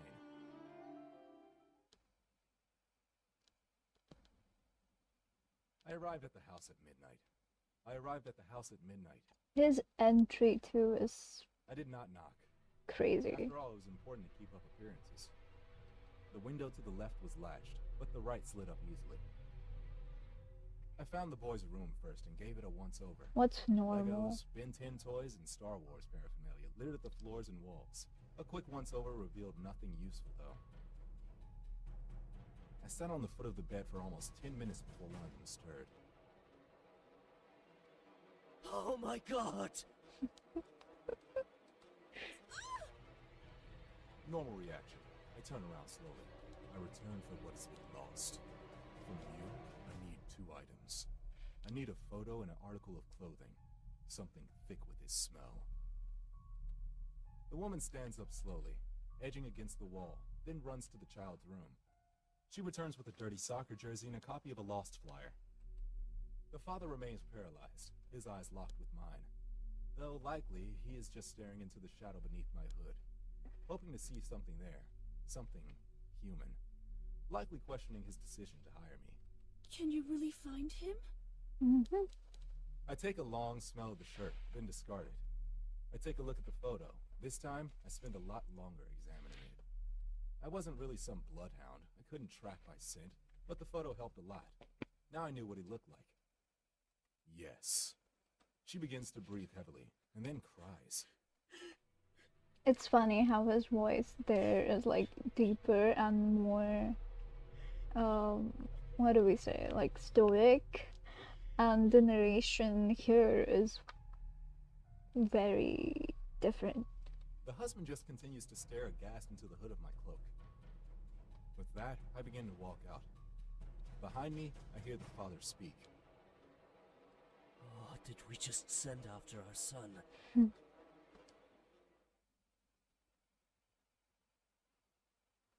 The first night had been uneventful. I had turned over the results of the police investigation and found myself wanting. Wanting what? Oh, anything resembling a lead. Did these people get paid to do this shit? I certainly didn't buy the superstitious who were already spreading stories about the ghostly ice cream truck. If a ghost were going to come back, it's very unlikely they would be scooting around in the ice cream truck. Talking to children had been painfully hard. My one fortune was that my attire left me more reminiscent of a Slender Man than a child molester. So the times I was chased away from children I tried to interview were not mistaken for solicitation. I shuddered violently at the thought. The children provided my first real clue. They described a tune, one that sounded like the type and consistency that an ice cream truck might have. Not that ice cream trucks were common these days. I was a little surprised these kids even knew what one was. Some were even able to hum and whistle the tune for me. I wasn't entirely sure how to run with this info. The relevance of a single song really didn't occur to me. A small piece of the rest of the day was spent feeding myself and taking a nap as inconspicuously as possible. I had no intention of allowing anyone to see me be anything other than the creepy supernatural paranormal investigator. It's how I've always done things. You'd be surprised how quickly you can build a rep with the right look and behavior. I like it. After the nap, it was back to beating the streets. And my current predicament. It was friggin' cold! In the near distance, I watched a quartet of kids. He sounds like playing a ragged game of football. I like this one. They seem to Me be having too. a great time, but even as far away as I am, their cheers and jeers rattle my nerves. For a moment, I wish they would be quiet. As though hearing my thoughts mid-run, they stop, on cue. They stand up straight and begin to draw heavy, ragged breaths. A girl hugs the football to her chest as her eyes grow ever wider. I test reality for a moment. I wish I had a few thousand bitcoins. It occurs to me that I should have asked for something more easily checked. At the same time, it occurs to me that I didn't silence those kids. I bite my tongue, close my eyes, and bury the nail of my thumb into the palm of my hand. I dig in as hard as I can, drawing blood as my vision blares with the colors behind my eyelids. And then, I hear it. The song playing on a pair of shitty speakers. The kind you'd hear on top of an old-timey ice cream truck. My eyes flick open as I scan the horizon. The truck passes me, inches from clipping my shoulder, and heading straight towards the kids. No, you fucking don't! No, you... I break into a run, and despite the trivial speed of the truck, barely manage to keep up. As the truck closes on the kids, it slows to a stop, and I finally begin to close the gap. Run on home, you kids. It's getting dark. This town isn't safe after dark. Getting dark? What is he talking about? The sun set hours ago. No sooner had the words crossed my mind when it all went black. For a few moments, I thought I had been knocked unconscious. Then my eyes began to adjust. I make out the faintest impression of light. Oh no. Oh no. This isn't good. You kids better get in. I'll get you home safe. I watch helplessly, moving through the dark like it was molasses. Shadows pass before the light as he ushers them into the truck. The truck lights blare into brilliance, and I hear the motor roar as the car begins to move forward at a pace more in keeping with a motor vehicle. I would lose it even if I were still able to move. No! No! I let out a choked cry after them. Stop! Stop! Oh, Then I stop.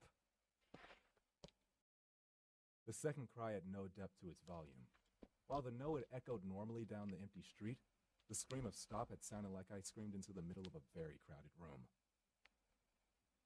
Slowly I reached behind me, laying hands on one of my pieces of emergency equipment. The kind of stuff you don't use when you want people to think you're some manner of elder horror. I slowly bring it around, just as I feel the breath on my neck. With a whip, I crack the flare. Seeing it burn red hot through my clenched eyes, and I hear the cacophony of screams. I open them. Thousands of twisted, naked heaps of malformed, demi-human flesh writhe in the agony of the light, and as I raise it above my head, the flare burns brighter. The darkness washes away. I wheel around in place, but find myself alone back in the street, in the middle of the day. I drop the flare and try futilely to snuff it out with my boot.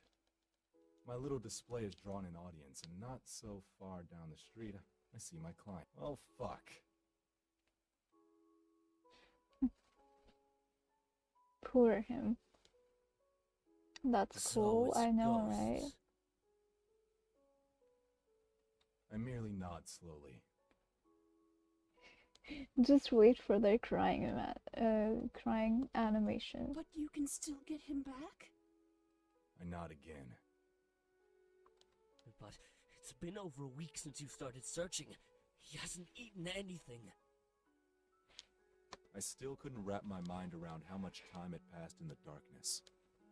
He will be fine. Time does not pass normally where he is. You know where he is?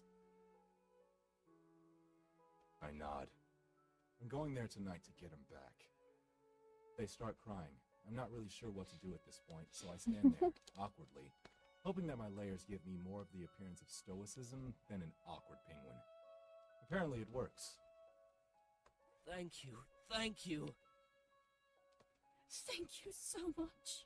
I leave the building as they both chant, "Thank you," like it was some It's like a kind of laughing prayer. animation, right? It's weird. It's not the first time I'd heard that prayer. It's not the first time I had done this. I'm ready this time as night falls. I withdraw a small shot and without hesitation jam it into my arm. Viper venom. I had a friend back home who kept one as a pet. Weird kid. Milks the things. Sells the venom, mostly to medical facilities. Occasionally he sells it to me. I don't know what the point of the viper venom is though. My knees nearly buckle as the burning begins to creep through my arm. I stifle a scream. Then I hear it, and everything clicks. I let out a long sigh and stand up, adjusting my layers. I turn my eyes to fall upon the approaching truck. My hand goes behind my back and my fingers close. I train the gun on the truck and unload a triad of shots into the ghost truck's engine. The engine sputters, the grating burns, melting away, and the music screams in protest. What do you think you're doing? Here's the ice cream ghost.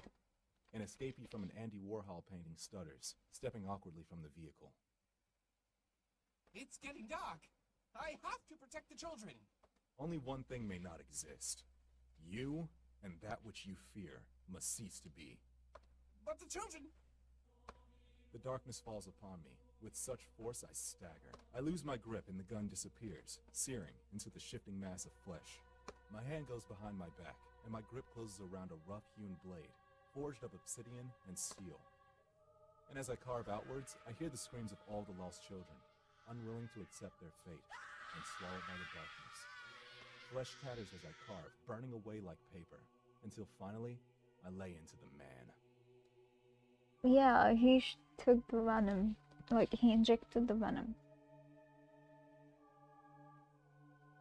I don't know what that did, but I guess that... I have no idea. That triggered the...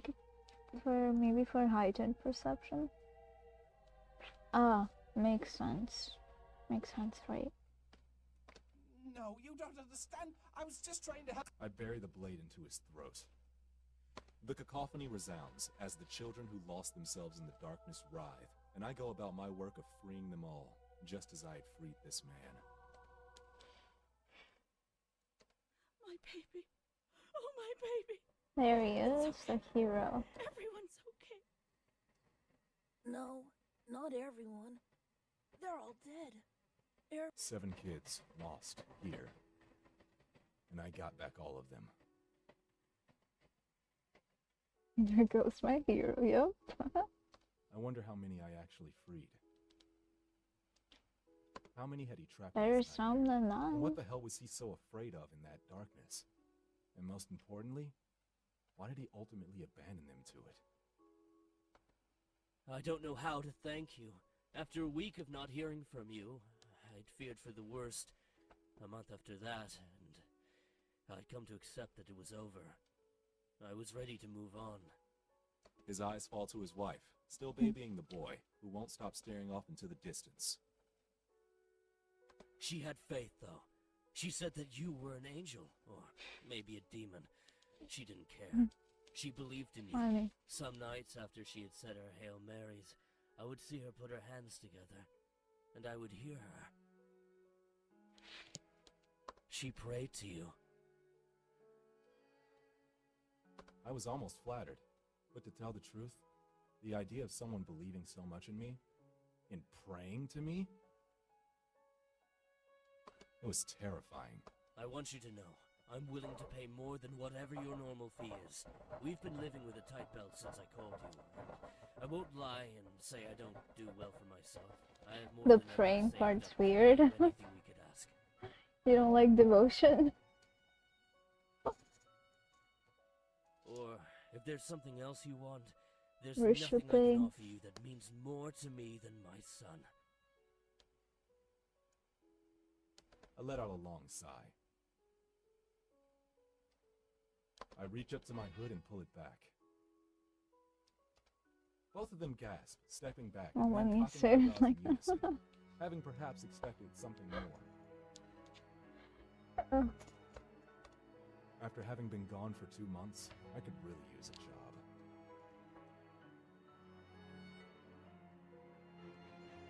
I love his eyes.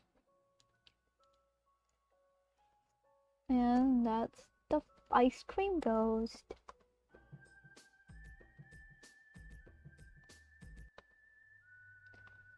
So I was thinking I will play this on Halloween because look at this.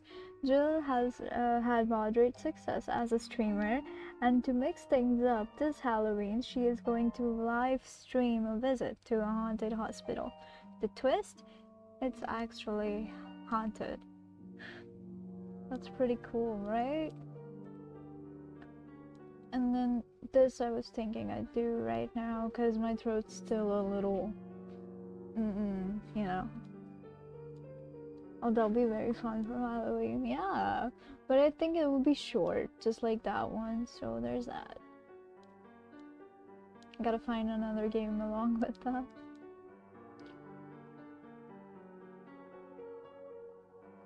Maybe I should do it at the end of the stream, this one. And now we will play this, maybe? Trick and Treat.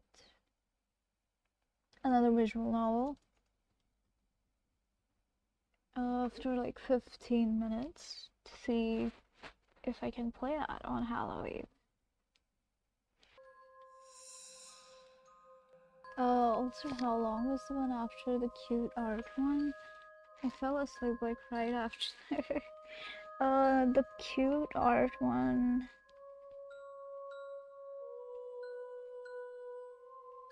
I actually don't remember. Damn, let's find out. I do need to check how long the last stream was.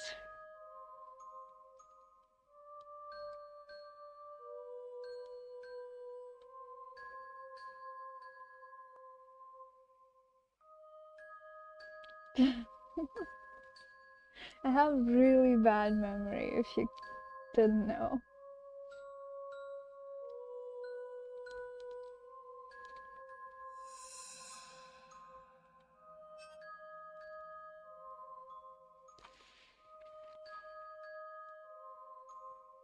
You know, I'm safe. Great.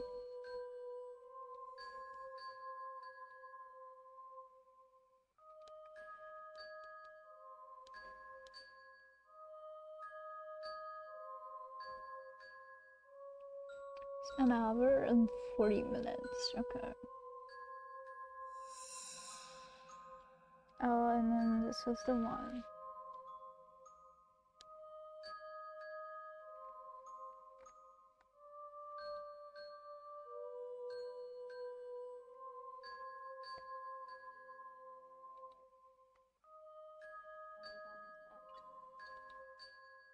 After the cute one, I played another one.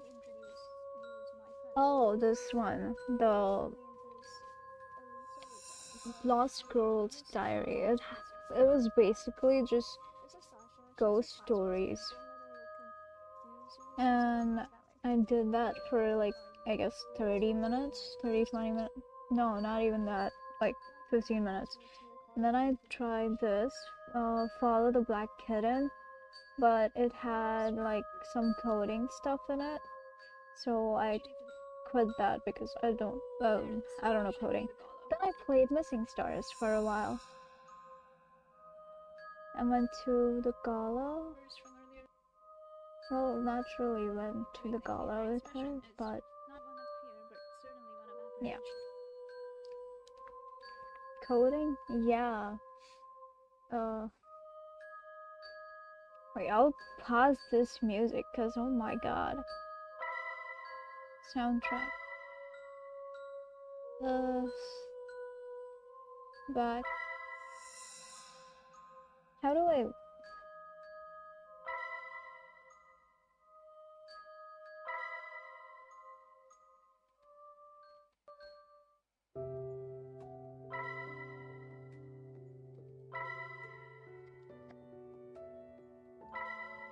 Oh, wow, okay.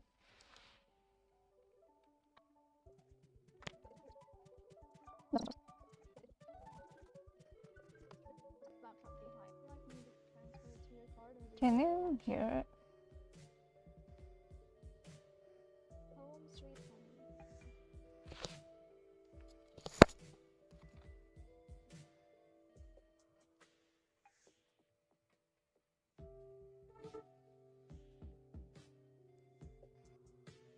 I come back to my empty apartment, take my loot out of my bag, and put it on the table. Wait, I forgot to. No, you can't. It takes a long time to load. I go to the kitchen for coffee. I go back to the room with the cup in my hand. The laptop is ready to work. Strange, I thought there would be something textual like dots on the screen, but there was this graphical interface with an invitation to enter login.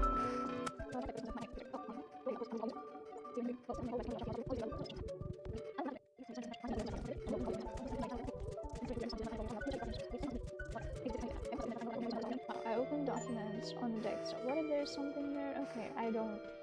So strange luck. This is all that I will read. I don't want to read more games. Okay, turn off the laptop, but no, you can't. What is this? A virtual assistant? Like Cloppy in Ancient and this world? Cat. Hello, Hope. Do you want me to introduce you to the wonderful world that lies within the walls of this computer?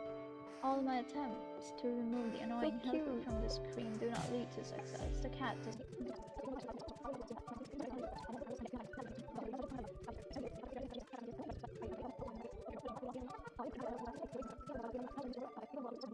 Wow, I'm gonna remember that, right? Swordsman, archer, mage, archer. I'm so mage. Cheers, victory. Okay. The game has so much text. I know, right? I was so annoyed. There was another visual novel I played earlier before you came right now. It was so dragging. Like the story, I was like, dude, can you just get on with the plot? That's too much words. Can I draw? I shake my head. I don't have to answer what's going on. This simple. If pixels, you can automatically guess what I mean. What about programming? I heard you were fond of games and ancient rating systems. You want also me to pause that. Sorry about the confusion or the trickiness with two whole voices at once. Teach you how to create, if not masterpieces, then at least simple games. Oh, you know what?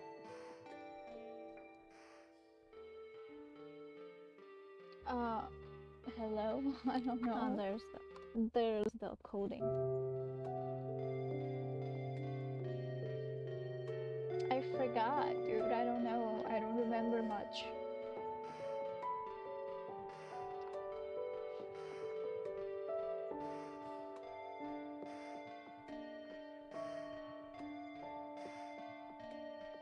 I don't know, bro. What was it? Okay.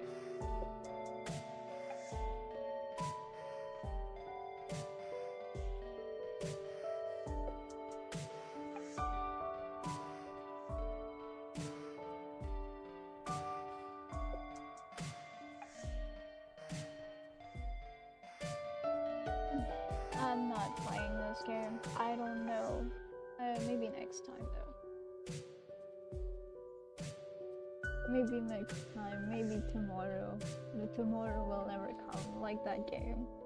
Maybe tomorrow. Perfect rage quit. I know, right? Okay, so 1 hour. That's 4 hours. That's 5 hours. 5 hours 30 minutes. Okay.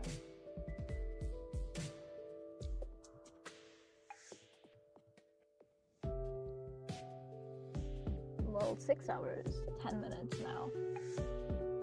Great. Now, back to the game. More hope in my ears isn't bad. Damn, okay. If you say so.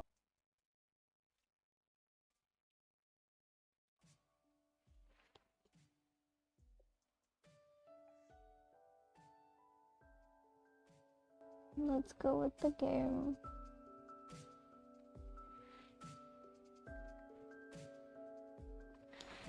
What is this? Transition, display mode, window, full screen? Maybe full screen? Actually, never mind, doesn't matter.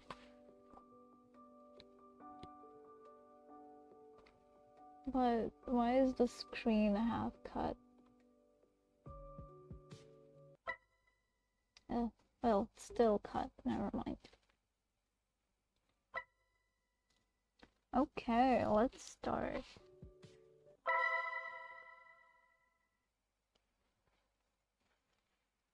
The sound of her steps, combined with that of the occasional nocturnal animal, is the only thing we can hear. Should I be whispering right now? Because I feel like this is whispering sort of thing. It's terribly dark in this place. The dense vegetation makes it impossible to see the sky or light from the moon. Our flashlights are the only things that light up our way. At times like this, one begs to not run out of battery. We walk without knowing what we are really looking for, or better said, for no reason. Gotta adjust it on OBS still. Gosh, the whispering. What? We're gonna just want the music, okay.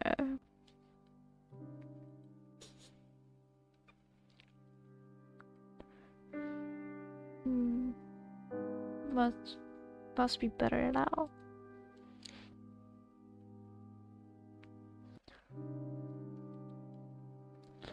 They are just a group of boys bored with their lives, trying to create a lasting memory on this night instead of just staying home doing nothing. No, the game, it's only on a part of the screen. Oh fuck. I did not see that.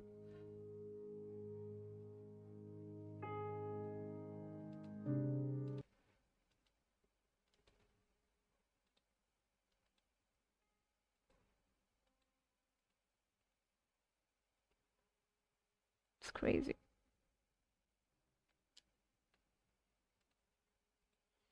Okay, never mind. I'll just have that then.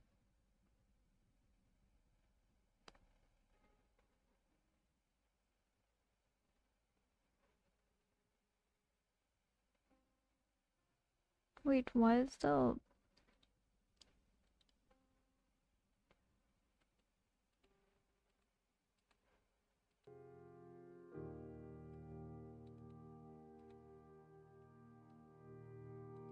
Okay.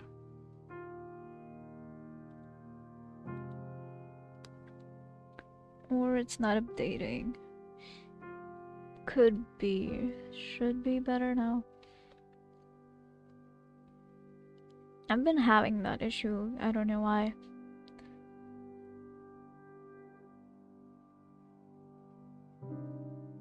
Okay, good. Trying to create a lasting memory on this night instead of just staying home doing nothing. Today is October 31st, All Hallows Eve, better known as Halloween. 3 young men walked through a dark, but up until now, nothing special forest, me being one of them. What the fuck is going on? 3 young men walked through a dark, but up until now, nothing special. What? Does this make sense, kitten?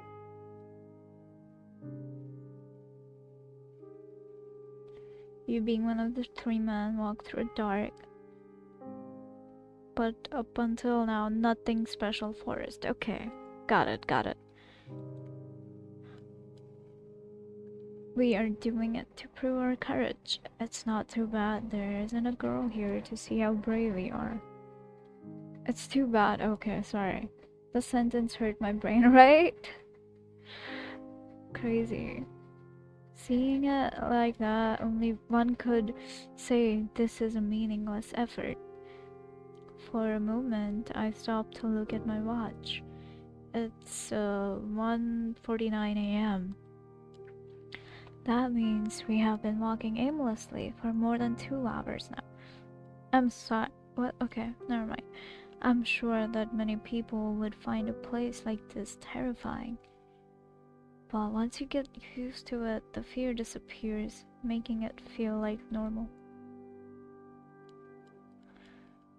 What makes us afraid of the dark is that we cannot know what hides in it, what lurks in the shadows. But this is clearly an empty darkness. At that moment, I sigh, feeling how tired my legs are. What is the point of being here? Clearly, we had already demonstrated what we wanted. Oh, by the way, kitten, I did put up the hand cam redeem. It would be best to return. I should tell them. Interesting.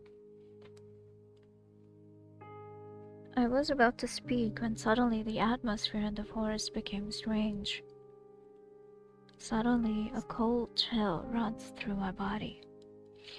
It was like any other chill, except it was not going away. Ooh, yeah. Okay. I figured you hadn't noticed.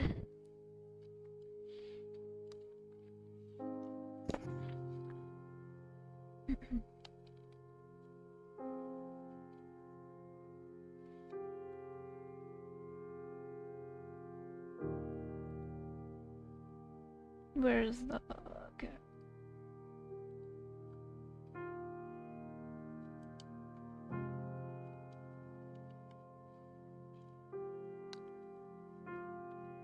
Jesus. 1 second. Hey, that's not fair. Oh my god, 1, 2, 3, 4, 5. Oh god. No cooldown. I mean, you're just gonna use all of your points on it, huh? There are 30 minutes. Ah, okay. What time is it? 47, okay. I'm paying good points for this. Oh yeah, you are. That's a lot of points. Where did that go?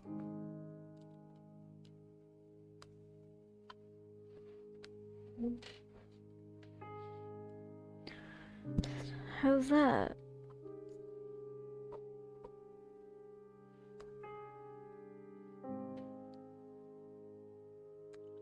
Okay, I feel very awkward. Anyways, for no reason, the air's temperature dropped from 1 second to the other. What? Okay. You're doing great. Am I? So much so my breath becomes visible, turning into mist. It doesn't end there. The airflow is now filled with a rotten smell. Just a little short from being unbearable. The air is now filled with a rotten smell. Okay. Images of worms and flies soon appear in my mind, giving me a really unpleasant feeling. We all stop at that moment. What's happening? Axel? Who's Axel? I asked, confused, while turning to look at my friends. By the expression on their faces, it was easy to know that they were just as lost as I was. It was then that we heard footsteps nearby that did not come from any of us. Dude, I don't like this text style. We all got dead quiet after that. I don't know if it was out of fear or to check if it was not a mistake, but we stayed motionless, like statues, without making a noise. Just looking at each other's faces, wondering the same thing. What was happening? As if I could know. We heard the steps again. They clearly belonged to a human, or at least to a large animal. But there's something strange about them.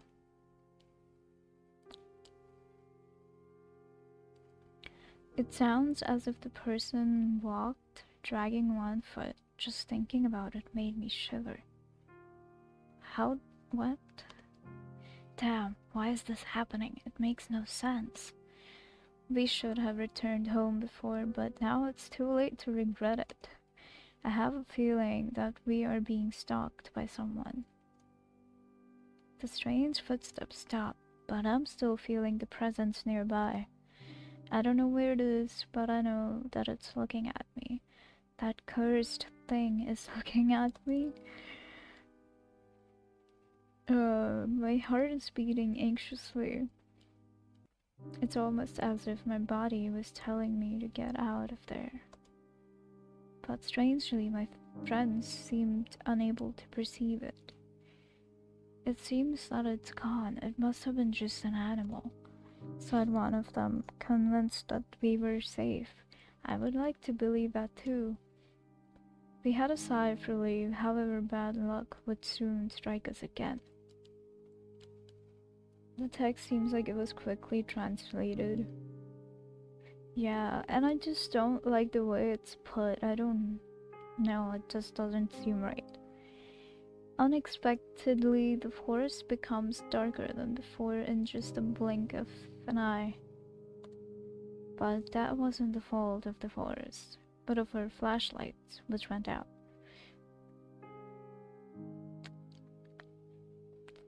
You know, this is really bad writing. Of the three, only one, mine, was still working. What's going on? Did the batteries die? Asked one of them, scared, while they both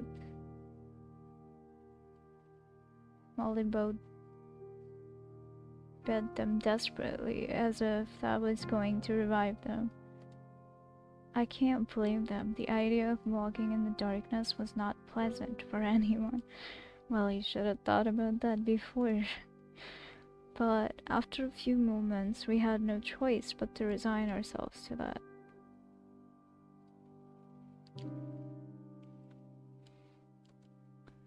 Once more, the sound of our footsteps is heard. Our footsteps? Okay. But the silence is different now. Our footsteps, their footsteps, whatever. We are not quiet because we have nothing to say, but because we are afraid.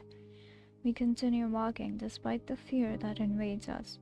Visibility is almost zero, but we have no choice. Wow. In theory, we were walking back looking for the exit, but I cannot remember anything of this forest. It's a forest, of course. We could be walking in circles and I would never notice it until it is too late. These guys are so stupid. Did they not even like leave some form of you know, like we leave torches in Minecraft?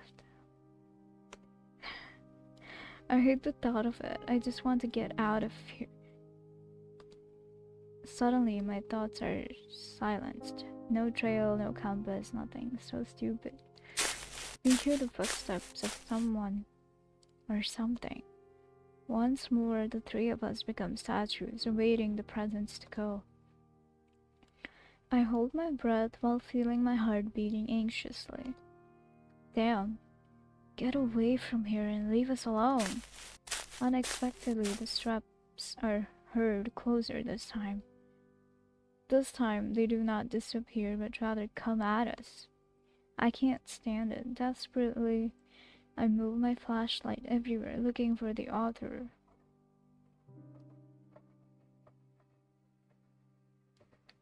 Author of these footsteps.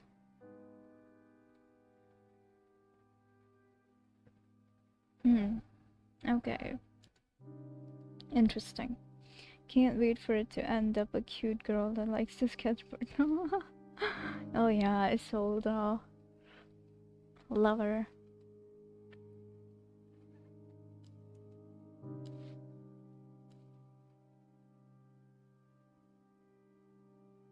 Oh, I think the camera froze. Oh, it did not? Okay. Nothing. Is that all there is around here? Just empty here. My anxiety grows with each failed attempt. I refuse to believe that it was a ghost. Suddenly, when I move the flashlight again, I see a silhouette. I could not distinguish what it was, but for a moment, the light revealed something. Quickly, I point to the same place, and only to discover it was gone. I hold my breath anxiously. It was not an illusion. I am sure that I saw something. It was then that I hear something nearby. Without even thinking, I aim the light towards that place.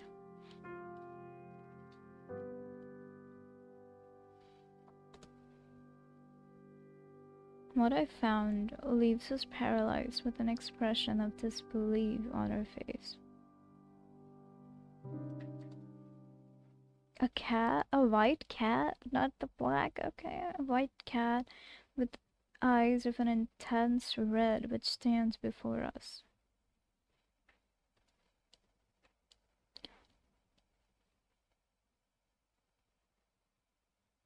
Her look is not the friendliest, to say something.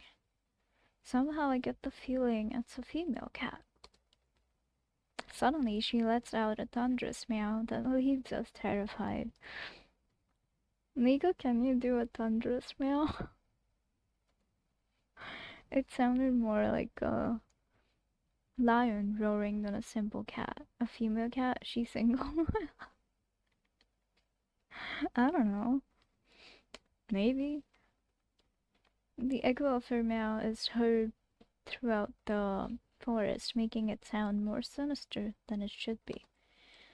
It was then that suddenly an unexplicable force hits us three. Okay, very bright.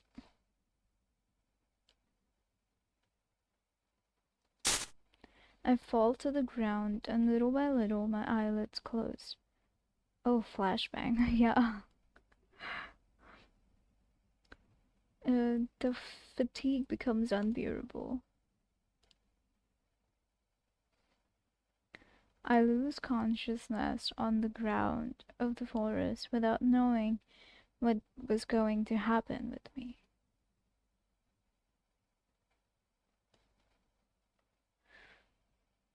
Interlude before night falls, okay?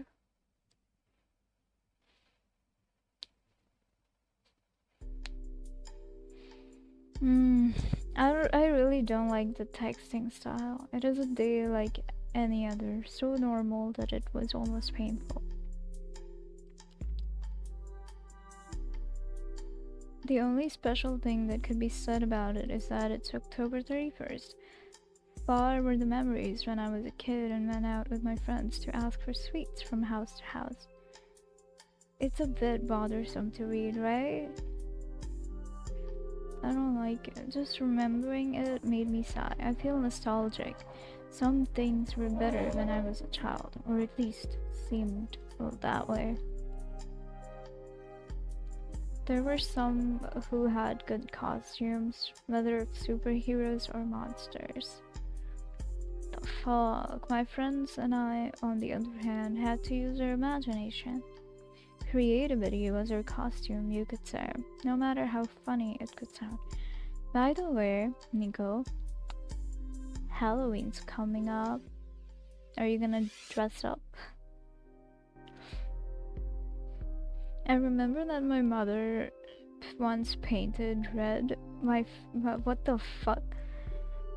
You will be the devil. Okay, I remember my mother once painted my face red and told me you will be the devil. But it seems only she saw it that way. When we went from home to home, everyone said I was Tomato Man.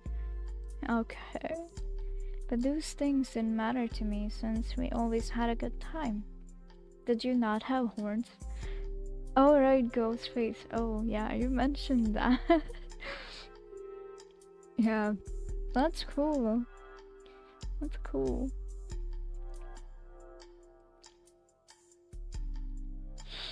But these things didn't matter to me since we always had a good time. Can't wait to see the ghost face. If I asked for candy now, even if I had the best costume, I'm sure no one would give me anything. I think they'd think you're a creep, but who cares, right? Except perhaps a scolding for acting like a child when I am you're 7. Dude, you are a child. I mean, no offense, but yeah, we're a child. But anyway, I can't stay in the past. I must live in the present, no matter how little exciting that might be. Good thinking. Back to reality, we are a group of friends who don't have any plans for today. We are still not old enough to go to a disco. And I doubt guys as us would have any luck in that environment. What do you mean? The other option would be to go to a party, meet girls, and have fun. Everything perfect except that nobody has invited us. Not being popular has its disadvantages. Hey Axel, let's have a couple of matches. What do you say? My friend Steven called my attention while playing with the game console. Rushred, I believe that's what the game is called. A fast and quite complicated fighting game for me. You're supposed to meet girls at a party. I just go to the corner and wish I wasn't there. Oh yeah, very relatable. Crazy, they meet girls at parties.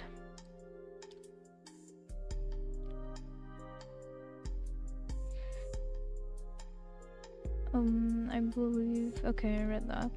Rushred. I've never heard of it. I would normally agree to play with them, but for some reason I don't feel in the mood today. I have no desire to play now. I replied with discouragement. I almost feel bad for doing it. Boring. The AI is no rival for me. Steven said with confidence that you're playing on normal difficulty does not help your argument. I don't feel like losing, but if you want, you can challenge to Alfred, I said, leading the attention to my other friend.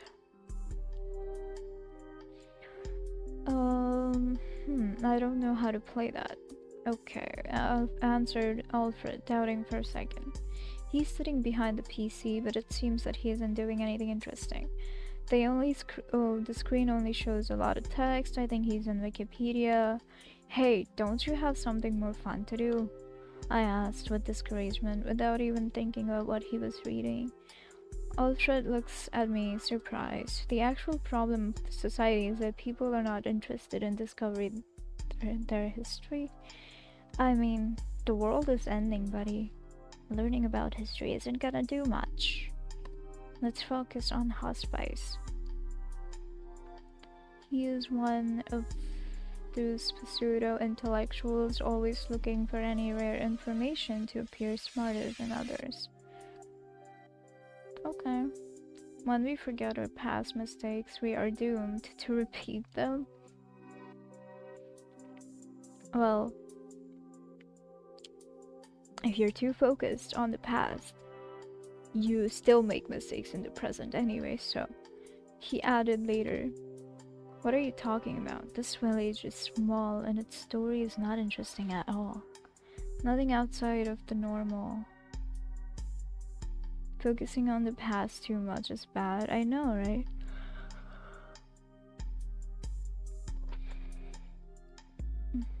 I'm sleepy.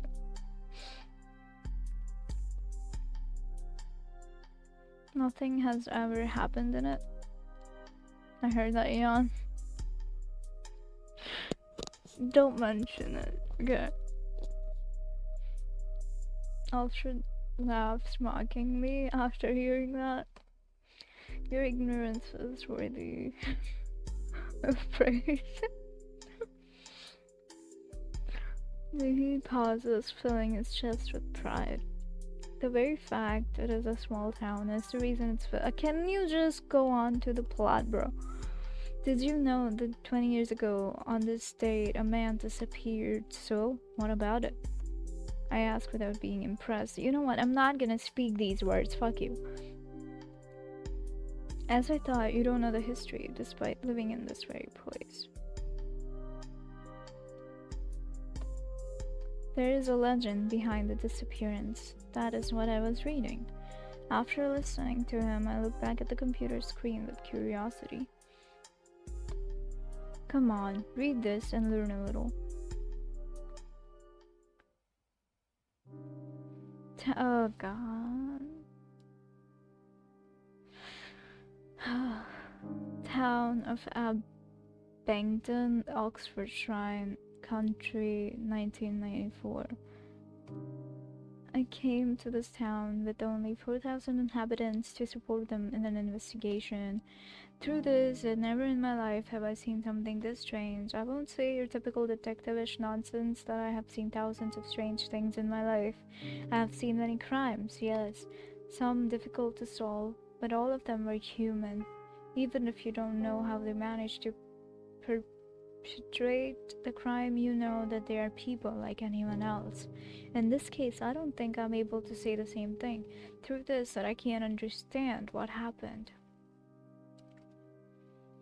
I was called for the disappearance of a man named Matthew Graham, 23 years old, single. The last time he was seen, he was returning home from a Halloween party.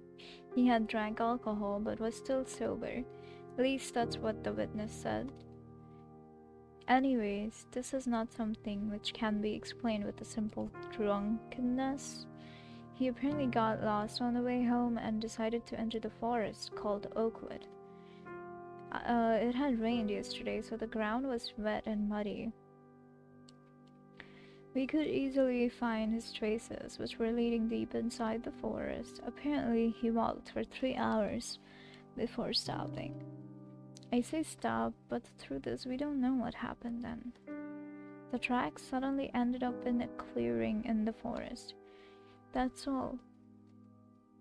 There was no evidence of struggle, no other trace, or pieces of clothing on the ground.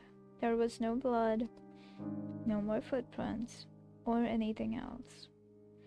The depth of his last footprints and the position they were in indicated that he was still walking. That's interesting. At no point he stood still.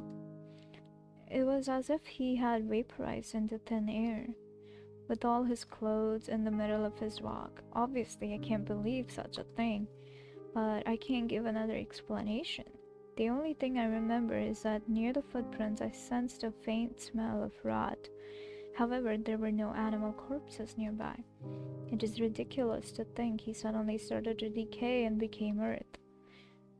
In the end, the case was closed in just 3 days. With no evidence of any kind, we couldn't say anything but that he decided to escape from the village.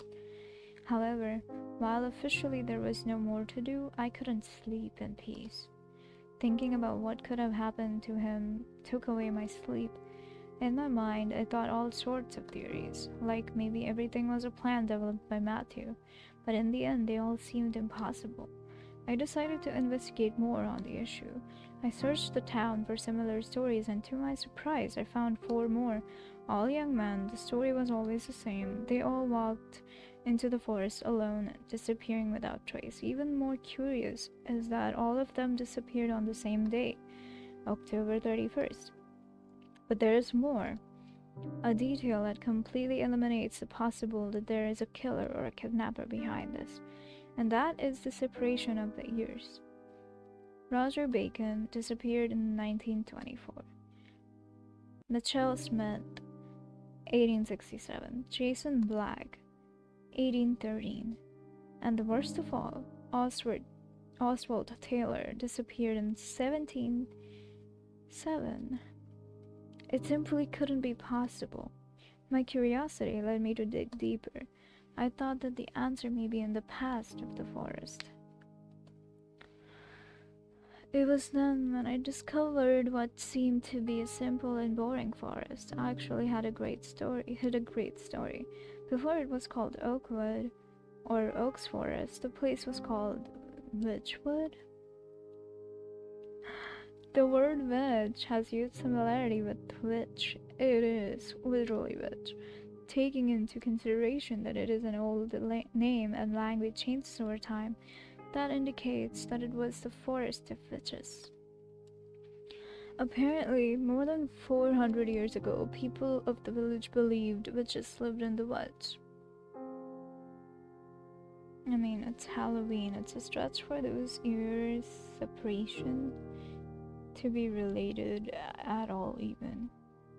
Yeah.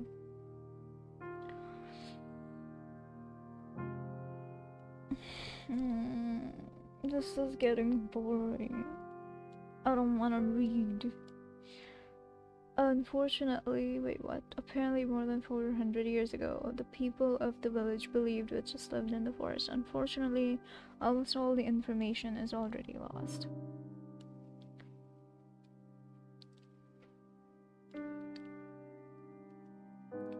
Without a properly written record, this is, I know, right?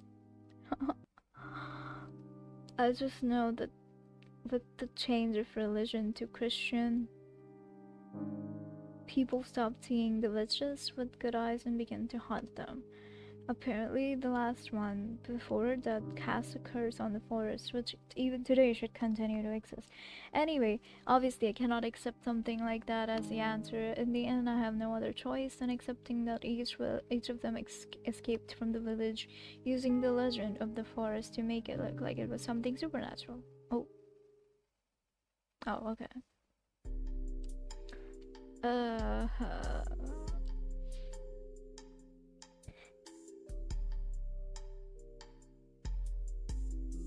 What time is it?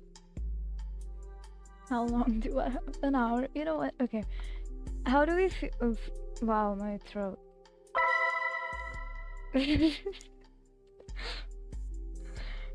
Oh, it's 8 already? Cool.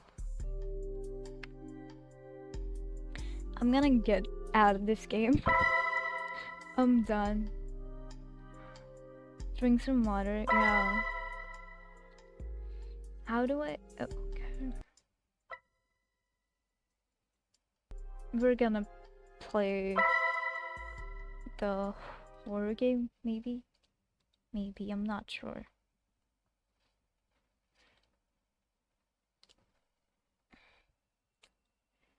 My back is dead.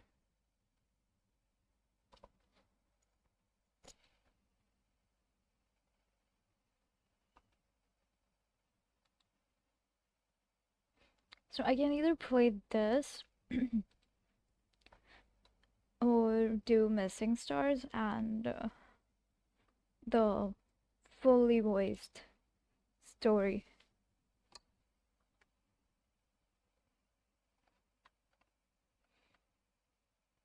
A 1 GB RAM, okay.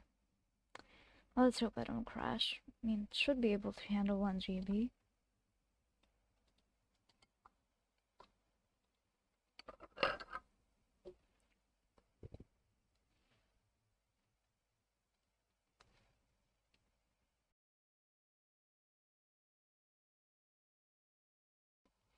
We'll see how long this one takes to do.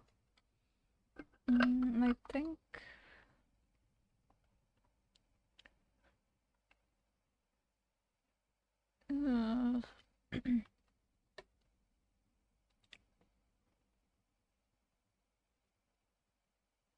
also, this part...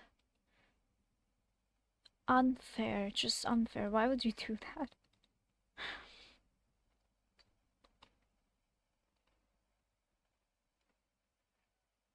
$2? Oh. Oh shit.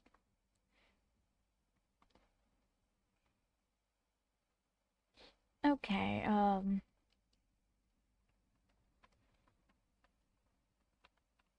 you know, maybe not.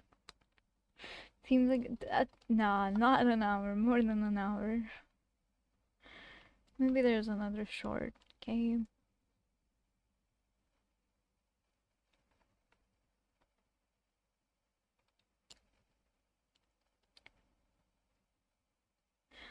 There is this game. Well, it's sort of like a quiz sort of thing. What just happened? Okay, I don't care. Wait, I didn't do this. Let's do. I can do it tomorrow.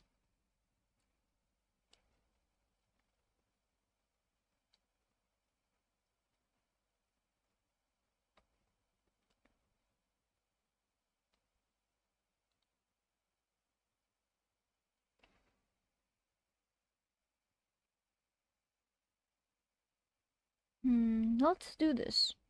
This should be short. 5, bro, what the fuck?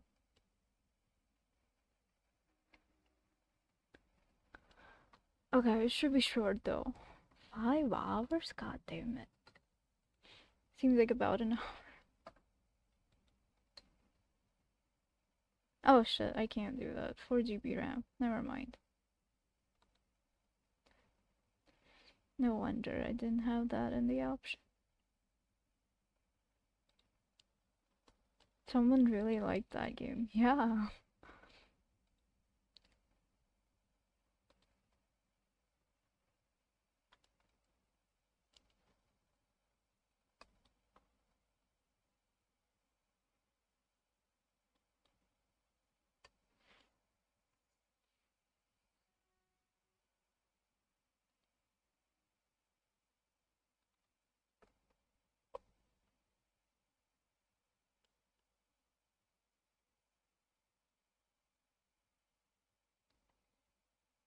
Mm.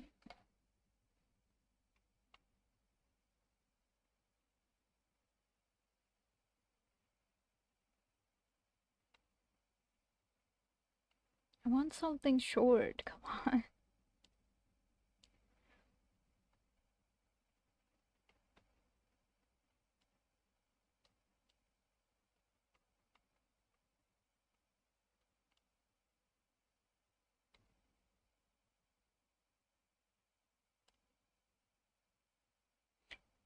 There is this game that I can do. I don't remember if this is short though.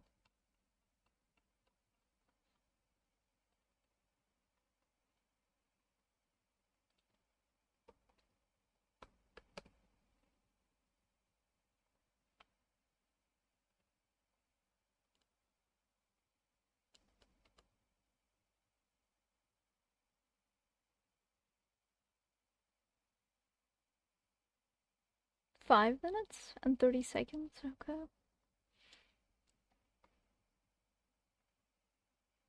Okay. Cool. Let's go.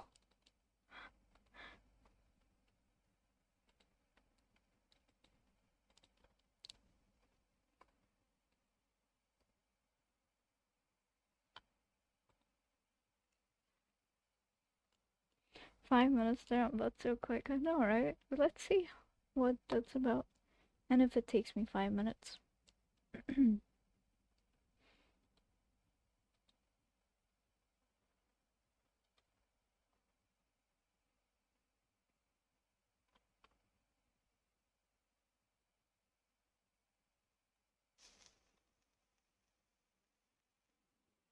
Where's my mouse? Hey. You took my mouse, bro.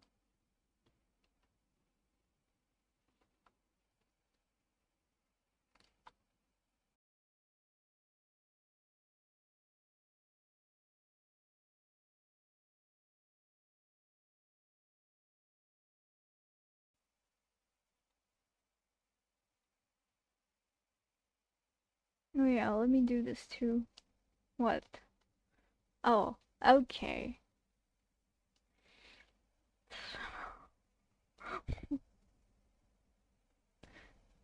Whoa, slow down. That's like, okay, what the hell? Wow, 10, 15, 20, 25, 30, 30 more? Okay, the rest of the stream basically then. After stream stops being dead. Okay, okay. What was I doing? I forgot.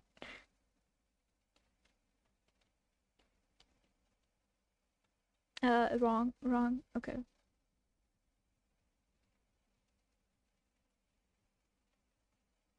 Well, what even happened?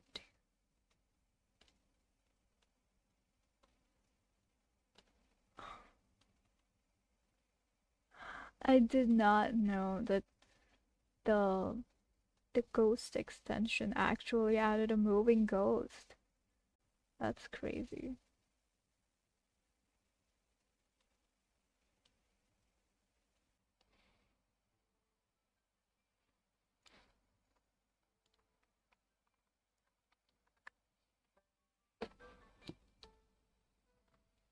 Jesus. What? Stops the broadcast? I am live.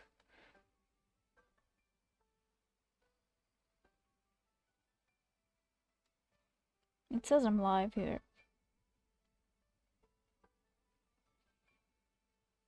I am, okay. We back? We went offline? Damn, that's crazy.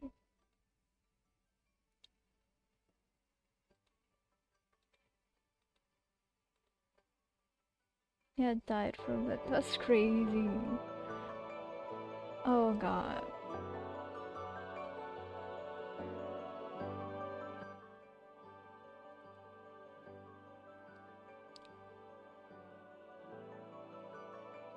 Well, anyways, we're gonna do Missing Stars.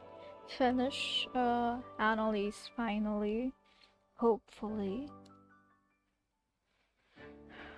We're at the gala. We were not gonna dance. And she's not dressed up. It's busy in here and quite loud, though it feels roomy enough. There's a large open area at the edge of the room, clearly meant as a dance floor, with neatly arranged tables and chairs on the other side.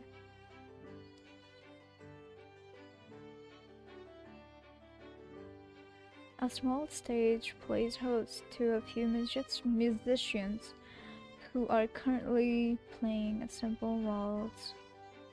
More for ambience than for dancing, too, I suspect, though that isn't stopping some people. Where do you want to sit? Her eyes scan the room, lingering on the periphery, but she pulls them back to the center and points at a table close to the stage. Just a row deep, we make our way over to it. I look around the room more as we do, this time at the people, wondering if I might recognize anybody in particular. Plenty of the faces are vaguely familiar. Update this. I didn't I? It didn't update. That's crazy.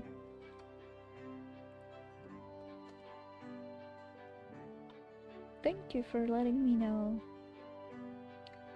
Appreciate you, Kevin. It's not too bright, bro. Why do I keep saying bro? What's wrong with me?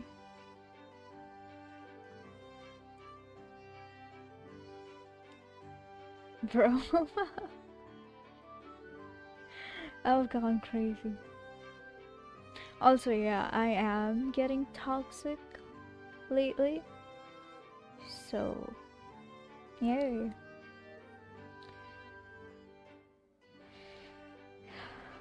Plenty of the faces are vaguely familiar. Toxic cute? Yeah, you say that. Though the names of the vast majority are unknown to me. A few stand out though. I see Jazo sitting a little away. Sitting a little way away? What? Chatting animatedly with Isolda. She doesn't notice me. Isolda is at the gala? Spotting a glimmer of light, I see Lena over in the corner, her mask reflecting one of the lights. She looks thoroughly disengaged, her camera in her hands. Must just be here for the newspaper. Turning back in the direction of the table we're approaching, I see that Fran, Natalia, and Sophia are on a table adjacent to ours. They're also deep in conversation, though, and don't spot us. We arrive at our chosen table and take our seats. Anna turns immediately to the stage. For all her talk of classical music not being her thing, she appears immediately engrossed in it. Her hand falls onto the tabletop, and her fingers begin tapping out the rhythm. I wonder if she knows that she does that, but I don't think it would be fair of me to ask. She's definitely the one that's underdressed of the two of us. Even I feel a little out of place. Plenty of guys around the place are wearing much fancier outfits than my simple three-piece. I can see shiny, silken floral lapels, puff ties, and flashes of... What even is that? Nobody is wearing anything relatable. I'm always underdressed. You're always underdressed? Wow. I'm always overdressed.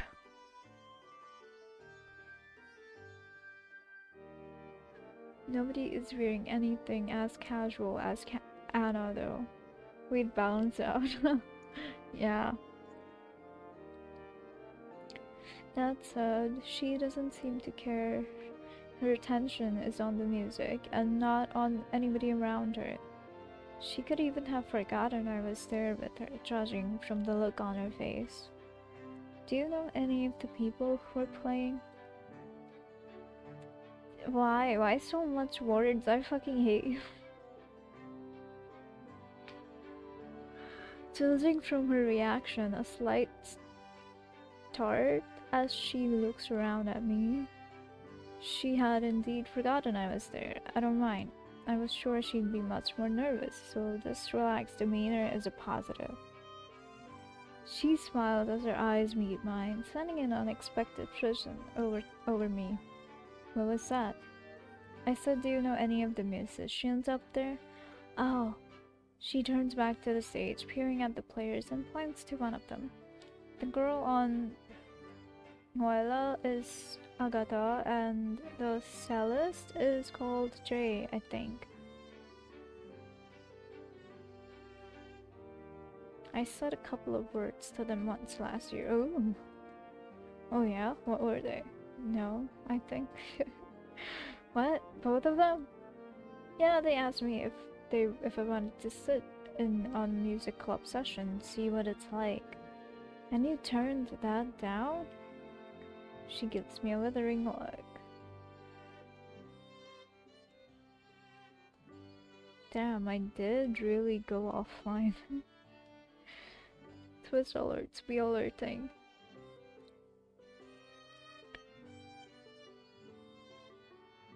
Ah, no, Pagan, no, actually meant I'd love to. Dear little Saint D's quirk. Yes, I turned it down. Alright, girl. We got it. I wasn't the social butterfly I am now back then. I chuckle. In the past, I might have wondered if I was supposed to laugh, but since the miraculous rebirth of our conversations from text to actual speech, it's become much easier to get to grips with Anna's personality. Do you want to sit in? Well, I said no, didn't I? Yes, but that doesn't mean you didn't want to. She looked slightly stunned for a second, staring into the middle distance. No, I guess it doesn't. Could have been nice. I've thought about it occasionally, giving the music club thing a proper go, I mean. There was a one time for 5 minutes, but I barely paid attention to what was going on. I was so nervous. You play any instruments? I do have a little keyboard and a guitar that I mess around with occasionally, but not anything serious. I only know the basics on guitar, and I can't really play keyboard at all, like I said before. Nothing like them. She gestures again at the people on the stage. Well, why don't you give it another go? Another withering look. Though this time without an explanation. I suppose the reason is obvious. Guitar is always fun to... You know how to play guitar? I have a guitar that's eating dust. I think for a moment I could go with you if you like, if that would make things easier. Aw, her eyes light up. So sweet. You would? Of course he would. It would be fun, he says. Yeah, I play a lot nowadays. That's so cool. Do you plan on playing it on stream?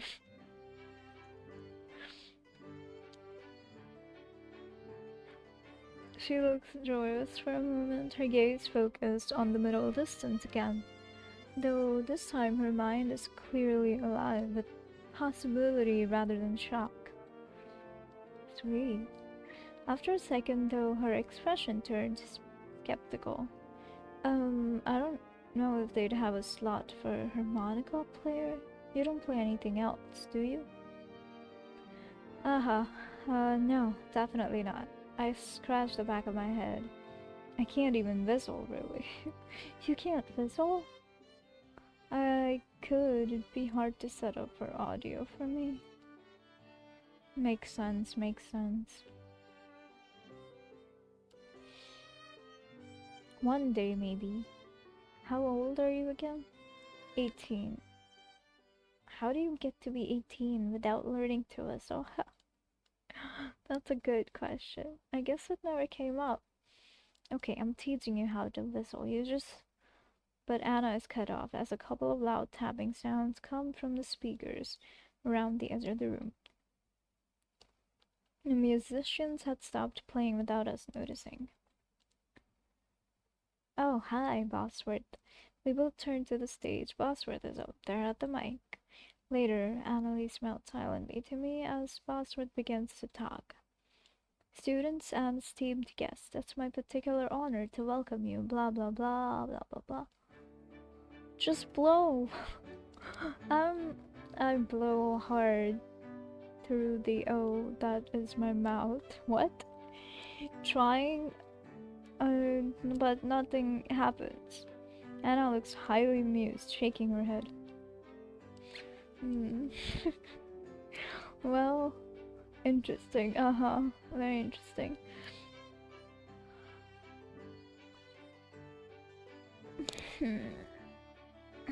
Well, you'll keep practicing after today, won't you?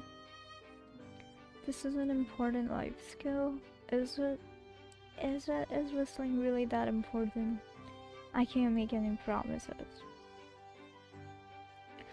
Bosworth's speech went on for a fair old while. What the fuck? And was followed up by more such long and fairly dull speeches, and then performances from the choir. Okay, got it.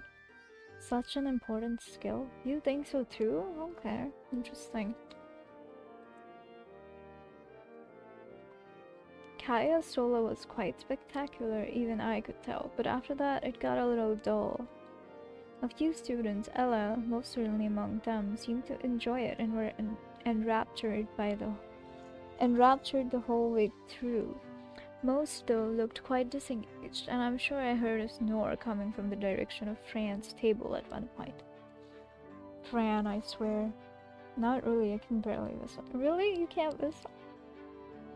Okay, you need to learn how to whistle. How do you not...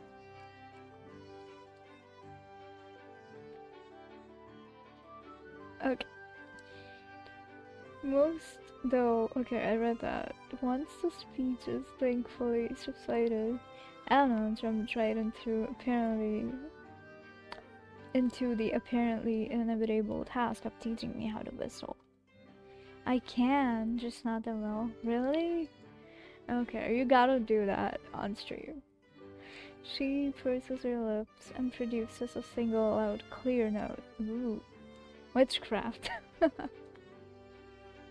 Just try. How well can I whistle? I'm not sure how well I can whistle on command, but... How's that?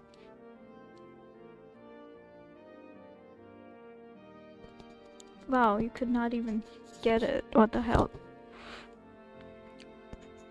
My mic did not hear that. But, yeah. Okay. Just try one more time.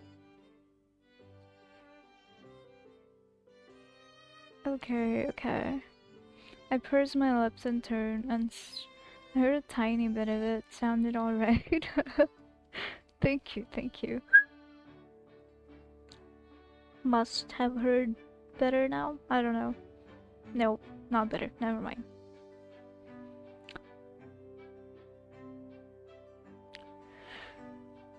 Suck in some air to prepare the whistle, but... I'm doing it longer than it's catching, so I don't know what to do.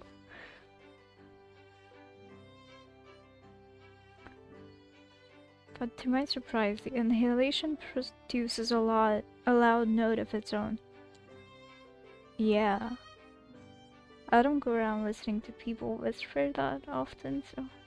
Whisper? I'm not whispering. Whistle, you mean? Sorry, whistle. Okay, fair enough. I did it. Oh, you did? Damn, you guys should have added a whistle note. Why? Why? Typo. It's okay, I got it. Well done, although I don't know if it counts. Doing it inward, like... What? It does. I feel a sharp tap on my shoulder. Okay, Wilhelm, I know you must be desperate at this point, but wolf whistling like that is really just bad manners. Doing what inward? Now whistle, like when you inhale. Instead of exhale whistle. Nah. It's just like wind blowing.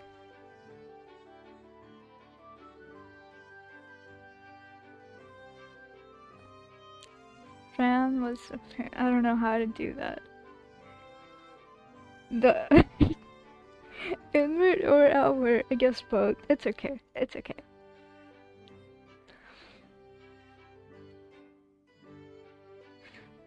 And Fran was apparently walking past just as I managed the note, though I was so engaged in my conversation with Anna that I didn't notice. They look at my companion, only noticing that she exists.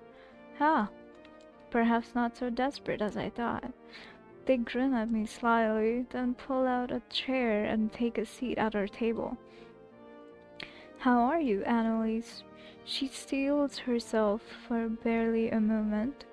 If I hadn't been expecting her to need to prepare, I might have missed it. Just call me Anna. And I'm well. You? Fran's eyebrows slide halfway up their forehead, their expression frozen. I can't hold a slight chuckle at it and glance sideways at Anna, who returns my mirthful look. Love it. The inward one, I can do the blowing one. You can do the blowing one? I can do the inward one. The blowing one sounds... Well, that doesn't sound, but like it's a weird concept.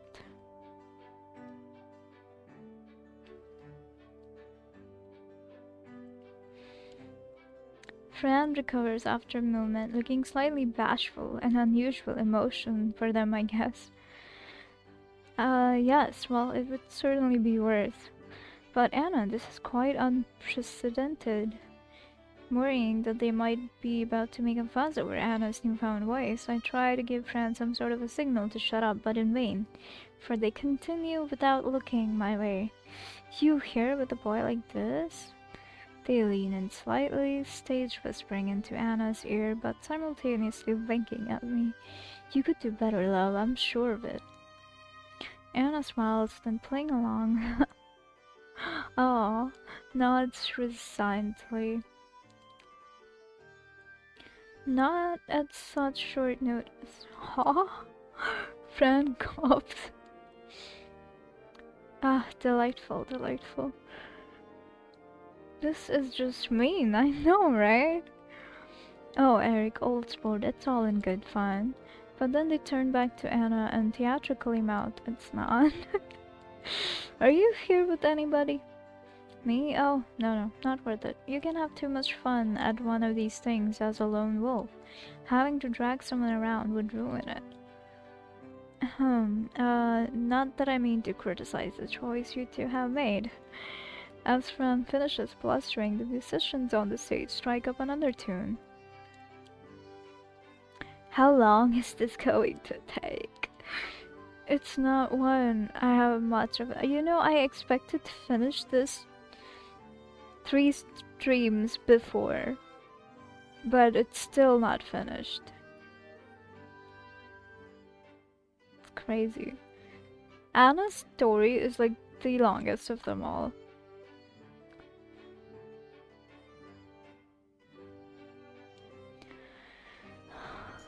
It's not one I have much of an interest in. It's a long one, yeah. Anna shows some fleeting interest, but doesn't last. Do you know if any other music gets played at these things, Fran, or is it waltzes and choral stuff all night? Oh, they often get a few groups from the music club up there. Sometimes they're even bearable. Anna gives them a scornful look. Well, okay, some of them are really quite good, talented little beasts they have here.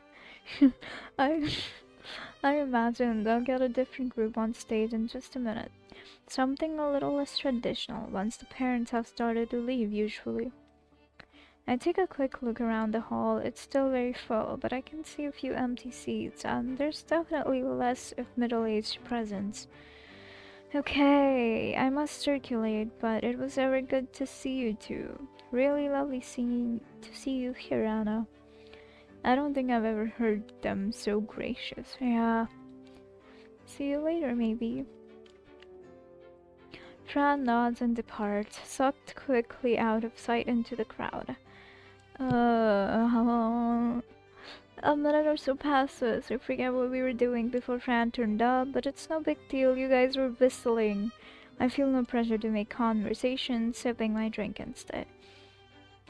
After a few seconds, Anna pokes me on the arm. I turn to her. She looks a little shaken. Oh yeah, I mean, of course, after all that talking. Eric, do you think we can go outside for a minute or two? Why? But yeah, of course we can. You alright? She looks ruefully down at the table. It was unexpected. I didn't think that would be sprung on me. Yup. I was a lot. This surprises me. Anna didn't seem to struggle much at all with Fran's presence. She is a spectacular actor, if it was truly a bad enough experience to warrant leaving the building. Now, though, her expression is almost dour, and her hand is up on the table, her fingers silently tapping out some chaotic rhythm. Okay, that's alright, let's go take a breather. As we get up, I notice the stage is empty, if classical instrument, and some other group is setting up. I don't know for sure, but I think I recognize a couple of them as the pair that played at the music club stall during the open house. I consider pointing this out to Anna and suggesting maybe it would be nice to stay and listen to them, but now is clearly not the time. You know, good thing that at least Eric is not that much of an asshole with Anna as he was with Kaya. Because I hated him with Kaya. That was so stupid.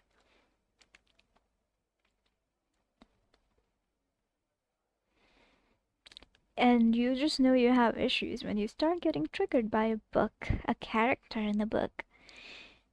I consider point. Okay, I read that.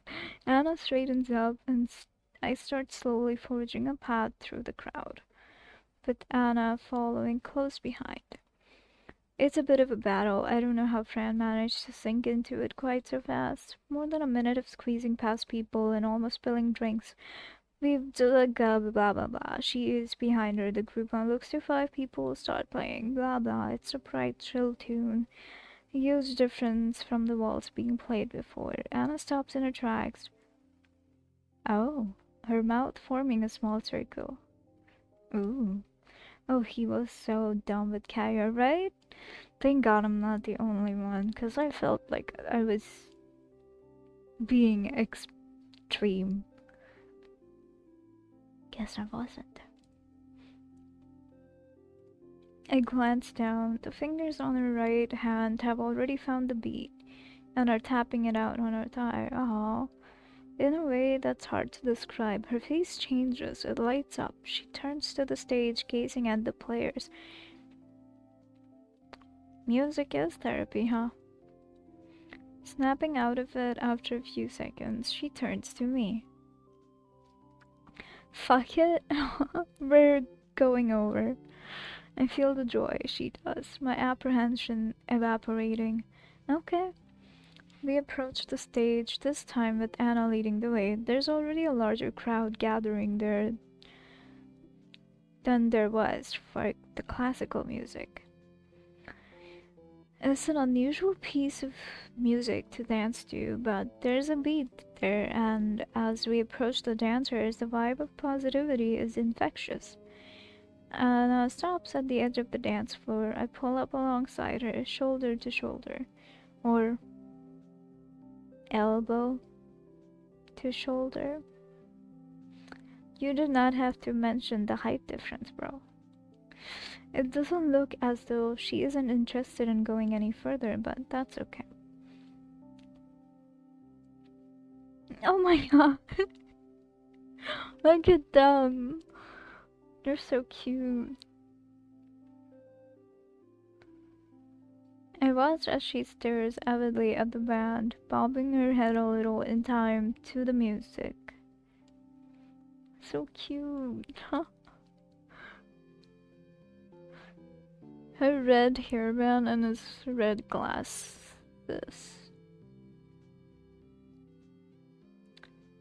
That's not a hairband, that's...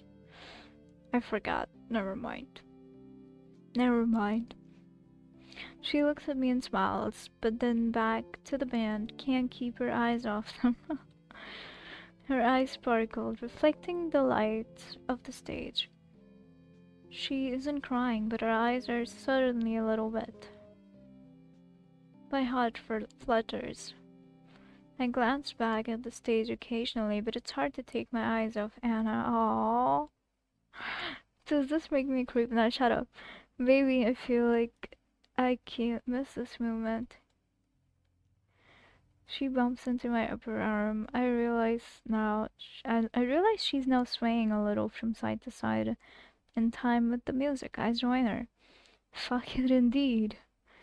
I quickly glance around. Nobody's looking. Nobody cares. Anna's realized that too, it seems, or else never thought it in the first place. We stand there, stand by side, stand by side, moving with one another as the band carries away our worries. Time stands still and yet moves infinitely. The song could be going on forever. Some of me wishes it would. Eventually, though, it does come to an end. The band doesn't leave it quiet for more than a couple of seconds and quickly start up another one. Anna opens her eyes, though, and looks at me. Then, without any warning, she hugs me. It's quick and it's not very firm. I barely get an opportunity to return it, but it's definitely a hug. She pulls away, looking a little surprised at herself. Well, I'll take that over another punch in the arm. For this night comment, I receive a punch anyway. It was on special. Buy one hug, get a punch free. Ah, that's good value. Anna looks steadily into my eyes. That's so cute. It's gonna be okay, isn't it? I did it. I stayed here. I enjoyed myself. Sounds like a good deal to me. Yeah. Great deal. It's all up from here. It's all gonna be okay. Right? You got this. I nod and I smile at Anna as encouragingly as I can. I think so. She gives me an expression that says, "Is that all you've got?" I think for a second. Things are so different than they were just a couple of weeks ago. Man, I can't believe you're speaking to me now. I mean, sorry, I keep meaning not to make a big deal out of it, but you know, I can't help myself. She laughs. It's okay. I don't think I'd be able to either. She looks back at the band, and eventually so do I. Great. We stayed there for another hour or so, enjoying the band. At one point, I was sure Anna was going to jump in there and start dancing, but she didn't. In the end, that was okay. Is the stream dying again?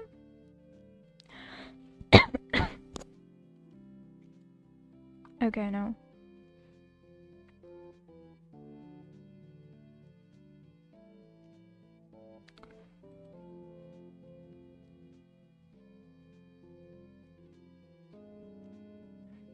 There were still plenty of people in the hall when we decided to leave.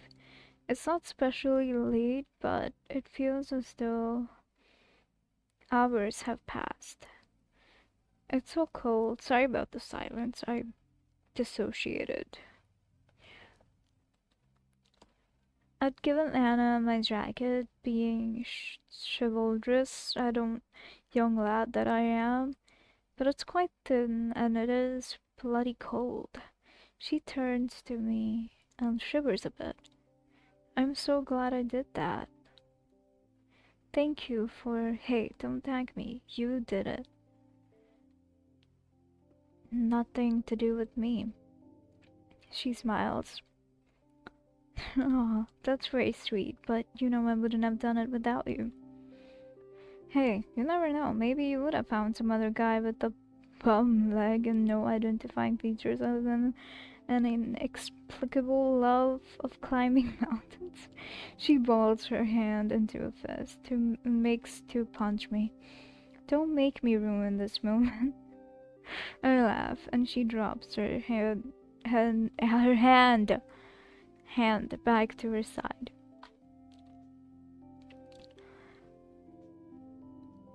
I've let so many of these galas just pass me by. I didn't know what I was missing. I mean, I did actually. That makes it even worse. But here we are. I've done it. Then surprising me more strongly than ever she has. Yet she points her mouth at the sky. Her face bathed in moonlight and shouts. I've done. Oh my god. Catching on quickly, I move with her, thrusting a fist into the air. I'm not entirely sure what it is she's talking about. What it is she's not, dude. You are so stupid. Just shut up.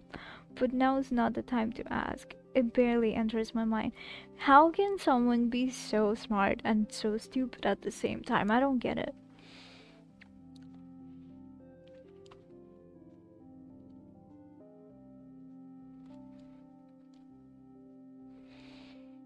But now I think if I don't get into bed within the next 2 minutes, I might actually collapse.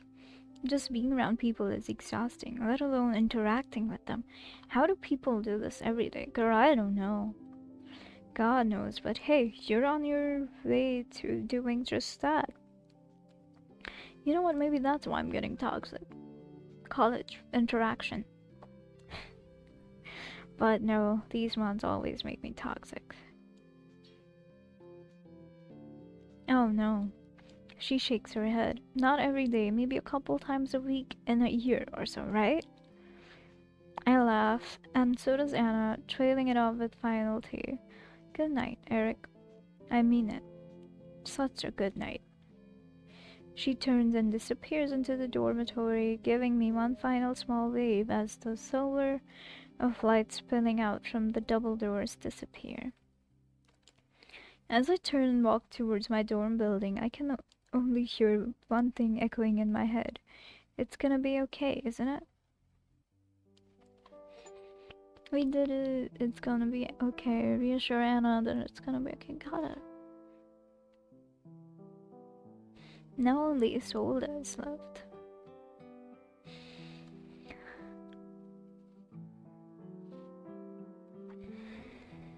Oh, that was cute. I know. Quality assurance wolf. Dreadland. Okay. Who is Red PY Tom? I see that almost pretty much everywhere now. Like this stream at least.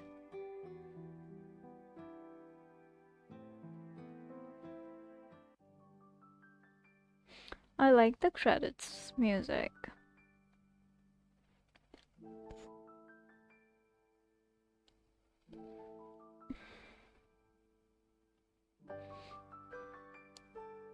Okay, now for the horror.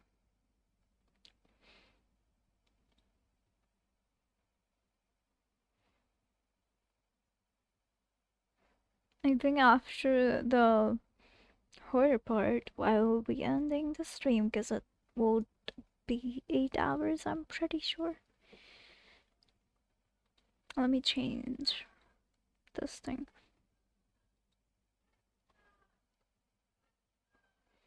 Perceptions. Perceptions of the dead.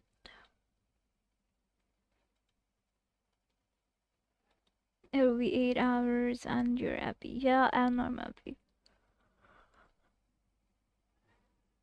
So happy. Oh, okay. Where's it? Oh, there. Cute yawn. Shut up.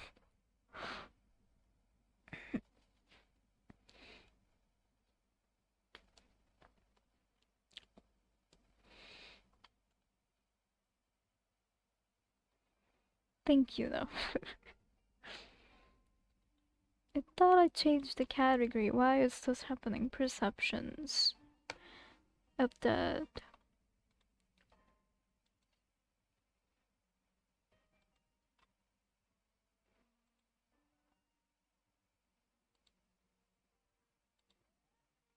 Where's the game?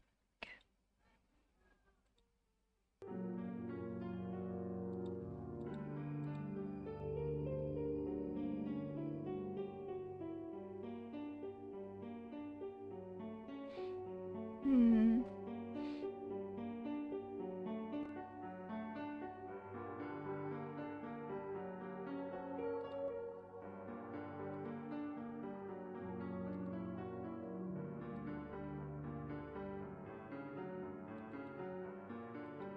Okay.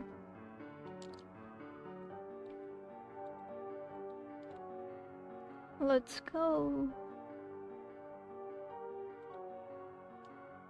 I looked up the Tom thing and it's the game engine a lot of visual novels use, and Tom is the... Ah, okay. Fair enough, fair enough. Makes sense. Wait, why does my screen keep going that way? Like, what is wrong with you?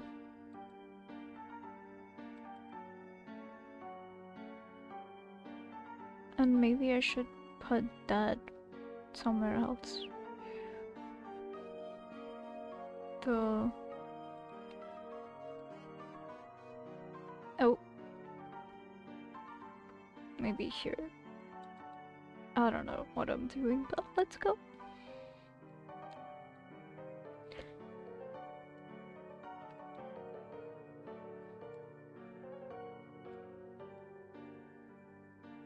Okay. Tyrone has made it his business to help solve the troubles of those afflicted by the undead. Also cute nail color. It's purple. Sorry, not purple, violet. Can you even see? Never mind. Thank you.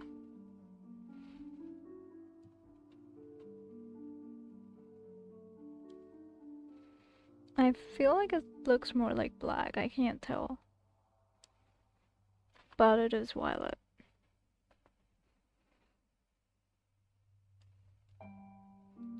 Where was I? Looks what? Okay, great.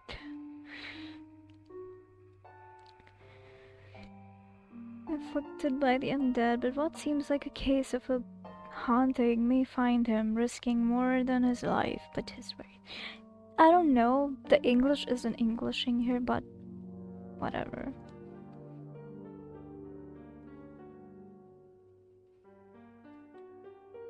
Play. Have I died? Is the stream dead? I'll be the first to admit, there's something a little sad about watching a pirated copy of the original Star Wars trilogy. Do I need to increase the volume?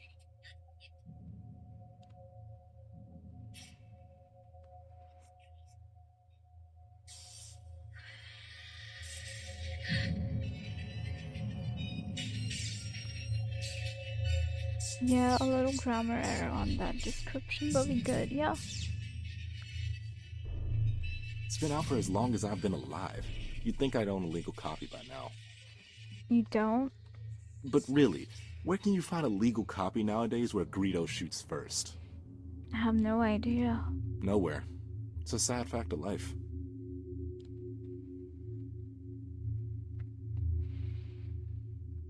I pull another chip from the bag and munch as quietly as I can.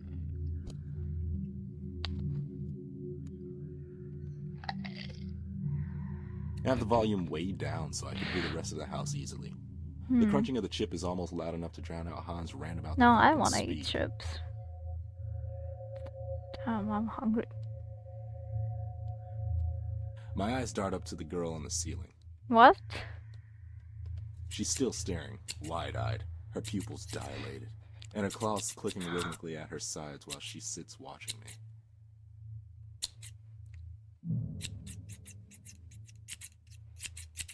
What's she doing on the ceiling? Who knows? I pull out my phone and snap another picture of her, checking to make sure the screen stays empty. What does that mean? It does, and I slide the device back into my pocket. The owners of the house had been right. They had a ghost, but it was a harmless haunt, incapable of manifestation. Oh yeah? The creepiest thing she had done was stand at the end of the hallway and watch me watch TV with their amazing sound system. I mean, you never know. She clicks at me and I hush her, as though it wasn't already hard enough to hear. This is kinda creepy. She doesn't respond, and I regret not downloading a version with subtitles. I've been here for almost a week. So far, only Little Miss Claus has shown up, and it hadn't been hard to identify her. She's the ghost of a girl who had suffered from an acute case of depression and took her own life. Me. Oh, well, not yet. No, Apparently, shut up. she did the deed with a pair of scissors, which explains the increasingly annoying clicking scissor claws. Wild. Sitting on Oh, the ceiling shit. as though Wait, she had wait, chosen wait. to break a few laws. The girl keeps at her clicking. Her good old-fashioned forgetfulness explains the moving stuff. Odds were high that their description... Apparently, she's the ghost of a girl who had suffered sitting on the Can ceiling. you as though stop she... skipping, bro? Their descriptions of the haunted... Her family had sold the... Apparently, she did the deed with a pair of scissors, which explains the increasingly annoying clicking scissor claws. Her family had sold the house after the loss of their only daughter. It eventually ended up in the hands of the current owners, the ones who had hired me. Sitting on the ceiling as though she had chosen to break a few laws. Odds were high that they were misplacing their own stuff and giving themselves the chills. Same way any scary movie can. For the chills, I mean. Damn, that's me. Good old-fashioned forgetfulness explains the moving stuff. Mm-hmm. The girl keeps at her clicking. Her bloodied claws are writhing as she stares. Sitting on the ceiling as though she had chosen to break a few laws. Starting with gravity. Talk to the ghost. Let's go. Answer me a question, ghost girl. Why does everyone who's dead seem to have black hair? I mean, really? Do gingers actually lack a soul or something? Damn. Before she has a chance to answer my question, a knock comes from the door. I swear to... Someone called the cops on me again. I'm gonna give them a goddamn reason to. I'm not an effing squatter. I was hired to be here. That means I can be ghost. Let's go. Yay. I So free can myself from the I. ensnarement of the amazing plush furniture and trudge to the door, muttering nonsense the whole way. Throwing it open, I find someone new. You're still here. Mm-hmm. And who might you be? Yes, I am. I'm still working. Well, not right now, actually. I'm taking a break while some things are settling. And, you are? You know, most of the other neighbors think you're a squatter. I grimace. My god, he's hot. I like his eyes. Grimace. Yeah, I know. I've had to talk to the police twice already. What are you even working on? I thought that they were done with renovations months ago. That is a really pretty eye color, right? Okay, now... do we lie or do we tell the truth? This is the second choice here. Should we lie or should we tell the truth?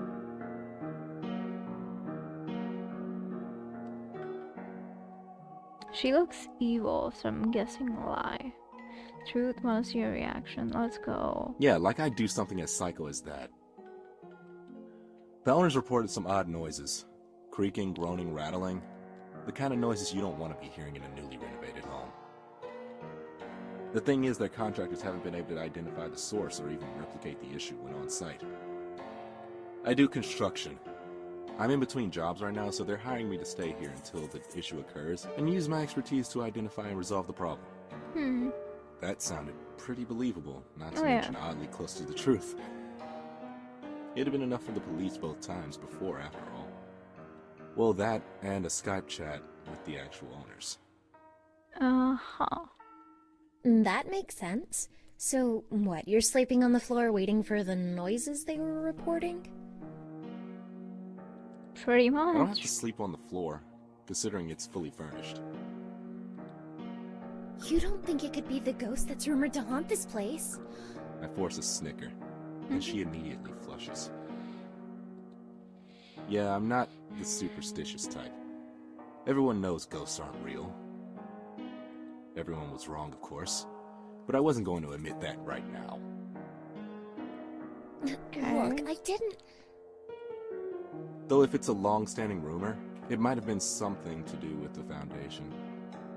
Do you know how long this building has been haunted? She flushed further and bit her lip. They put the What is she doing emphasis. here? An amateur hour ghost hunter, maybe?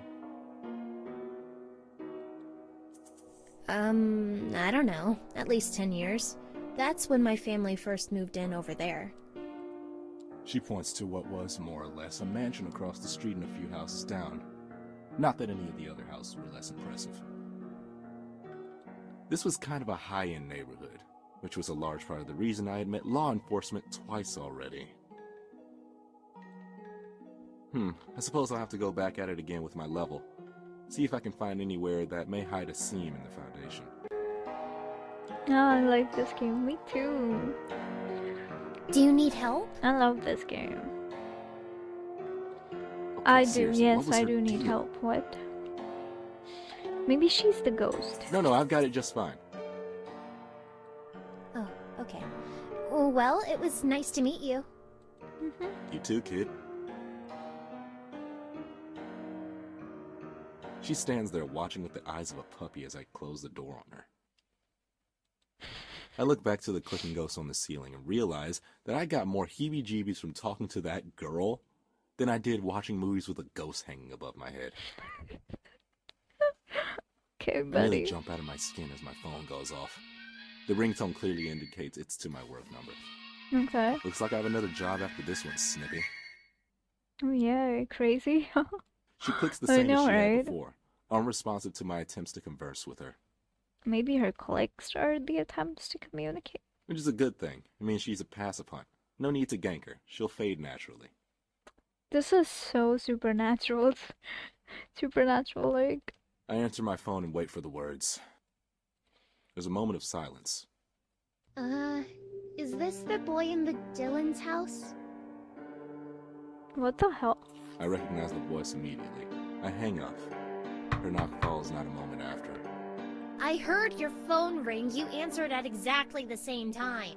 Maybe she had gotten my number somewhere, caller ID or something in the house. Maybe she didn't realize the significance. How did you get my number? Well, way to maintain an air of mystery. Huh? Aren't you supposed to have some line like La La Fatagan or something? No, the caller is supposed to say that. Fuck. What the Did I hell? just say that? Oh, yeah, you did. An awkward pause hung itself, much like I was thinking about doing. Can I come in? It feels odd to talk about this kind of stuff on the other side of the door when you're right there. I grimace and let her in. How did you Who get my is number? she? I read about it on 4chan. I wasn't sure it was you until just now, though. I had my suspicions from the moment you arrived.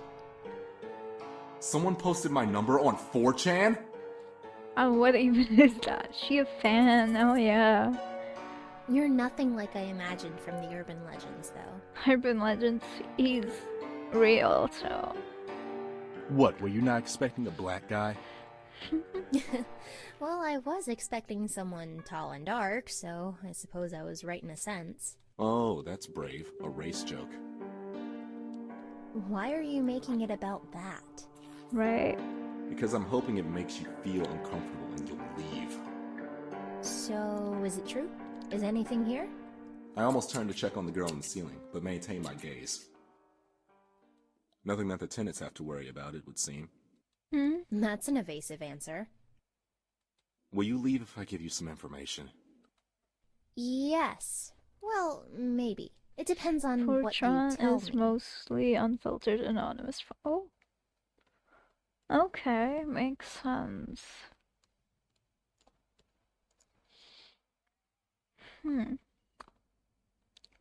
I'd figured as much. I'm a spiritualist. I work for folks who think they have ghosts. Do you use that, kitten? I flip up my hood. With the appropriate ambience, I strike a much more intimidating character. The girl's face paled a little. No kidding. The hood is actually one I stole from the body of a serial killer. Oh. His psychic residue left it with an aura of violence that would invoke fear. It's a long story. Pretty cool. Never used it, but hear about it a lot with how much I've been. Fair enough. What more would you know? Are they real? They what? Yes, but they're so rare, you will never encounter one in your entire life. Who are we talking about? It was a half-truth. She wouldn't. She didn't have the spiritual perception. The lie lay in the rarity, as advertised by the clicking of the girl on the ceiling. Oh. Serial killerhood, neat, right? So cool. Disappointment. Good. It shouldn't take much to push her towards boredom and a departure. She looks around the house, the disappointment slowly spreading to her face. So there's no... Why does she stop? I follow her gaze to the girl on the ceiling. Oh. The clicks grew louder. Oh. The ghost stood up in a violent convulsion. Oh. Oh no. What's She wrong? could see it, and it her. All at once, it rushed her. Claws sweeping wildly as its seizure-like movements brought it closer. Fear had taken the girl's voice. Should I kill it? No, it's harmless to almost everyone. There's only one thing to do. No, it's, clearly not harmless. I roar. I feel my body start to crumble. I always feel like this when I roar. To tell the truth, I still don't even know what I'm really doing. But I can feel myself die, just a little. Uh-huh. And let's just say when I actually die, I'm gonna be a handful of a haunt for my successor. Yeah, a roar. Yeah, a roar, apparently. I wish they had put in a voice for that. I died on hearing that. The girl on the ceiling stops in her tracks. A moment of pause and she retreats, sitting back above the TV where she had watched me earlier. I let out a breath as my soul snaps back into place. Behind me, I hear desperate gasping.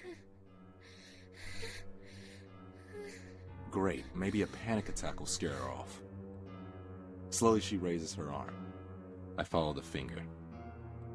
It's not pointing at the girl on the roof. Oh? There's someone out there. Oh. I turn to the glazed glass door. Pressed flush against the glass is a face without features and hands with fingers too long. A skinwalker? For the first time in years, I felt my blood run cold. No. What? What's wrong? Her voice is still panicked. Scream again! Make it go away! I try to speak, but my voice catches in my throat as its hand glides smoothly to the doorknob. And the handle. I lunge to turn the deadbolt. Sorry. I got impatient. What's wrong? What is it? Why can't I speak? Scream again! The handle stops rattling. The form steps away from the door, fading into obscurity of the frosted glass. No. What? To the roaring, right? No, what? She was in shock. It was a defense mechanism. I wish I could easily overcome my fear with it. We need to figure out a way to escape. What's going on? I had grown complacent. Even the most violent specter I'd encountered as of late had never actually threatened my life. Why? Can't you deal with it? Why are you scared of it and not the woman with bladed hands? That's the thing outside. I call it a slender. I don't know what it is. I don't know if there's more than one even. Slender? You call it a slender? Like Slender Man? Guess. I nod, watching for movement outside the door. The last one. I wince just thinking about it. I've only ever met someone like me once. It killed them. Oh. Treat fan. Thank you for treating fan, Kyoto. It doesn't obey any of the rules. In the distance of the back of the house, I hear a rattle, and then a slow, deafening creak. Oh, She fuck. gasps, then stops her breath. Silence falls as even the clicking stops. It's inside. Oh god, it's here. Why did I come here? Because you're The ghost on the stupid. ceiling scuttles away, hurrying up the incline above the stairs. I try to steady my breathing. Slowly, I lean over, peering around the corner, down the hallway to the back half of the house. As still as the grave, it stands, a silhouette in the hallway. Fuck. Should I move? Should I run? The decision is made for me as a hand closes around my own. The sight is gone as I feel myself tug backwards. I turn, following the girl from across the street up the stairs. Okay. Where are we going upstairs? There's nowhere to escape from there. I mean... It's too late to change my mind. Behind me, at the foot of the stairs, it stands, still as stone. Run! Run where? I flee, retreating to the safety of the master bedroom, locking the door. What was I thinking? I should have just kept running. Why did I stop? Why did I think you would be different than anyone else? What do you mean? What? I thought you were strong. I mean, you are strong, that's obvious. You were able to travel so far. I just took a plane. Jesus, you're that strong? What? You can keep up that level of manifestation long enough to fly on a plane? Oh, you are a ghost. What? You are a ghost. I mean, I can appear within 10 miles of where I died, compared to the boy that I was those right. creatures I was devoured. right. She was a ghost. Wow, that's crazy. What are you talking about? She's talking about her being dead, dumbass. I've never met a ghost as strong as you. I'm not dead. Abruptly, she stops in her tracks. Are you kidding? How can you be so strong and not realize you're dead? What? I'm not dead. Look, it doesn't matter Good what you call. think, because in a Thank you, moment that thank thing you. is going to come in here. She grimaced, holding back tears. It's going to come in here and kill me again. I'm not ready for that. Dying once was bad enough. For a moment, the veneer fades and I see her, bloodied and bruised. She looked like she had been hit by a truck. Uh-huh. You're a ghost? Splinters hit my shoulder. I wheel around, finding my blade in motion as fluid as only practice can provide. The creature fills the doorway, like a tombstone, and then it moves. Like oil sliding across a hot pan, the creature sidesteps me, ignoring me as if I were nothing more than a piece of furniture. Fail. It approaches the girl, and I hear her scream. I scream, reality becomes a blur, and I bring around my blade. I would go for the head. It shatters harmlessly against the white flesh, as though it were glass dashed against a rock. I watch in Damn. confusion and horror as a seam tears open across its face. Then, I watch it tear apart, unhinging its jaw. It shatters harmlessly. Let's aim for the leg. The blade vibrates violently, but I feel something give. Hmm? I feel it before I hear it. A scream like my own. Oh. I watch in confusion and horror as a seam tears open across its face. Then, I watch it tear apart, unhinging its jaw. It steps forward. It's upon me in a heartbeat. A single swing shattering my weapon and sending the world spinning. Only to lurch to a stop as I impact the cabinet door, shattering the wood. Go back. It steps forward. It's upon me in a heartbeat, catching me midair. The blow so hard and fast I see stars. The air knocked me out of my chest. I am numb as I land. Okay. Same thing. I see it lurch towards the girl, her spirit flickering. No! No. Not again! I won't let you! The creature turns slowly, looking around as though confused. Oh. I step toward it, and each of my footsteps seems to burn the ground. The creature steps back, still silent as the grave. I'm lost in what I'm doing. I reach out and simply touch the creature. Waves of light and color wash over the creature, pulse by pulse. The creature's color slowly shifts to match the world around it.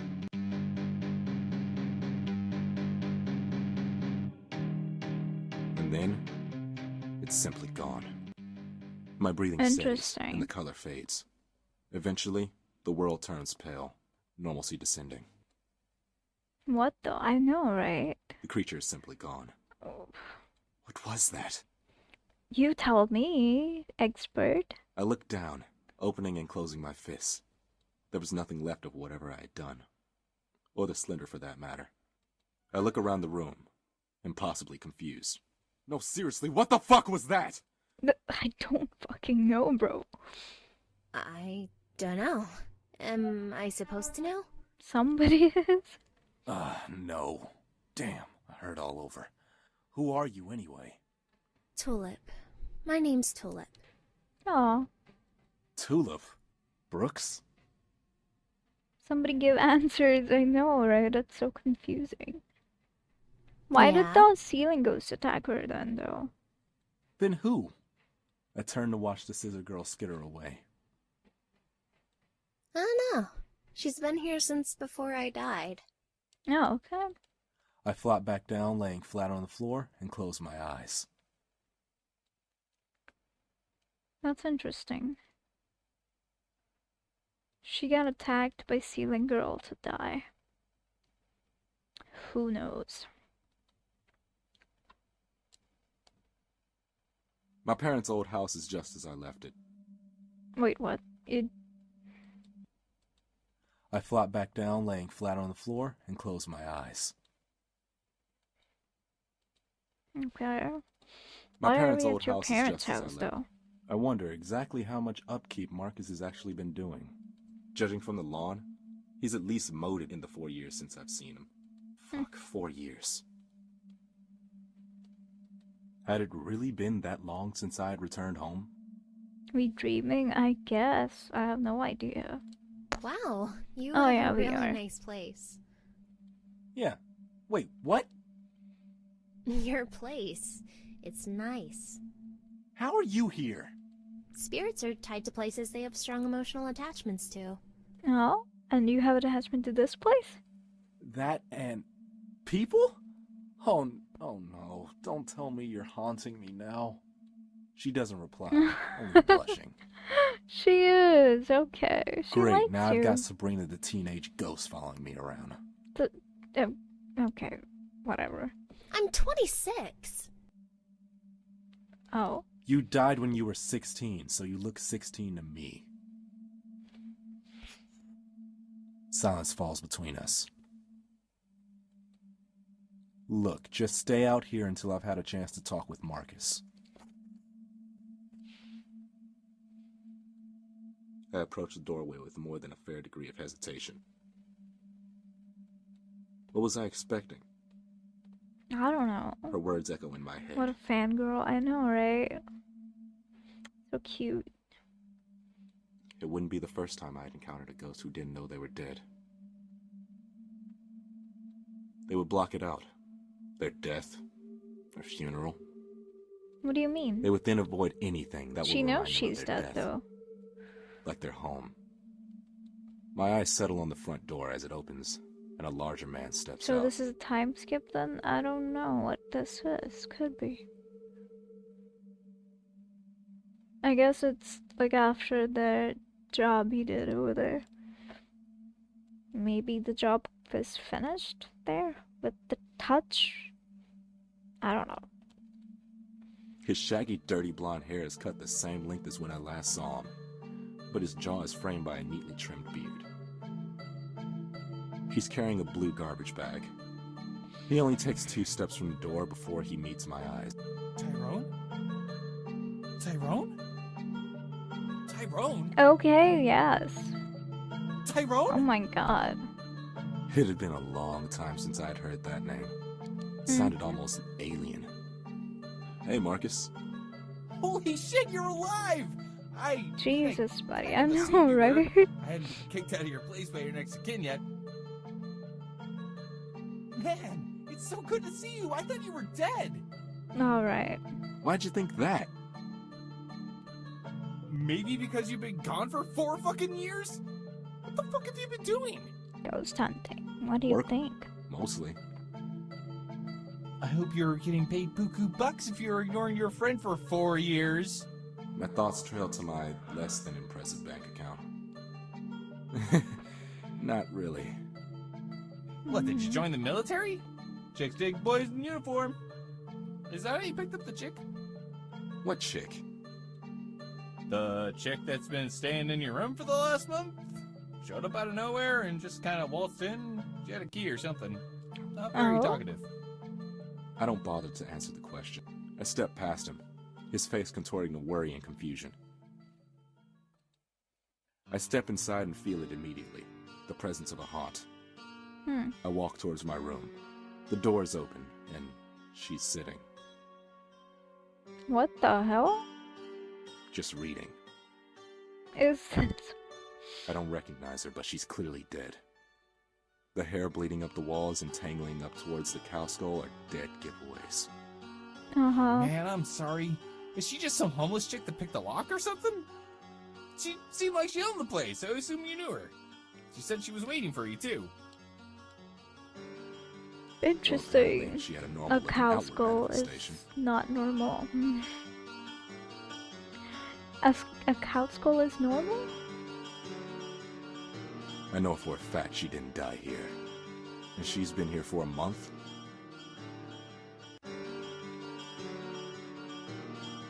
She must be incredibly powerful. Okay, man, your silence makes me think you might know her. But there's something awkward about your relationship you're not telling me, so I think I'll let you two talk. But if you fucking leave without talking to me about whatever the fuck you've been up to since you left, I swear I'm gonna kill you. You don't want to know, buddy. Marcus walks away, closing the door behind him. It's kind of unfortunate. I don't have a moment to enjoy the fact that his threatening of my life confirmed that neighbor girl had been wrong. I was still alive. Mm-hmm. Unlike this girl. Who are you? Look, I know it's not the best question, but really, I'm a mess. I had been almost completely convinced that I was undead until a couple of seconds ago.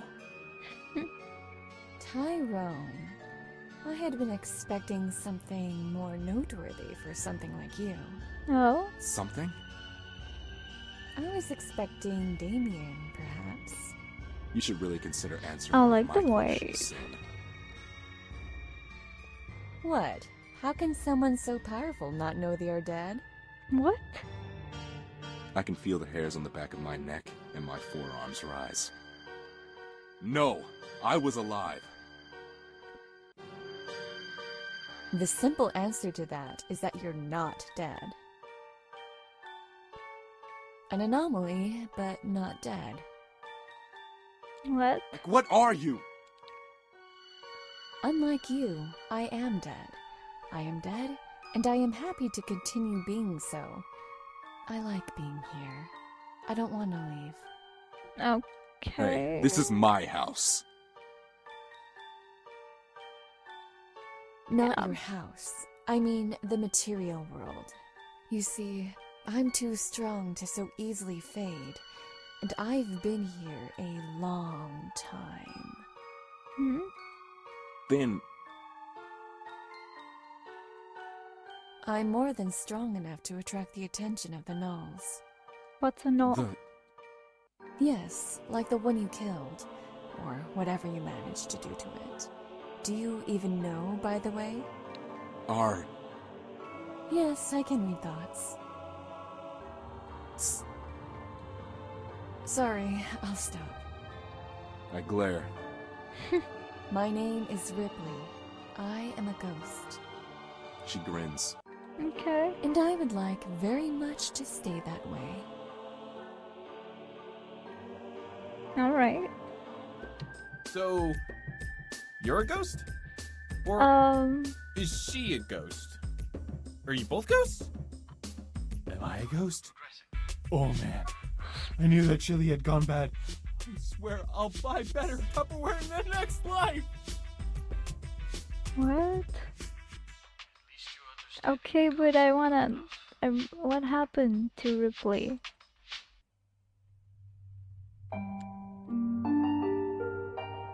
This is volume 1, you say, right?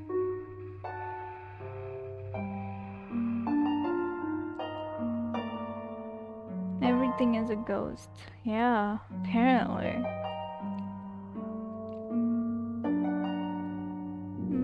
Perceptions. Oh, there it is.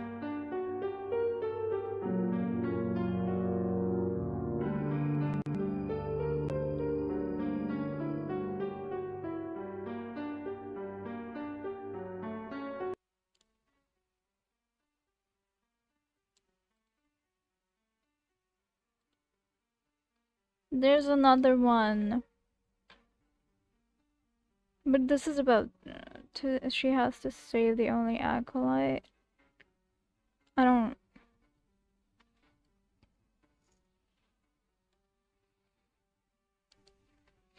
With the 4th under development, okay.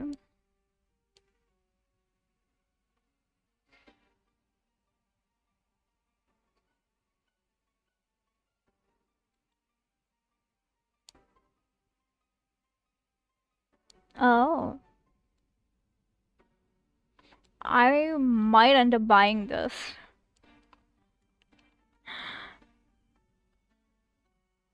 I'm interested in this. I like this game. Also, is it your birthday? Yep, it is. Been 3 hours, 30 minutes now.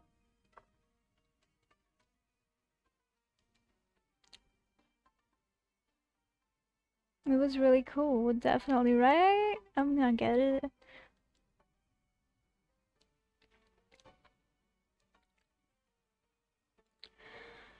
Okay, well, that's gonna be it for today.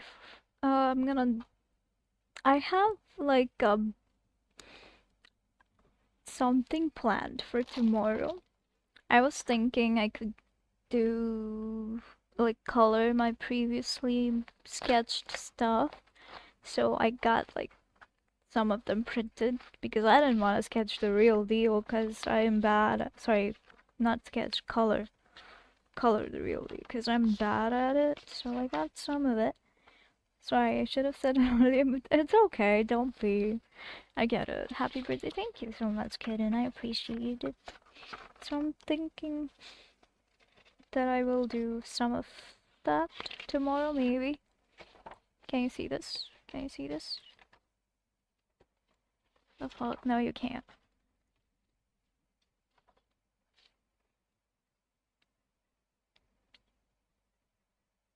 Okay, Jesus, I'm bad. Okay. That's one. But I have like 2 more. What do you think? Should I do that or should I just looks good? Great, then we'll do that.